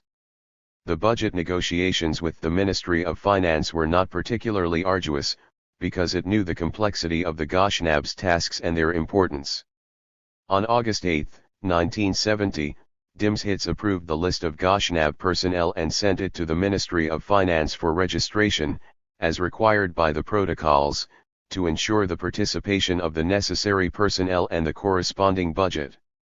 The documents included the number of first-rank officials and their salaries, the number of experts and the different specialized departments, along with their sphere of activity, because everything had to be approved by the financial auditors. Thanks to this we know that Goshnab had 34 units that employed 1,302 people, among whom there were 286 in management positions and 10 in managerial positions. The monthly salary for these 286 jobs was 284,786 rubles. An attached table showed the salary of the 10 managers, between 550 and 700 rubles, plus various unspecified perks, or a total monthly amount of 5,300 rubles, which did not include the salary of the head of the Goshnab. At the other end of the salary scale we find employees who earned 70 rubles a month and who did not enjoy any perks. As we have already said, the negotiations were not difficult. At this stage, Dimshit's position was still strong.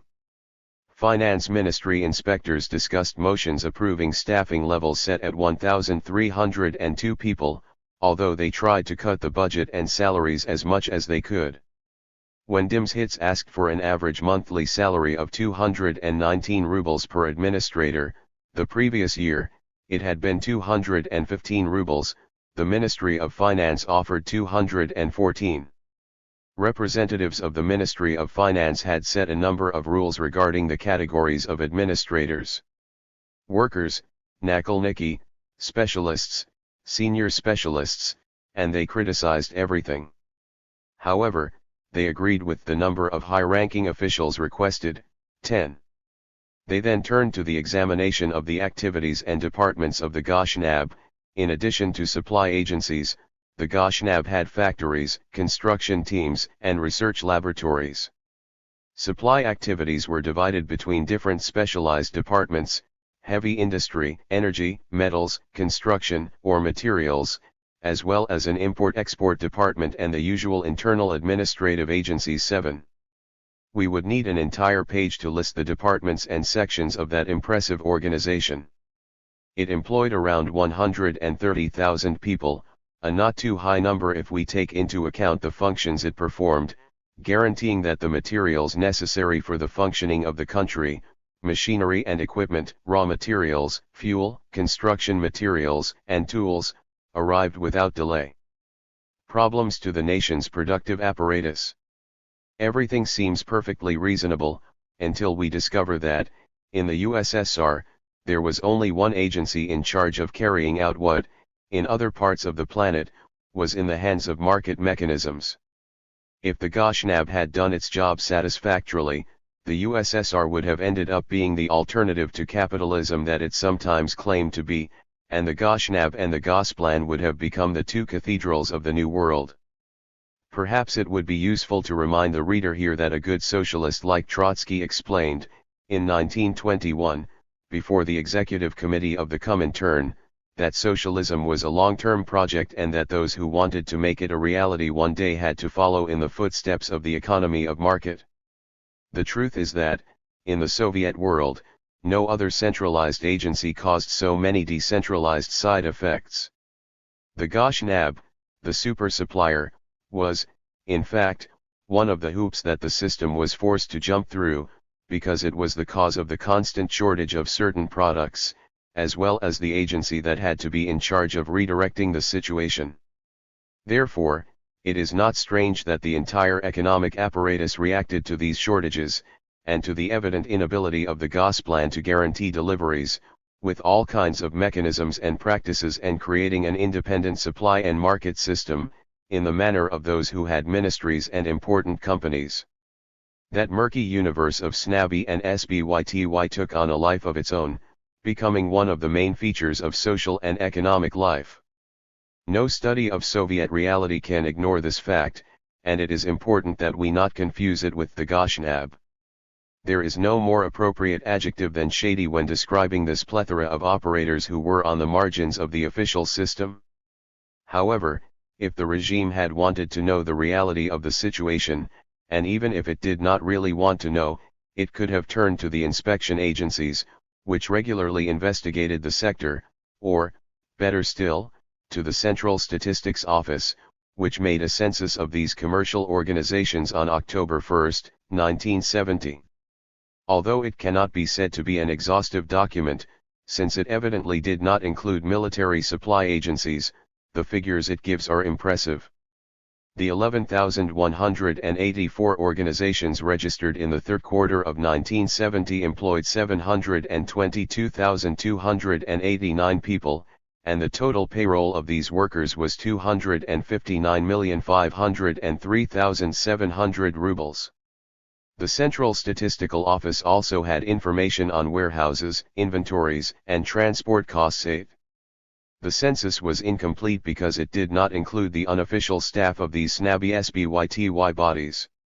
The famous Tolkaka were counted on payrolls as employees of other administrative agencies or were assigned more or less fictitious jobs in different companies, even though they spent most of their time meeting with all types of suppliers and had the necessary resources to accelerate the situation. Or they will limit themselves to obtaining the necessary materials, either in terms of production or in consumer goods. It was unusual to grab vital supplies without a little push, and that was precisely the task of the Tolkaka. The party roundly condemned their activities, although they prospered, because without them the economy would have stagnated definitively. The census could not echo another facet either. These operators, who were in possession of large amounts of resources, often mixed with black market traffickers, who swarmed the factory warehouses, whose stocks were not always inventoried. The huge army of snabby SBYTY was the theater where all kinds of activities took place and, by extension, the shadow economy, often as vital as it was useful. Be that as it may, this was an unreal aspect of Soviet reality. 26. Lights and shadows. Gregory Grossman has been a pioneer in the study of the phenomenon known as the second economy, although others, and the Russians themselves, prefer a more mysterious expression, shadow economy, literal translation from Russian, tenovaya ekonomika, which makes reference to a reality much broader and more complex than that included in the formula underground economy. We are, without a doubt, facing a thorny issue, and with a social, economic, legal, criminal, and even deeply political dimension. The authors of serious Russian work, familiar with the Western publications on the subject, to which they turn, have enriched the debate by drawing our attention to various Russian sources and studies, inaccessible to date. 1. It is not easy to define what the shadow economy is, but the effort to limit the meaning of the expression leads us to some complex and less known aspects of the Soviet economy. For some academics, the causes of the phenomenon must be sought in the almost permanent imbalance between supply and demand, and in the fact that the deficit in consumer goods and services causes all kinds of inflationary pressures. According to the Hungarian economist János Kornai, bureaucratic planning fosters a shortage of capital and goods, and that is where the shadow economy appears as a partial correction factor for the corset imposed by a scarcity economy. At the same time that salaries lose purchasing power, the population is forced to find other sources of income, and many end up looking for another additional activity, which is added to their usual work for the state. Experts who have tried to evaluate the scope of the shadow economy between the 60s and the 90s consider that, in that period, its presence multiplied by 18, distributed equally between agriculture, commerce, and hospitality. And, finally, industry and construction. In the case of services, the main activities of the shadow economy were automobile and domestic repairs, private medical services, and private classes. I.G. Minervin, author of the chapter that dealt directly with the Soviet period, did not hesitate to draw on Western works and other more recent Russian contributions. Most Western authors, Grossman, Wiles, or Shelley, agree that the emergence of the shadow economy is an inevitable phenomenon in so-called socialist economies, a fact confirmed by later Russian studies. However, how can we define it exactly?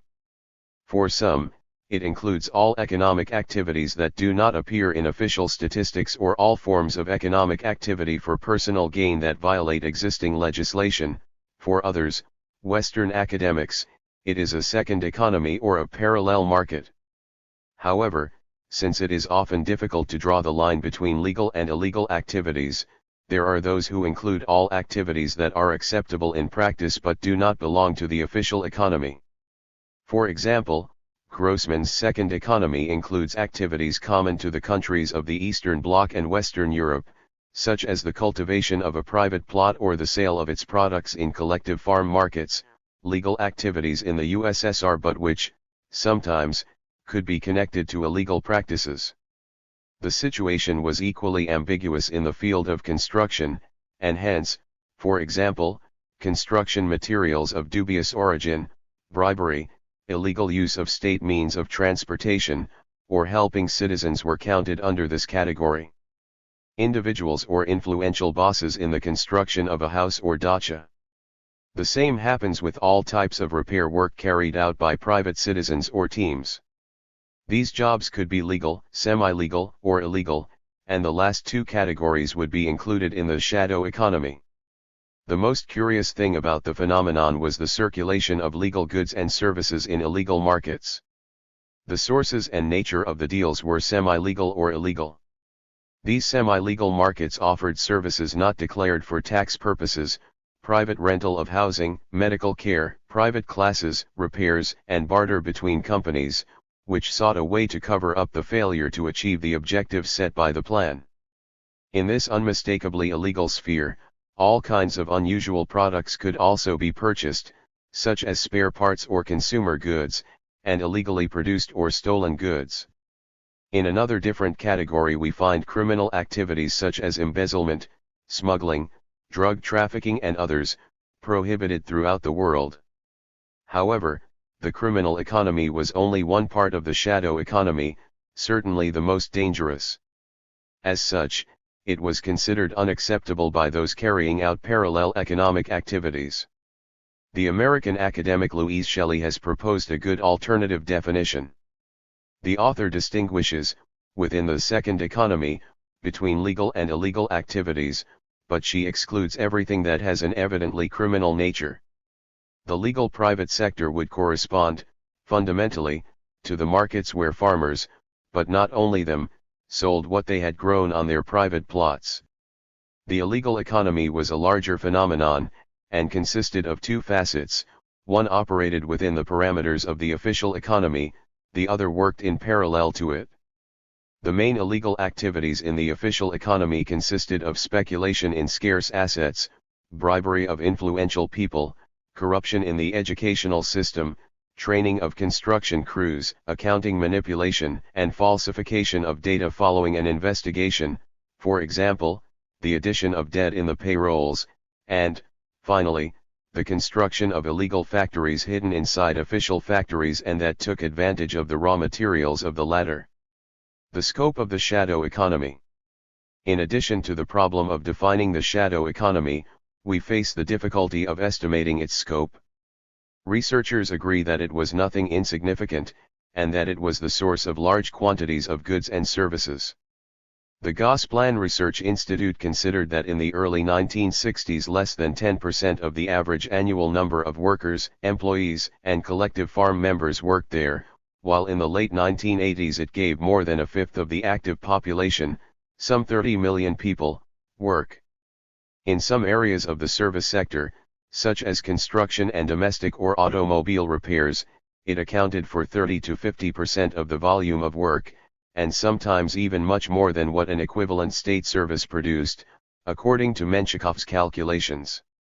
It is difficult, for example, to estimate the amount of home-distilled vodka, an important branch of the private sector, since official and informal alcohol production were interrelated. Researchers insist that there is also a shadow economy in the West, and that its development reflects the growth of state regulation. In the Soviet case, we could consider the shadow economy as an adaptation and reaction by the population to state controls and deficiencies in the planned economy. In the early 1980s, the Gosplan Research Institute proposed the following classification, possibly the best in the Soviet case. The unofficial economy, which encompassed mainly legal activities that included the production of undeclared goods and services despite being subject to taxes. These activities were tolerated. The fictitious economy, false accounting, embezzlement, speculation, bribery. The alternative economy, which included activities prohibited by law. We could complete this list with some notes on snabby SBYTY that will allow us to get a more realistic image of Soviet economic activity, of the interaction between the different economic agencies and of all the variants of private and semi-private initiative. We will shortly address the political implications of this complex economic framework. All the shortages and dysfunctions that affected the bureaucratic system, the extraordinary scarcity of goods and services was already part of the system, forced various institutions to look for solutions in private agreements, exchanges of goods or raw materials, or to falsify their results. Although the main objective was not personal benefits, over time it became a powerful reason, especially in the early 80s, when it was already evident to everyone that the hierarchies did not put much effort into pursuing to members of the leadership who committed crimes. Louise Shelley observes that, in the 1970s, 90% of cadres accused of violating the law received only a reprimand from the party.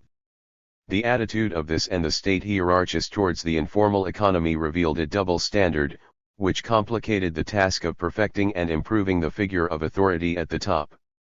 For its part, the population struggled to maintain or improve their living conditions by seeking additional income, at a time when the market did not work and inflation, obvious or hidden, was high. The paradox between widespread corruption in the state administration and the official ideological rejection of any private company contributed to enhancing various economic and psychological factors that led people to turn to the shadow economy, or even to opt directly for the market. Black. Some researchers believe that the shadow economy was what really allowed the system to survive, by partially correcting its malfunction, which made it possible for many citizens to make ends meet and which, therefore, kept the system alive.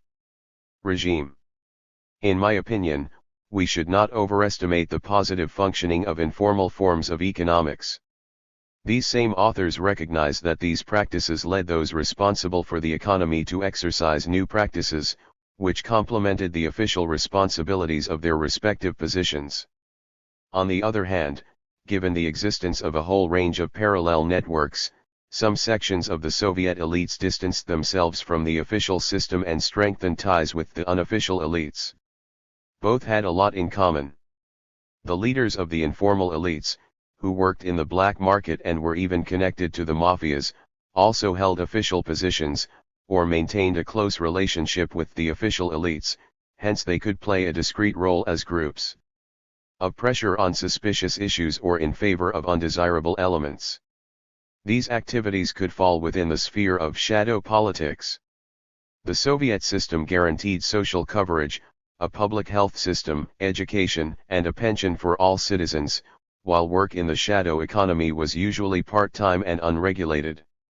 The official sector provided social services to the informal sector, thus contributing to the growth of the workforce in the shadow economy too.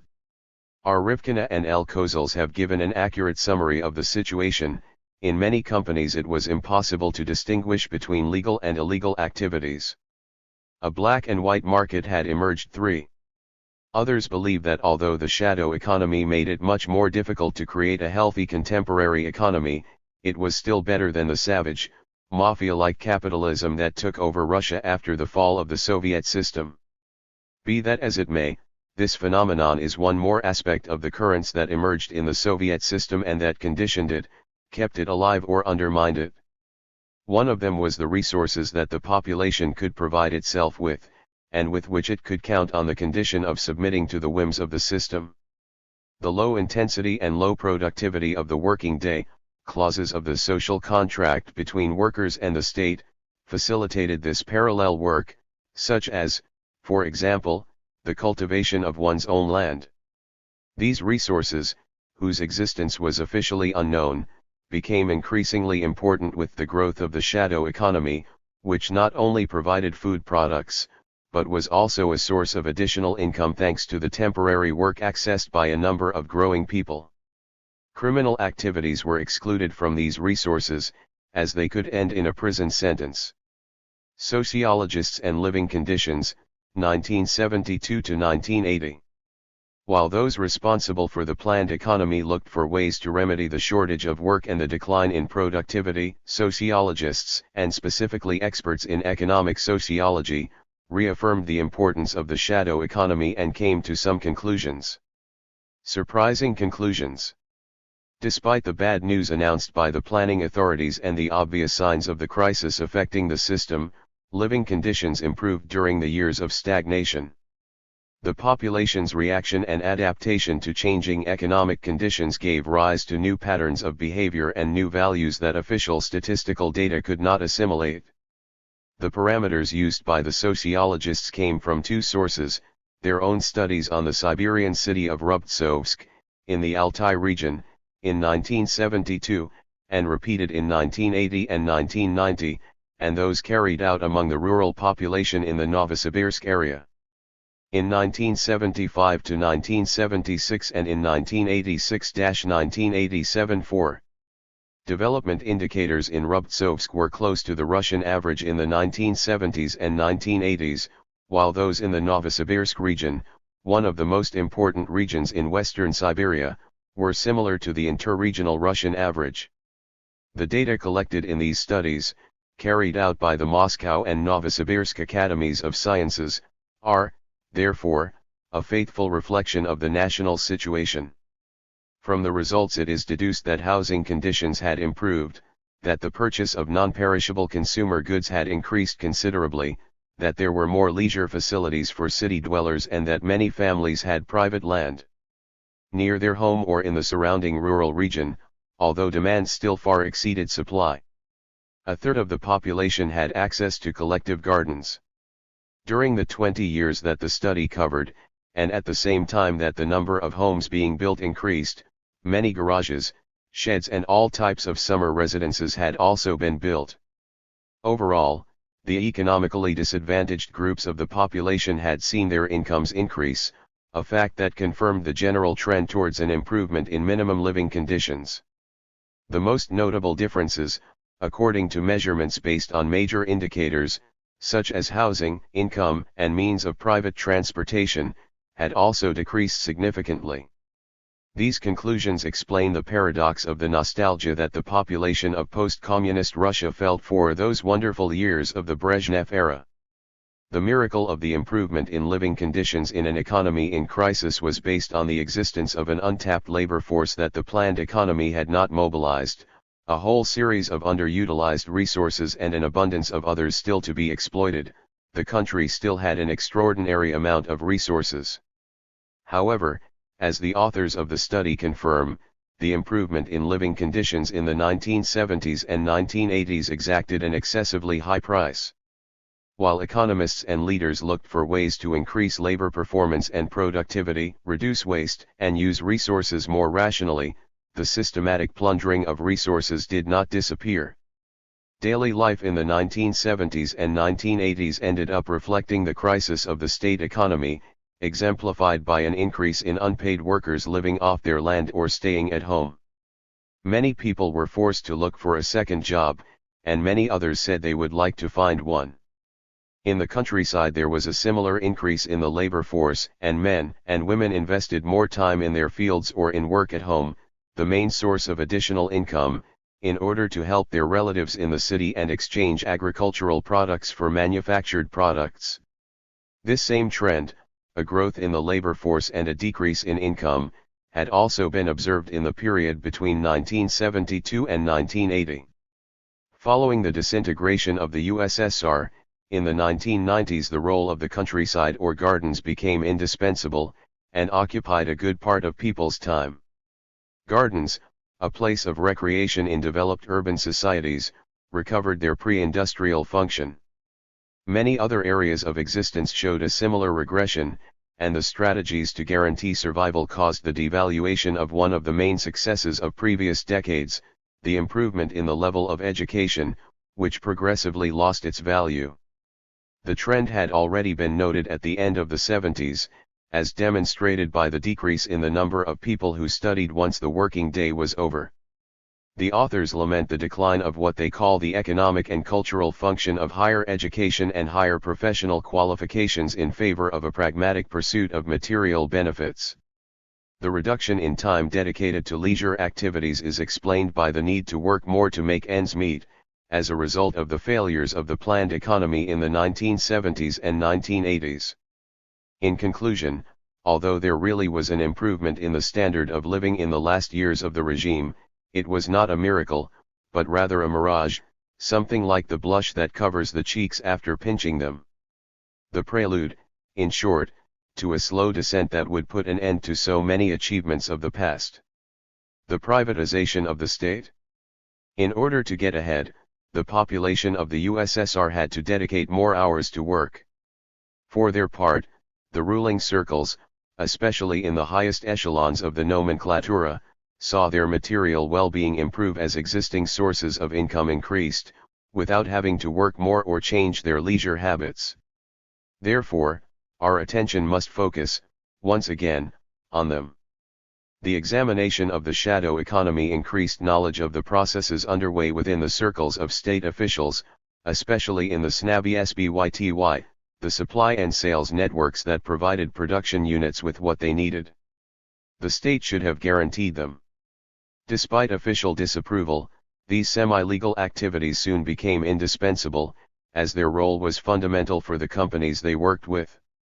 The partial or total availability of hidden reserves of materials, financial resources, or even labor, the greater possibilities of doing business or exerting a certain pressure, and the countless activities that were on the border between the shadow economy and the black market are the features that characterize the appearance of a way, or even a system, that was, at the same time, indispensable and pernicious, something as if it were a body that generates beneficial pathologies.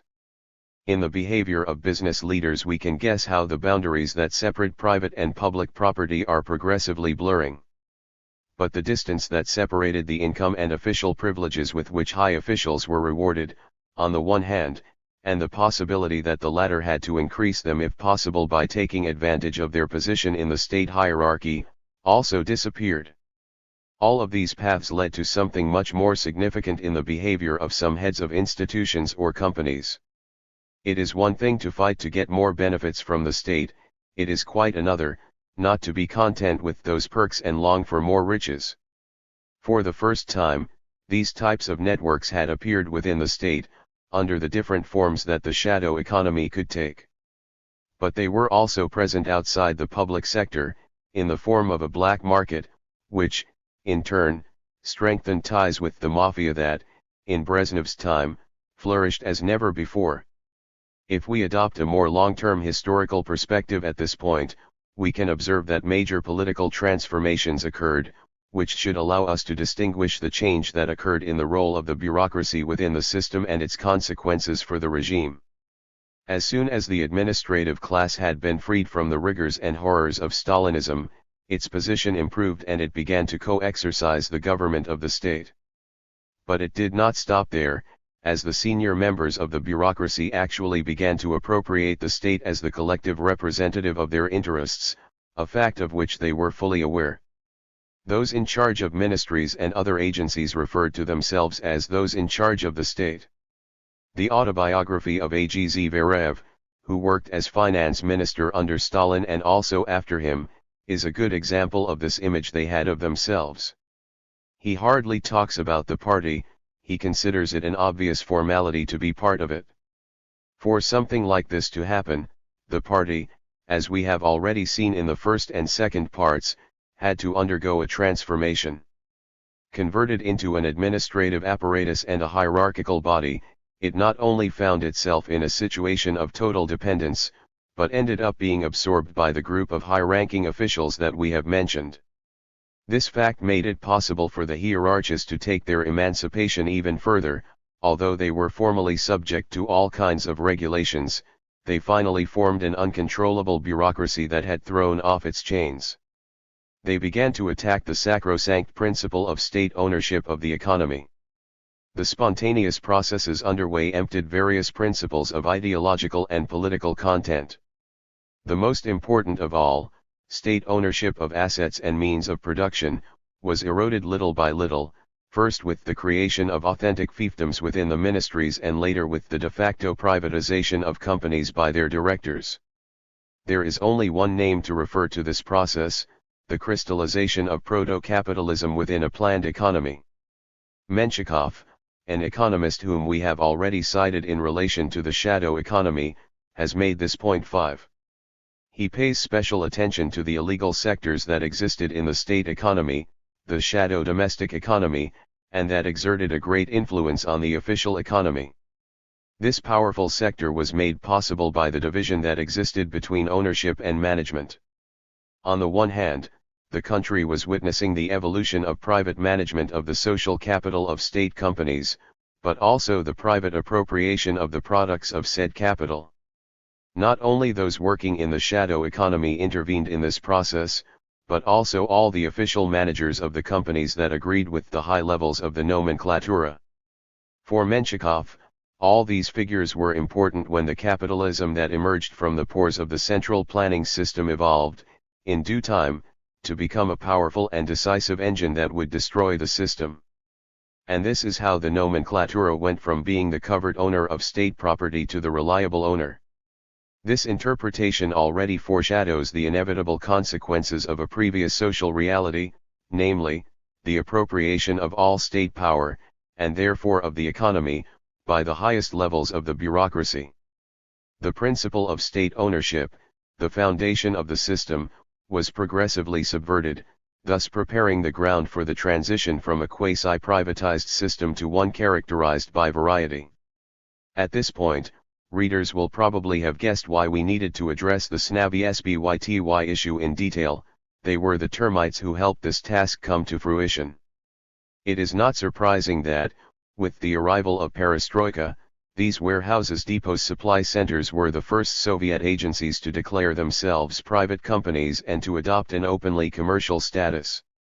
Everything indicated that it was a step in the right direction, but the truth is that they were privatizing something that did not belong to them, since the first principle of the market economy is that if you want to buy shares, you have to pay for them. Otherwise, they face the penal code. And the close relationship that existed during the period of post-Soviet reforms between privatization and criminal activity is now well known. However, we have not yet reached perestroika, but are examining the period of stagnation, the time when the foundations of the system were collapsing. Not only had the economy lost steam, but it was mainly generating a waste of all types of resources. What did the Gosplan do? His college, the assembly of the highest-ranking officials, seemed to coincide with the conclusions reached by his own research institute, which had diagnosed a fatal trend in the economy, extensive currents were destroying intensive ones. In 1970, he made a statement, in a calm tone, without a single alarmist word, that contained a terrifying diagnosis cum prognosis. From the beginning, the forecasts of the 8th five-year plan, from 1966 to 1970, were disproportionate. As a result, all basic indicators will slow down, deteriorate or stagnate. 6.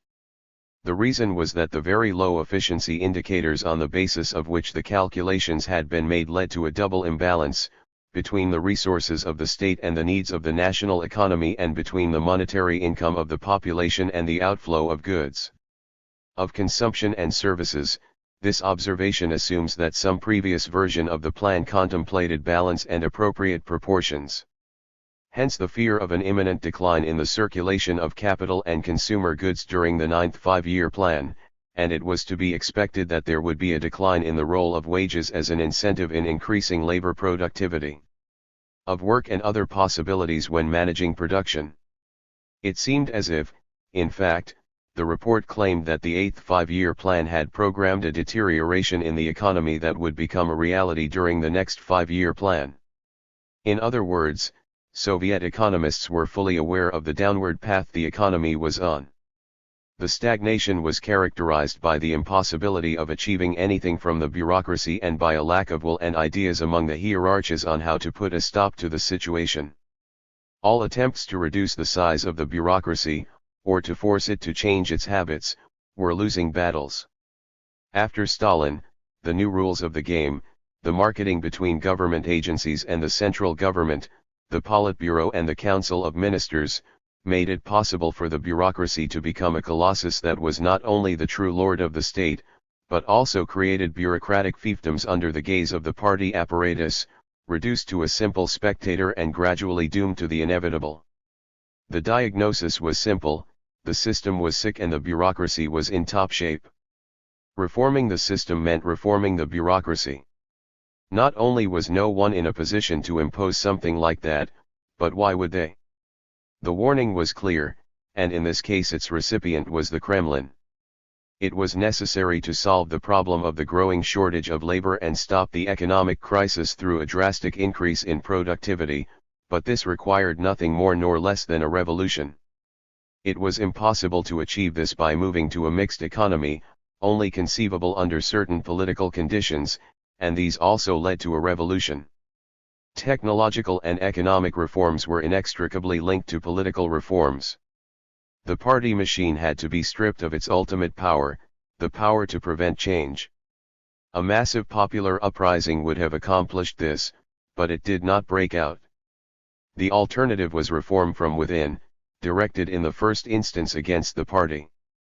Only a revitalized political force could force the bureaucracy to begin the transition to a mixed economy, pressuring it to support the change from both above and below, and threatening it with large-scale expropriation. The creation of a system that ensures the transition would make it possible to maintain minimum living conditions, avoid economic disaster and show the way to individual and collective economic initiative. The next task would be to politically educate the population. But since none of this happened, what's the point, we might ask, of talking about it? For a purely methodological reason, to better understand what really happened.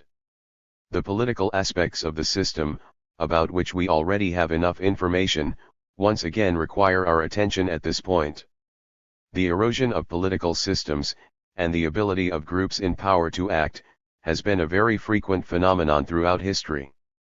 Each instance is a combination of general features and particular characteristics. Observers notice such erosion when they see that a system has become anchored in the glories of a triumphant past, as is the case with generals, who tend to cling to the victorious plans of past wars. This situation resurfaces periodically under different historical circumstances, and can be seen with some regularity in the case of regimes in decline. Politicians and political analysts should never lose sight of this, even when faced with systems that appear to be prosperous. The Soviet system was active, although in fits and starts, when it responded to the call of history by mobilizing the country's wealth and its large population. A figure like Boris Eltsine, who will not go down in the history of thought, once said that the Soviet system was nothing more than an experiment that had wasted everyone's time. Perhaps this was the case in his years as party chief in Sverdlovsk and as Russian president in the Kremlin, but opinions like this, repeated ad nauseum without taking into account historical realities, are pure talk. I have dedicated many pages to describing the decline of the system, since it is a reality that must be studied, but this does not give rise to distorting the entire historical heritage. The Soviet system saved Russia from disintegration in 1917 to 1922, and again rescued it, and Europe with it, from a Nazi domination that would have extended from Brest to Vladivostok. Imagine, if we dare, what that would have meant for the world. To all these achievements we can add others, measured from the criteria of the 20th century, which allow us to consider a country as a developed state. Soviet Russia had more than acceptable indicators in demographics, education, health, urbanization, and the role of science, and all this capital was squandered by the lackluster reformers of the 90s. When did things go wrong? All the social changes that made it possible for the country to catch up with the century were simply half the battle. The other half, state building, went in the wrong direction. When historical circumstances changed, in part thanks to the regime's own efforts, the USSR was faced with a fatal dichotomy and contradiction: the social sphere exploded while the political bureaucratic universe remained paralyzed. The direction taken by events that I have described as the second emancipation of the bureaucracy ultimately led to the de facto absorption of the party apparatus by the ministerial hordes. This process had other consequences, which we have already talked about. The Soviet economy and all of the country's resources formally belonged to the state, and the state administration existed to be at the service of the nation. But who was the true owner of this property? The practice of nationalization and the ideology behind it derived from the Communist Party's notions about the construction of a supposedly socialist system. The party had to take responsibility for the integrity of the system, the core of which was, precisely, the principle of state property. However, the fabulous bureaucratic machine that governed the common good imposed its vision of the state and became its only representative.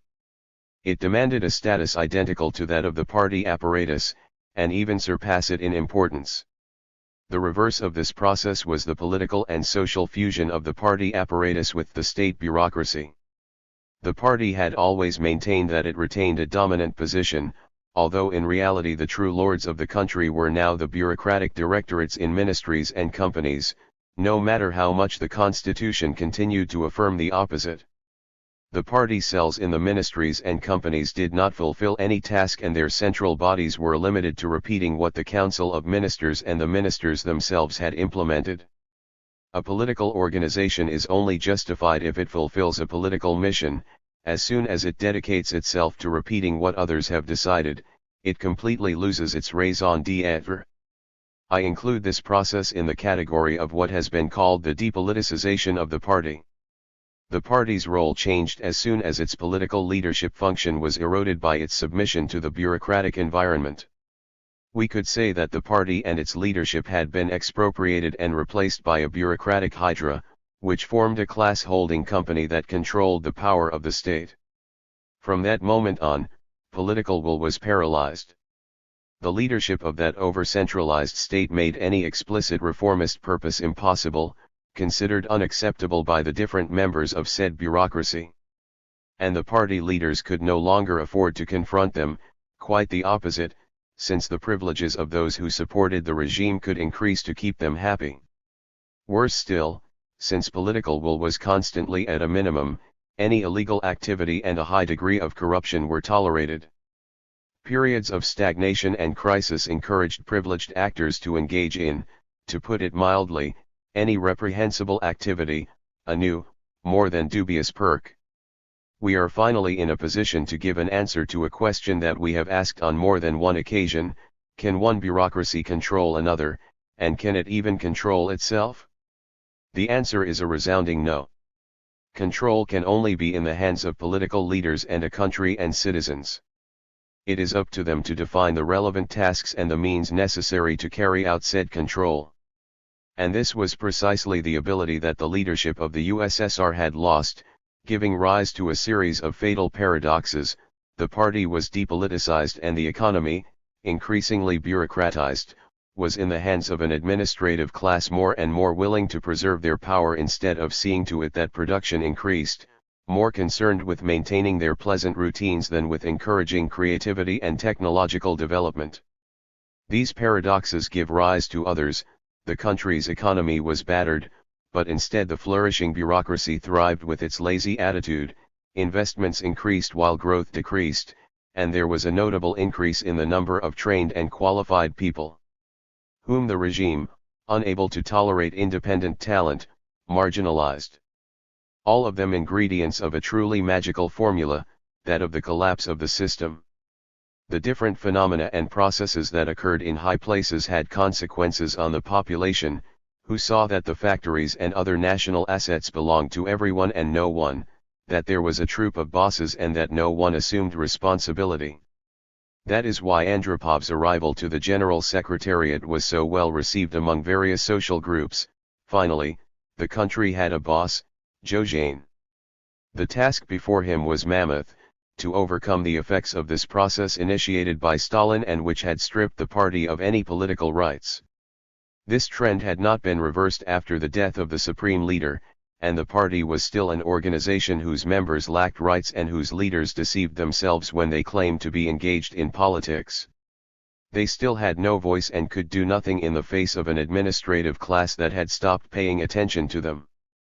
It was necessary to rebuild a party that would respond to the call of its leaders to implement a package of reforms. If it had before it a determined hierarchy that was in a position to mobilize the bases, the chances of survival of the recalcitrant bureaucracy would be slim. Andropov seemed to be preparing to repeat Lenin's famous question from May 1917, which party will have the courage to carry power on its back? He described the Soviet regime as a state without a political system, an imposing skeleton with no flesh covering the bones. They should have realized this. It seems that some did, which would have made it possible to launch various initiatives with a view to creating what they were missing: greater freedom to inquire, inform, and discuss, free unions and the refoundation, or repoliticization, of the party. Resuscitate the internal political life of the party, either in the form of fractions, as a program, currents of opinion, or in statutes, as Asinsky-Obolensky had recommended in Pravda in 1920. Such was the program formulated by Andropov 6 decades later, a year before an illness took him away. The weight of the story. What happened in the Soviet system starting in the late 1960s marks the reappearance of a host of traits that had infested Tsarist Russia for centuries and that the country was never able to shake off. It seemed as if he were succumbing to the weight of history, of a past that they thought had disappeared but had returned. The old Russia, where the development of the state and its power had always been ahead of social progress, ended up stumbling. The political system was blocked, preventing economic or social advances. And now the script was repeated, and in the same century. The rise and fall of the Soviet system is perfectly represented in the fate of the Mir space station. From the outside, it constituted an unprecedented technological milestone, with a long life ahead of it. But soon innumerable manufacturing defects and all kinds of operational problems were discovered. Those in charge of the station, some guys of extraordinary ingenuity, spent the day repairing it, thus confirming my observations in wartime, when I discovered that the truckers managed to keep their vehicles running by repairing or connecting broken pieces or pieces that had simply disappeared with shoelaces. The episode concluded with the sinking of Mir into the ocean, well enough directed not to cause any damage. It is worth reminding readers, on the other hand, of what did not happen. Post-Stalinist Russia did not suffer the excessive, omnipresent, and omniscient control that some authors had predicted. If the country had been faithful to some type of totalitarianism, and if it had been able to submit to it, the regime would have lasted forever. Not all the terrifying literary ghosts, some of them written with the specter still present in the body and in the midst of horror, came true. Zamyatin, Huxley and Orwell predicted that a monopolistic power would bring total slavery to human beings. that would transform into the numbered teeth of a great gear. However, despite its disastrous pages, history steered us away from that trap. In reality, regardless of the policy or ideology of the regime, certain historical processes were in operation that disappear when the regime, or denunciation, one of its variants, becomes the center of attention.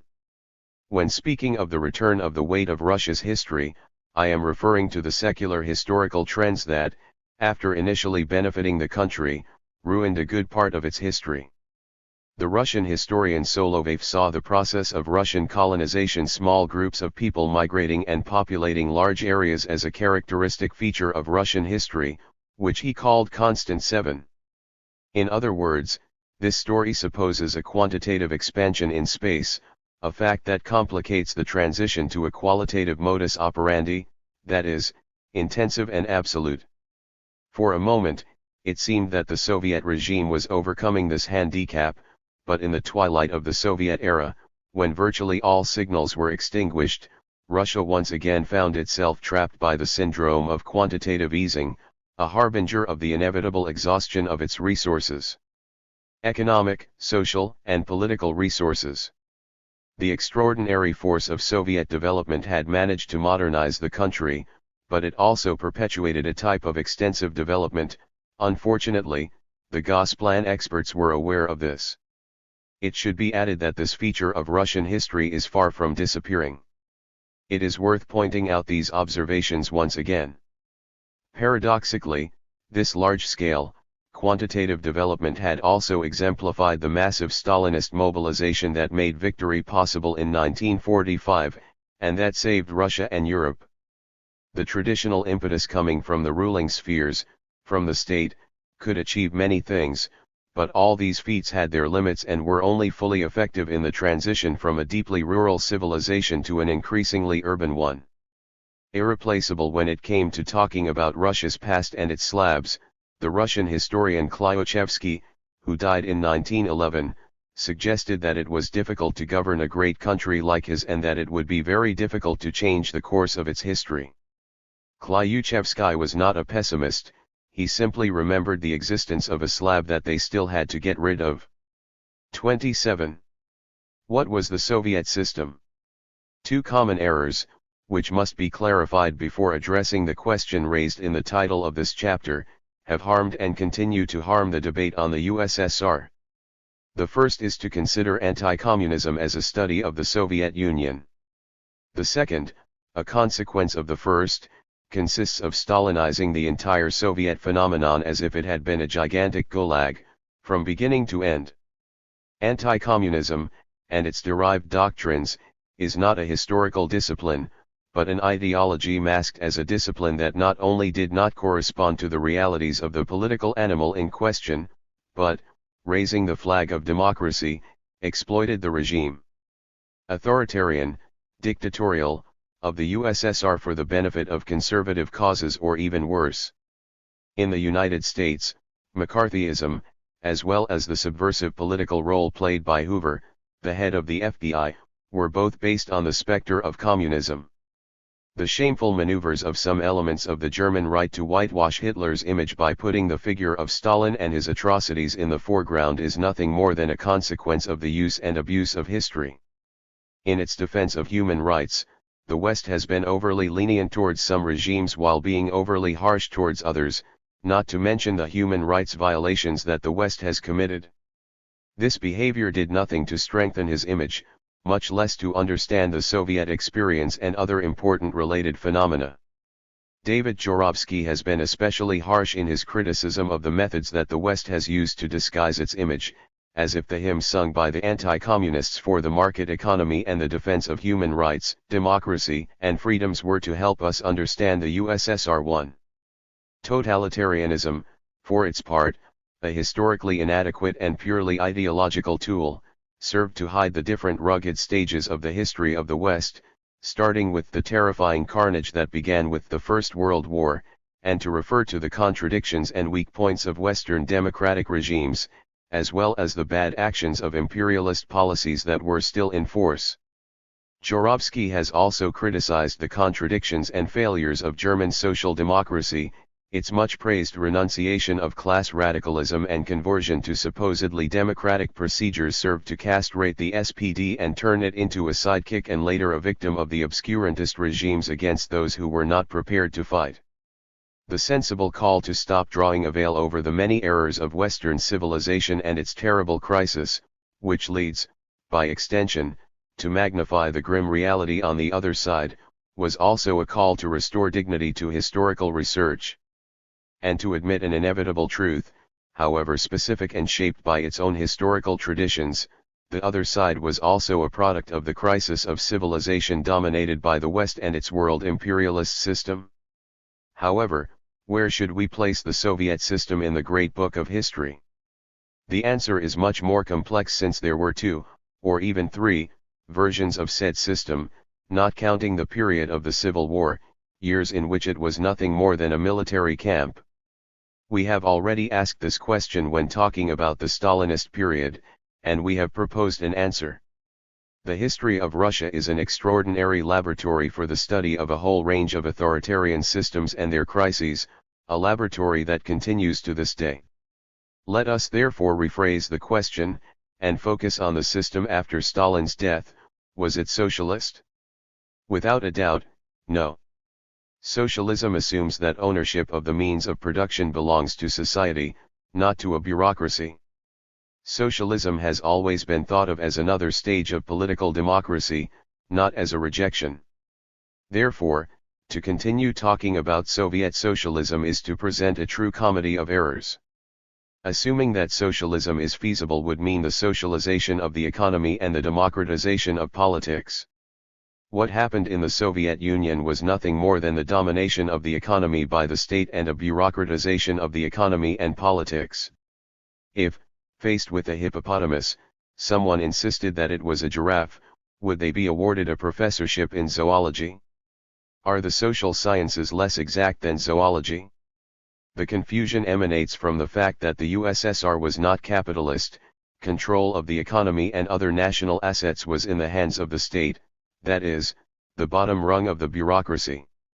We are faced with a crucial defining characteristic, which means that we must place under the same umbrella the Soviet system and the traditional regimes in which the ownership of extraordinary assets was equivalent to the power of the state. Such was the historical process seen in Muscovy's constitution and his monarchical autocracy, which also had an influential bureaucracy, although all power was concentrated in the hands of the sovereign, not the bureaucracy. In the Soviet case, the bureaucracy ultimately gained undivided and uncontested power. Bureaucratic absolutism, a relative of the old agrarian despotisms, was much more modern than that of the Tsars or Stalin, but it belonged to the same group, especially when the state wrested political control from the population. These arguments also suppose that the Soviet bureaucratic state, despite revolutionary innovations both in the field of terminology and in the recruitment of personnel from the lower classes, established itself as the direct heir of many of the old Tsarist institutions, so it was inevitable that he would continue the Tsarist traditions of state building. To a large extent, this was due to the fact that, after the revolution, the agencies that returned to function under Soviet auspices could only fulfill their mission with the intervention of officials of the old regime. Lenin himself noted with regret that entire sections of the Tsarist administration remained active under the new regime, which fostered a greater degree of historical continuity than had been imagined before the October Revolution.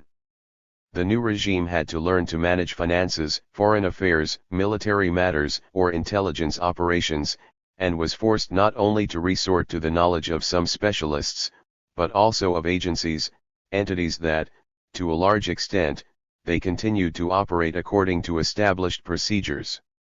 It was not possible to replace old public officials or change them overnight. As Lenin saw it, the problem they faced was getting them to work better too. Of course, there was no way to prevent continuity with the practices and traditions of the past, especially since the tens of thousands of workers and the traditions in the state institutions were extremely entrenched. The new authorities did not know how to reform them. In fact, they had no choice but to embrace these institutions, modify some details and let them continue functioning as they have to date. The Soviet system ended up erecting a relatively classical bureaucratic state, governed by a pyramidal hierarchy. After passing the phase of revolutionary fervor, there was no real need to distance oneself from the old models, except, perhaps, in the case of institutions that did not exist during Tsarism. For each new agency that had to be created, a special commission was appointed to supervise its organization. It became common to ask an academic expert in the field or an experienced bureaucrat to study the functioning of the counterpart institution in Tsarist Russia. When there were no precedents, Western models were consulted. The recourse to historical precedents is something natural everywhere, but in the Soviet case it was especially deep-rooted. In practice, Stalin's Russia adopted the ideological principles of the Tsarist state almost officially. Since the specifically Stalinist practice of displaying old nationalist symbols was abandoned after the dictator's death, the Soviet bureaucratic model retained many of the features of its predecessor, including the ideological packaging. The still reigning tradition defined the very essence of the system, an absolutism that represented the bureaucratic hierarchy on which it was based. Even the supposedly new position of the General Secretary had much more in common than it seemed at first glance with the image of the Tsar, Lord of the land. Although the symbols and settings of the manifestations of power had varied, the imposing ceremonies organized by the Tsarist and Soviet regimes were daughters of the same culture, in which icons occupied a preeminent place, and sought to project an image of invincibility, which sometimes was nothing more than a way to hide, exorcise, or distract attention from internal fragility. But the Tsar's successors were fully aware, especially in the twilight stage of the regime, that the crisis and collapse of the system were also part of the historical repertoire. Since, starting in the late 1920s, its priority was the construction of a strong state, the question of how to label it arose. In the end, the old Tsarist word Derzhava, so beloved in conservative circles and among members of the public security forces and the military establishment, was openly adopted. In Lenin's time, Derzhavnik was a pejorative term for supporters of brutal and oppressive chauvinism. The origin of Derzhava, for its part, is related to two other terms that were used to define the essence of Tsarist power, Samoderzhits, which referred to the absolute leader, the autocrat, and Samoderzhavi, the word that defined the regime as autocracy. It is evident that the hammer and sickle replaced the golden sphere topped by a cross, the symbol of imperial power, but they were nothing more than relics of the revolutionary past for the amusement of bureaucratic circles. That the state owned all the land in the country, as was the case with the autocrat, had been a characteristic of several old states in Central and Eastern Europe. In the USSR, this property, in accordance with socialist credentials, extended to the entire economy and to many other spheres of national life. Despite being a more modern disguise, unlike their Tsarist predecessors, Soviet bureaucrats ran factories that built machines and even atomic cities. The power that the state exercised over the producers meant that it was not lost, and even that affinity with the old model of ownership of all land, the main economic resource in the past, would be reinforced. Throughout our explanation of the nature of the state, we have encountered bifurcations in the pattern of development and a whole series of ambiguities. Since the system could be classified into the old category of land-owning autocracies, it is also true that it carried out a task typical of the 20th century, that of the developmental state, and we have already referred in detail to how development occurred. From the country. In the early stages of its existence, the USSR belonged to this category of developmental states, a model that has existed, and continues to exist, in many countries, especially in the vast expanses of the Near and Far East, such as in China, India, or Iran, where power was in the hands of ancient rural monarchies. This historical rationality was present in the construction of the post-Leninist state, despite the fact that conversion to Stalinism is something to which dictatorial systems are prone. However, the transition towards a despotic model is not an incurable pathology, as the elimination of Stalinism in Russia and Maoism in China has demonstrated. And despite the obstacles, the presence of a state that allows and directs economic development is still necessary. Around the 1980s, the USSR had reached a higher level of economic and social development than China, but the system was soon trapped by its own destructive logic. The reforms planned by Andropov could have given the country what it needed, an active and reformed state, capable of continuing with its role as an engine of development, and capable at the same time of renouncing an already obsolete authoritarianism, since the social fabric had undergone a profound transformation. However, the recourse to the venerable symbolism of the Держава, which reflected the mentality and interests of an important part of the elite in power, revealed the loss of strength on the part of the state apparatus, whose members, ossified, served of his power for personal purposes. The situation also showed the interruption of any hint of reformist dynamics, precisely at the moment when the country was crying out for reform. Instead of adding the computer to the hammer and sickle, the leadership took refuge in conservatism, thus entering a path that was not honorable. The population lived subject to a system with characteristics and a pedigree that came from ancient times, but were no longer in the 18th century, but in the 20th. The state had lost its footing, and that bifurcation, society on the one hand, the state on the other, was disastrous. The term bureaucratic absolutism, which we find appropriate to describe the Soviet system, comes from an analysis of the Prussian bureaucratic monarchy of the 18th century, a regime in which, in fact, the monarch was in the hands of his bureaucracy despite being the head of the government. 3. In the Soviet case, the party hierarchs, putative lords of the state, no longer had power over their bureaucrats. Various unimportant former ministers of the USSR, nostalgically referring in their memoirs to the glory of the extraordinary power that they lost, are not aware that the period in which the word Держава came into fashion coincided with the years in which the state ceased to comply with the role he had once been able to perform, and had certainly performed. He became a shadow of himself, the last stronghold of a power that was approaching the tomb of the family of antiquated regimes to which too many ties united them. The foreign factor. The Soviet phenomenon was a profoundly typical chapter in the history of Russia, precisely because of the role of the international environment, without forgetting the use made of other ideologies of foreign origin. The autocrats who had best directed Russia's destinies also maintained these ties with the outside world. Russia, a country with an extremely complicated history, constantly trapped in friendly or hostile relations with its close or distant neighbors, had to build bridges not only on a military, economic, commercial, diplomatic, and cultural level, but also had to respond, culturally and ideologically, to various challenges. And she did it by taking on ideas from abroad or by contrasting her own approaches, which explains why the leaders were always aware of the internal and external spheres. Likewise, in the history of the USSR, the outside world never ceased to help in deciding the form the regime should take, in every sense. The First World War and the simultaneous crisis of capitalism have a lot to do with the Leninist phenomenon and the different phases that Soviet Russia went through in the 1920s. The crisis of the 1930s and the Second World War also had a direct impact on Stalin's Soviet Union.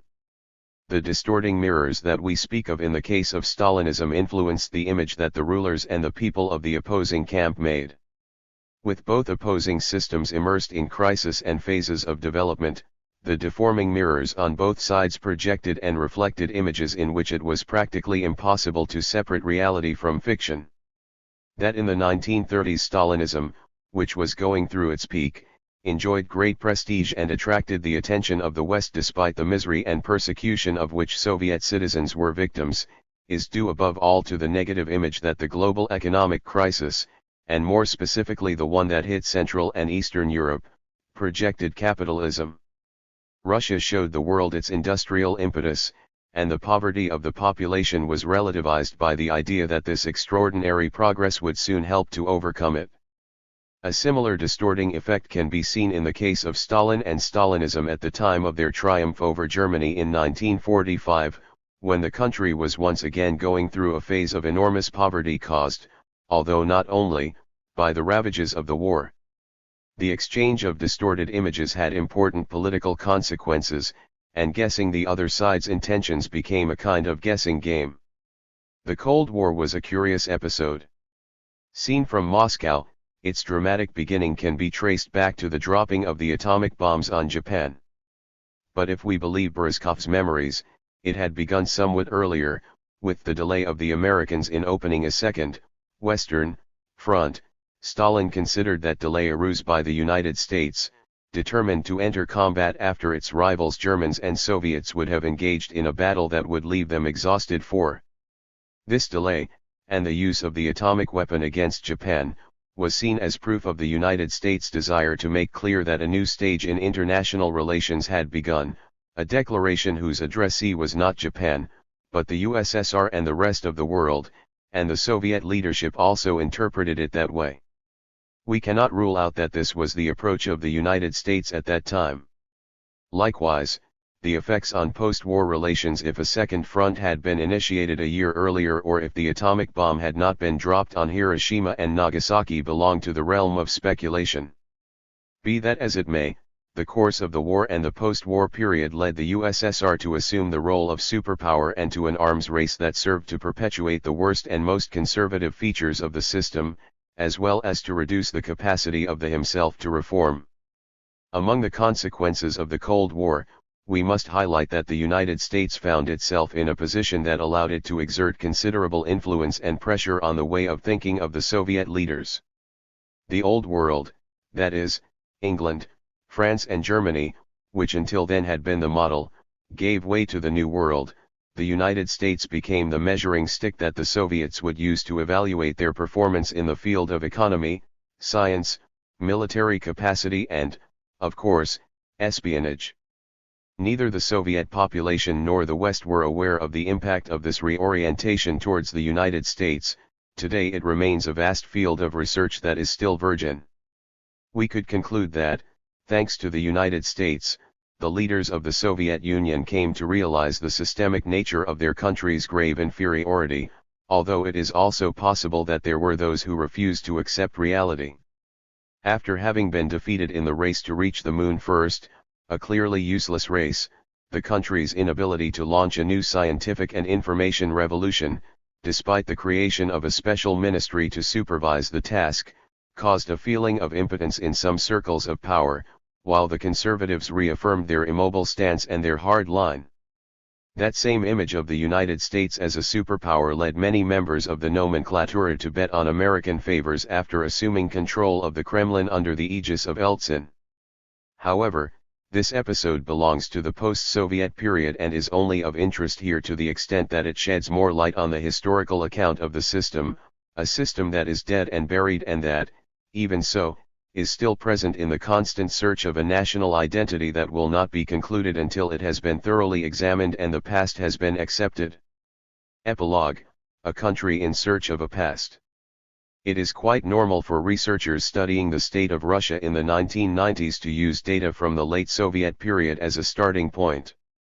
The situation becomes ironic when sociologists who have a deep knowledge of this past, the result of studies carried out at the time, when they were very critical of the system, now treat it as if it were a kind of El Dorado, the view of the living conditions and social benefits that the population enjoyed a few years ago and that have been inexorably fading since the beginning of the 90s. The image they present is extremely instructive. The number of spectators who went to the theater, concerts, the circus, or libraries has decreased. The reading of literary works and subscriptions to newspapers have experienced a sharp decline in the city and the countryside.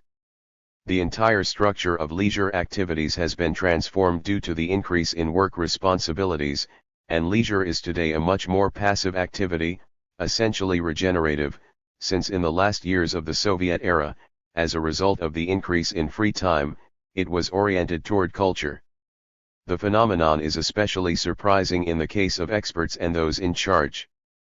The need for a higher wage led many Russians to raise more livestock and poultry on their small farms to improve their diet and earn some more money, or simply to survive, with a corresponding reduction in the time they spent resting or spending time. Cultural activities. The expansion of freedoms and rights, as well as the appearance of more expensive services, has only benefited the wealthy classes, the best qualified and the most entrepreneurial. A majority of the people saw how access to national and international culture was reduced. The sociologists to whom we have referred are extremely critical of the quality of television programs. Television has become the main leisure activity, and its effects are particularly deleterious in a childhood that spends the afternoons doing whatever they want and that swallows boring programming. According to these authors, two processes are taking place: on the one hand, a much deeper social stratification; on the other hand, individuals are becoming more and more closed in on themselves, there is less and less social and family contact, and a lack of interest in politics and culture is observed, something less pronounced in the large urban centers of European Russia, but very noticeable in provincial cities and in the countryside. This group of sociologists has not addressed the decline in scientific research, education, or social and health services, nor has it addressed the decline in demographic indicators, a fact that has led to a catastrophic situation that endangers the very survival of the country. To hide this painful state of affairs, the new hierarchs, mostly members of the old nomenclatura, now baptized as Democrats, Liberals, or Reformists, have embarked on a sensational propaganda campaign against the old system. Soviet system, using all the mechanisms that the West had previously used and even surpassing them, the system was nothing more than a monstrosity ruled by monsters, from the original sin of October 1917 to the failed coup d'état by the followers of the Conservative Party against Gorbachev in August 1991. Subsequently, a miracle apparently occurred with the beginning of a new era of freedom under President Yeltsin. As a result of this type of political discourse, contemporary Russia, unfortunately impoverished and still in a state of shock, is also the victim of a process by which it denigrates its own historical identity. Not content with looting and squandering the country's wealth, the reformers have also launched a frontal attack on its past, targeting the country's culture, identity, and vitality. There was, in this case, no critical approach to the past, but pure and simple ignorance. The mendacious and nihilistic campaign launched against the Soviet period was accompanied by this kind of frantic search for alternative pasts with which the nation could identify. It all began with a large-scale readoption of everything Tsarist and pre-revolutionary, in a pathetic attempt to find a worthy predecessor to a system that was collapsing. Later, when the rejection of everything that was Soviet intensified, and crystallized with a reaction of hatred towards Lenin, Leninism, and Bolshevism, as if they were children of the devil, proposed to rehabilitate the whites who participated in the Civil War, the most reactionary and right-wing group of the entire political spectrum of the Tsarist period, and which lost precisely because it had nothing to offer the country. Identification with whatever the Bolsheviks or the Soviet regime hated only confirms their intellectual weakness. Many Russians saw the first wave of these new elites that conquered the Kremlin and power as something akin to a new Tatar invasion that attacked the country's political and cultural interests. The most lucid minds and moral authorities feared that the perspective that was opening up before them was to plunge the country into the levels of a third world state. It takes time to recover from the disastrous consequences of obscurantism, but there are various cultural episodes that suggest that a slow recovery is taking place. It is worth remembering the reaction of the historian Klyuchevsky against those who, at the beginning of the 20th century, asserted that the past is part of the past. No, he answered, overwhelmed by all the difficulties and in view of the errors committed, the past surrounds us, permeates the reforms, distorts them and practically swallows them. As if he wanted to recover the discourse where Klyuchevsky left it, Meswev, the political philosopher, stated categorically, at a conference in Moscow organized by Tatiana Zaslavskaya, that a country cannot exist without its history. 6. It is worth quoting here verbatim his very interesting reflections. Our reformers, whether communists, Democrats, Slavophiles, or people fascinated by the West, make the gross mistake of not identifying a rational and morally justified continuity between Russia's past and its future, between what it has been and what, according to them, should be. Some deny the past and others identify it as the only possible model. The result is that, in the eyes of some, the future is nothing more than a mixture of themes from the past, while others see it as the mechanical acceptance of the opposite, something unprecedented in Russian history. But we must imagine the future, first of all, in relation to the past, and especially with the most immediate past. Mezwib then criticizes the liberal economist A. Illarionov, who believes that Russia has wasted the 20th century. After living under socialism, the country deviated from its liberal trajectory, hence the giant of yesterday is nothing but a dwarf in the present. For Illarionov, there is no other way out than to return to liberalism. According to Mezwib, this nihilistic position is, historically, absurd. It is much easier to do an intelligent analysis after the episode than to study the event and its causes. Blaming Russia for not having converted to liberalism at the beginning of the century only demonstrates a profound ignorance about the history of the country and liberalism. The triumph of liberalism was due to a long historical process, the Middle Ages, the Reformation, the Renaissance, and the revolutions that freed societies from absolute monarchies, but not everywhere. Even England, the mother of liberalism, did not embark on liberalism immediately. Russia and many more countries did not develop a liberal market economy. Should we blame them for that? It would not make sense. The important thing is to understand the last century and the role it will play in future events. For Mezwib, the key to the history of Russia in the 20th century lies in three revolutions, and not exclusively in the Bolshevik Revolution. The first, in 1905, did not succeed. The second, in February 1917, saw the victory of the moderate revolutionary forces. The third, October, which witnessed the triumph of much more radical revolutionaries, was nothing more than the last phase of this revolutionary process. This is how these processes always unfold. As soon as they start, there is no blame, the process continues its course until reaching the end. And this is how the philosopher Berdyaev understood it. The Bolsheviks were not the architects of the revolution, but the instrument of its development. It is useless to adopt fundamentally moral criteria and denounce the cruelties they committed, because this is always the case in situations of civil war or in struggles against oppression. A revolution is not a moral or legal act, but a display of coercive force. There are no good revolutions, they are always bloody. If we condemn revolutions, we should condemn practically the entire Russian intelligentsia, and the entire history of Russia by extension, since it prepared the ground for revolutionary events. The revolutions do not lose intensity, quite the opposite. They always disappoint expectations, but they open a really new page. The important thing is to understand what that page consists of, without placing too much hope in what the victors or the losers say. Our socialism was, in fact, a Russian-style capitalism, capitalist in its technological content and anti-capitalist in its form. On this point, Mezwib reviews the opinions of thinkers such as Berdyaev, Fedotov, and Bogdanov, among others, and leans towards the following interpretation: for a country located on the periphery, it is difficult to combine modernization with democracy and freedom. Over a period of time, some of these factors must give way to the rest. The Bolsheviks knew this, and that is why they won the Civil War, and that is also why the USSR emerged victorious from the Second World War. This is also the case of China. It has chosen to combine rapid modernization driven by the market with an undemocratic political system.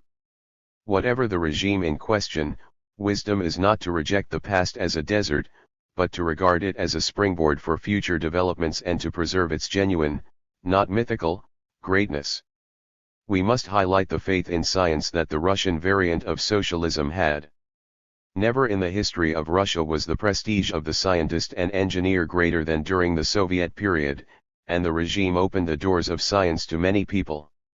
The rulers showed a realistic and pragmatic attitude. If we read his speeches literally, the West was wrong to interpret this as a symptom of hostility. Contemporary Russia, with its nostalgia for pre-revolutionary times, is much further from the West than the Bolsheviks. Our liberals can boast of nothing except the destruction of these achievements.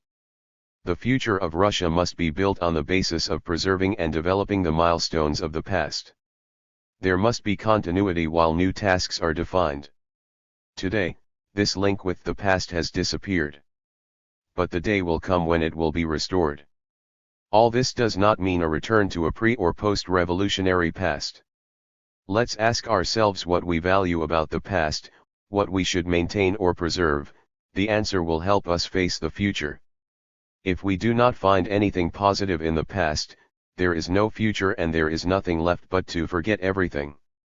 Those who want to erase the 20th century, an era of great catastrophes, must also say goodbye to the Great Russia. Mezhev is convinced that the day will come when the Russian Revolution will receive the same treatment as the revolutions that occurred in the West, a treatment that would pave the way for a true Russian Renaissance.